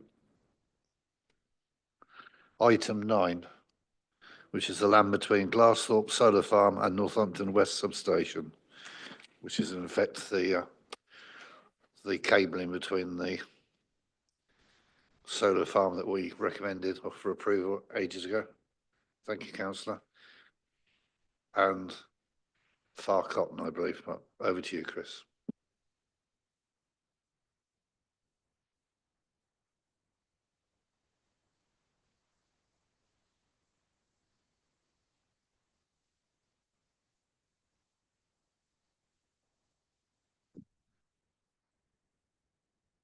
Thank you, Chair. So yes, this is the installation of underground electrical connection and communication cables extending between the consented Glassthorpe Solar Farm and Northampton West substation with temporary construction compounds and associated infrastructure. I will just for everybody read out the late representation that should have been with this. It's currently on item 8. It should be with item 9.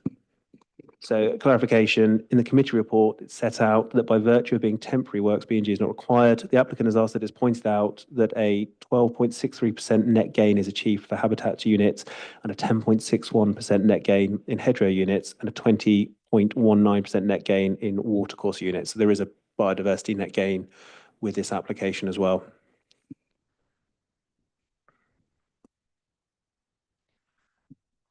So members, this is the site plan. It's around 9 kilometres long. The application was approved by yourselves in April 22 for a capacity of 59.9 megawatt solar farm. The site extends between the consented Glassthorpe Solar Farm located to the northeast of the village of Flor and the Northampton West substation located to the west of the Countess Road, Northampton. The proposed development comprises the installation of electricity transmission and fibre optic telecommunication cables underground between the solar farm and the substation and the National Grid Northampton substation. The communication cables and power cables will be installed within a cable trench approximately 1 metre deep, which is dependent on the trench location, and about 1.2 metres wide. Every 250 metres, there will be a junction box where the length of the cables are joined together. Each of those junction boxes are below ground level. The applicant has also asked me to confirm with you that the cabling will be installed at a rate of about 80 to 100 metres per day, with a construction compound forming a rolling compound due to the speed of the delivery of the cabling. You will have noted that the parish council objected with concerns over construction, traffic and the construction disruption. I can confirm that the applicant has already begun discussion with the parish council to explain to them how the development will come forward, and I will also cover off the sort of Section 50 process as well for you. So this is the typical sort of cabling, again, all underground. And then a slightly zoomed in look at the route as it moves along the road. So members, the application before you would benefit from permitted development rights under the General Permitted Development Order 2015 as amended. Section 15, which is power-related development, Part B, electricity undertakings. This allows works to be undertaken by statutory undertakers for the generation, transmission, distribution or supply of electricity for their undertaking. This includes the installation of electrical lines. The applicant isn't a statutory undertaker. The reason that this application is before you is the statutory undertaker is unable to undertake these works for the next 2 years. This means that they have to wait for their connection to the grid so that the statutory undertaker can use their statutory powers to I suppose, crack on with it. The application has been put into you because the applicant wants to connect to the grid faster. Obviously, it's a solar farm. They want to generate the energy and move it into the grid. Within the committee report, you see I've discussed that this creates a fallback position. Essentially, if the application weren't to be approved today, the applicant would wait and then fall back upon the permitted development rights, which is the statutory undertaker doing the works themselves.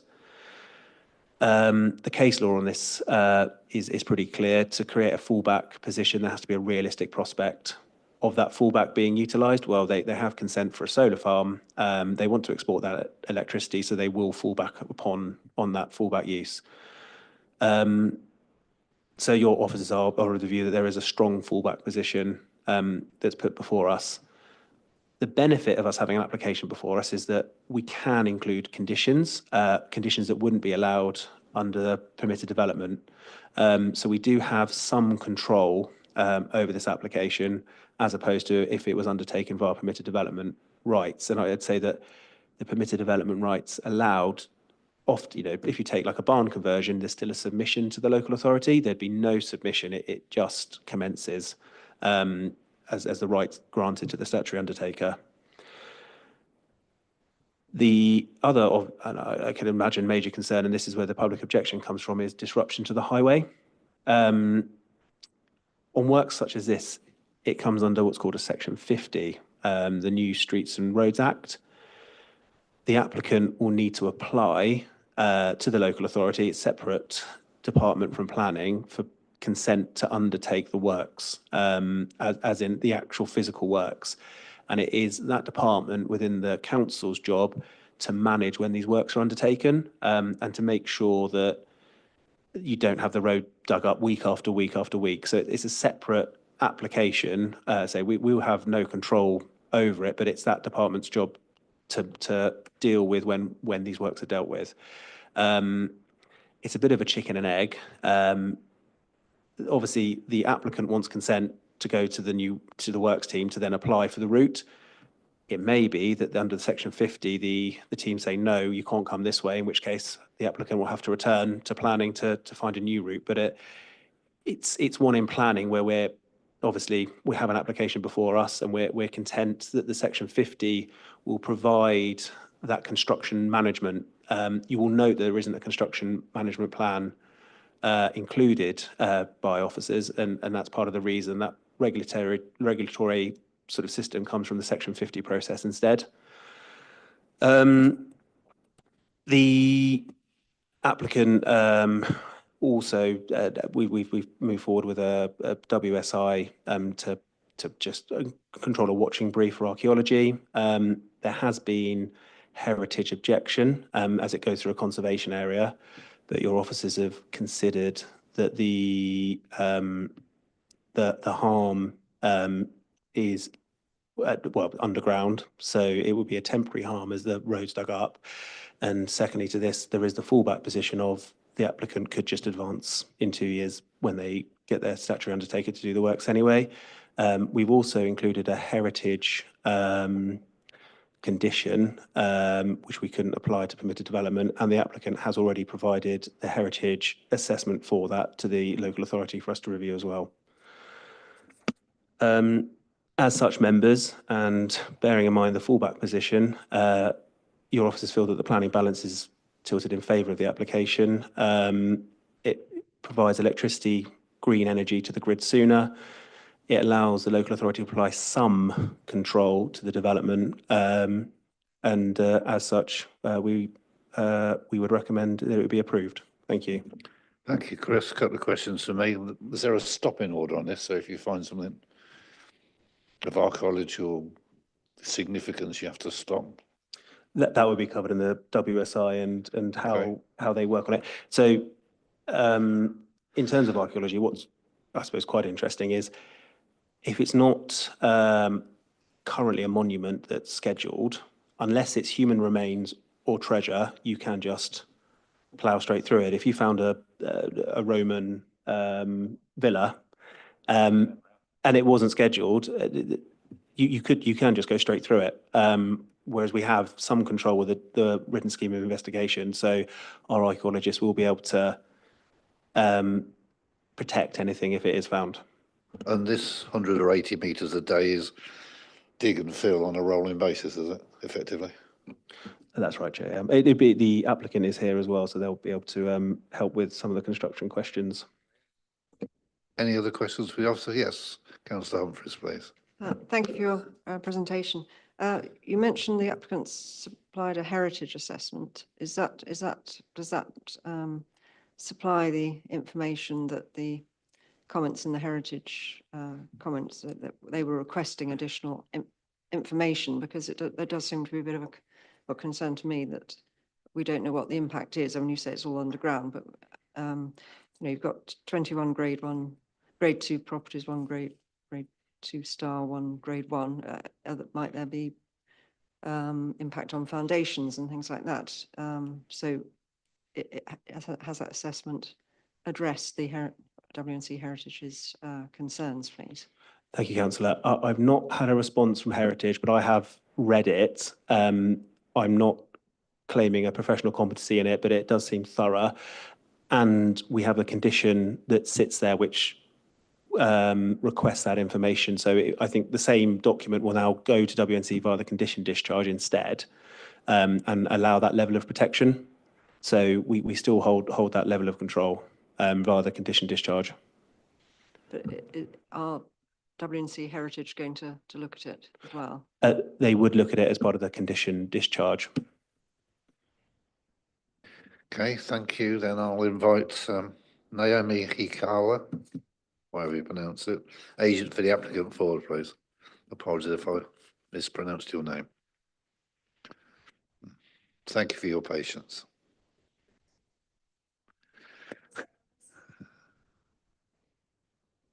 No, you have your full 5 minutes if you really need it. Okay, can you hear me all right? Okay. Good afternoon. I'm Naomi Hakelo of EDF Renewables, the applicant for this proposed cable route and for Glassthorpe Solar Farm. This cable route was chosen as it's the most direct route to the substation, avoiding unnecessary environmental impacts. Most of the cabling will be installed in road verges, with installation in the carriageway only in certain areas where there isn't enough space within the verges to avoid obstacles such as existing buried utilities and tree roots. Our planning application has been informed by detailed ecology and tree surveys, and we will deliver a biodiversity net gain of over 12%. Cable installation will be done under archaeological supervision and to ensure that heritage assets are protected, and sensitive construction methods will be used to prevent damage to tree roots. We have submitted a transport statement and construction traffic management plan, which set out construction vehicle routes and measures to control vehicle movements, including scheduled site deliveries and traffic marshals. Should consent be granted for this application, we will submit a detailed construction methodology with mitigation measures to the Highways Authority for a Section 50 highways license to carry out the works, as the case officer has explained. Our program has been pushed back since this application was submitted, and the cable route installation is now expected to begin in late 2025. We would be happy to meet with local parish councils and community groups in advance of construction to minimize any potential disturbance. Thank you very much for your time, and I'd be happy to take any questions. Any questions for Naomi? Yes, Councillor James, please.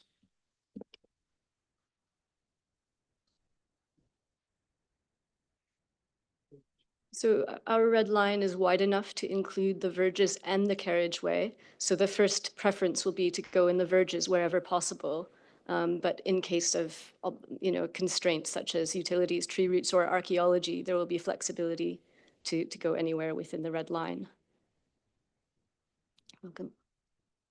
Councillor Pritchard. Very quickly, with experience of, should we say, roadworks and also digging up roads, what's the situation with regards to remedial work after you've actually finished and put the surface back? So do you mean, are you referring to the condition of the road afterwards? Afterwards, so in fact, within Yeah. 3 or 4 months after you've actually finished and trenched and so on, is there any provisions for you going back and then actually making good? Yeah, there will be a road condition survey completed in advance of construction and then afterwards to ensure that there won't be any reduction in the quality of the road surface. We would be responsible for remediating any damage, and I think that would be controlled through the Section 50 highways licensing process. Thank you. Okay, thank you, Naomi. Thank you. Oh, sorry, Yeah, sorry. How intrusive are the works? Because there's a molding tool, isn't there, that people can use nowadays? Is it a full extensive dig? Yeah, so it would normally be open trenching, but we have some different methods like vacuum excavation, horizontal directional drilling, etc. If there is, for example, tree roots or any obstacles that we need to get around. Okay, yep, thank you, Naomi. Thank you. Anything back from you, Chris, on that? Thank you. Very quickly, just for Councillor Humphreys, I just thought condition 6, reads, prior to commencement of development, the applicant or their agent shall provide a method statement for the protection and safeguarding of the historic buildings along the cable route to ensure that they are not adversely affected by the construction works. So I hope that helps deal with your concerns before the construction. And then I think I just reiterate, you may remember with other applications we've had, for example, with solar farms, we have had construction management conditions and we've had road survey conditions. You'll note we don't have those conditions now, but it's because of that Section 50 process. And it's essentially planning shouldn't really double dip, so to speak. There is a process where this will be followed and all of those works will be done. It's not for planning to apply conditions on top of basically quite a stringent permitting system, which is the Section 50. And ultimately, if there's any changes to the Section 50, it only causes problems in planning because they have to come back in and change the condition and the Section 50. But the Section 50 sits there as the sort of senior partner in terms of dealing with the operation of building this. So which is why we have not applied the conditions to it. Thank you, Chris. Are we happy with what we've heard? Do we need to debate anymore? Could I propose that we accept the officer's recommendation with regards to the... Councillor Clark seconded the motion. We'll go to a vote if nobody has anything else to say. All those in favour of the proposition, please vote. Down to the 6. Thank you. Right, the final one of the day. Chris again. Not too dissimilar to what we've just heard.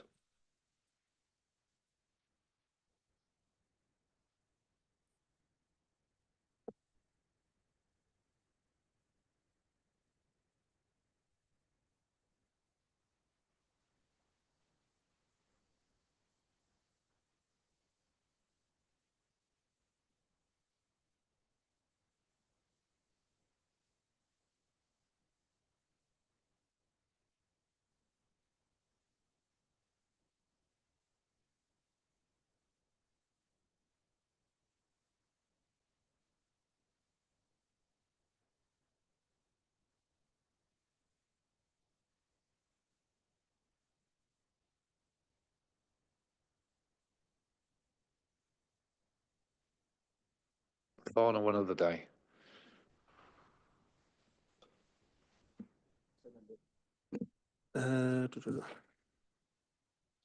So members.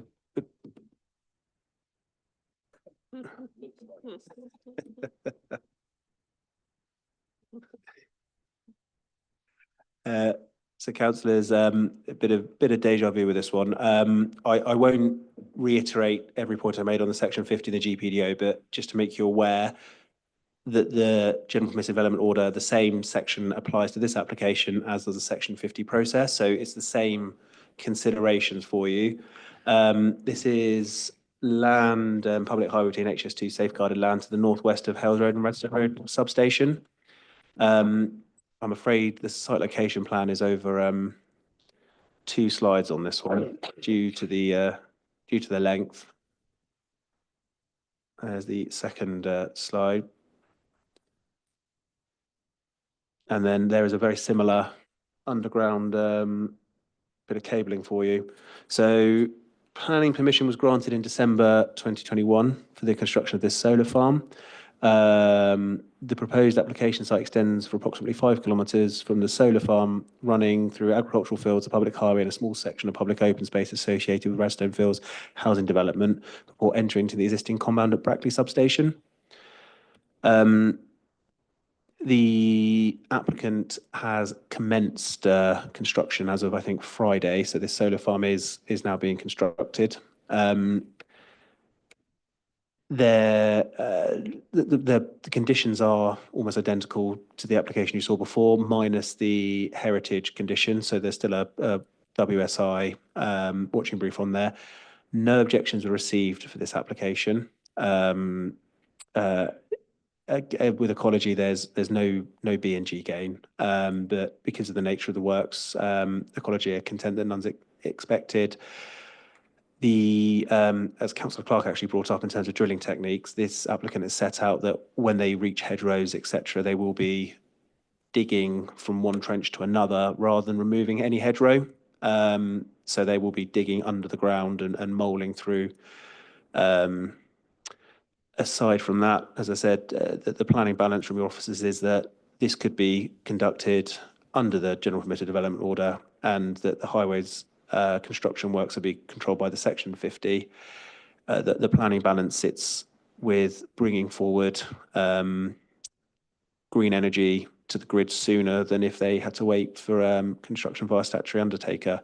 As such, your officers recommend that this is approved. Okay, thank you, Chris. Any questions for the officer? We have no public speaker on this. Unfortunately, you're not allowed to speak.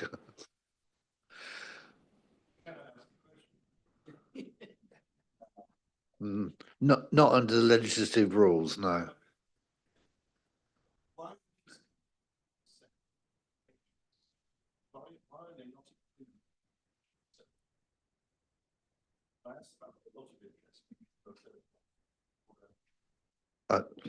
The reason they do that is they get to a point when they've, well, you explain it better, Chris, quickly for them. No, it's absolutely fine. I'm afraid that the boring planning answer is the red line is the red line, and that is where the determination sits. It's within the applicant's gift to draw a red line around the solar farm and require that to be the consideration. Because that is the red line, that is what we must consider within planning. I fully appreciate the sort of humanistic side of, well, clearly you need to connect somewhere, but as that is not within the red line, that is for a future determination. I'd say probably colloquially, the applicant is aware that they can rely upon permitted development to connect at a later date underground. But as planners and as the committee, when the solar farm is presented to them, they must determine the red line. And the grid connection doesn't fall within that red line when the solar farm is determined. Of all the solar panels we've discussed in this committee, this is the first time I've seen the application to bring it forward quickly. They normally rely on permitted development to enable it. I hope that answers your question, sir. So are we happy with this application? And if so, who wants to propose this? Councillor Clark, you can propose this. Councillor Persa can second this. All those in favour of the officer's recommendation, please show. Back to the Magnificent Seven. Thank you very much indeed for your perseverance and your good judgments today. Thank you for that. We'll close the meeting at 5:40.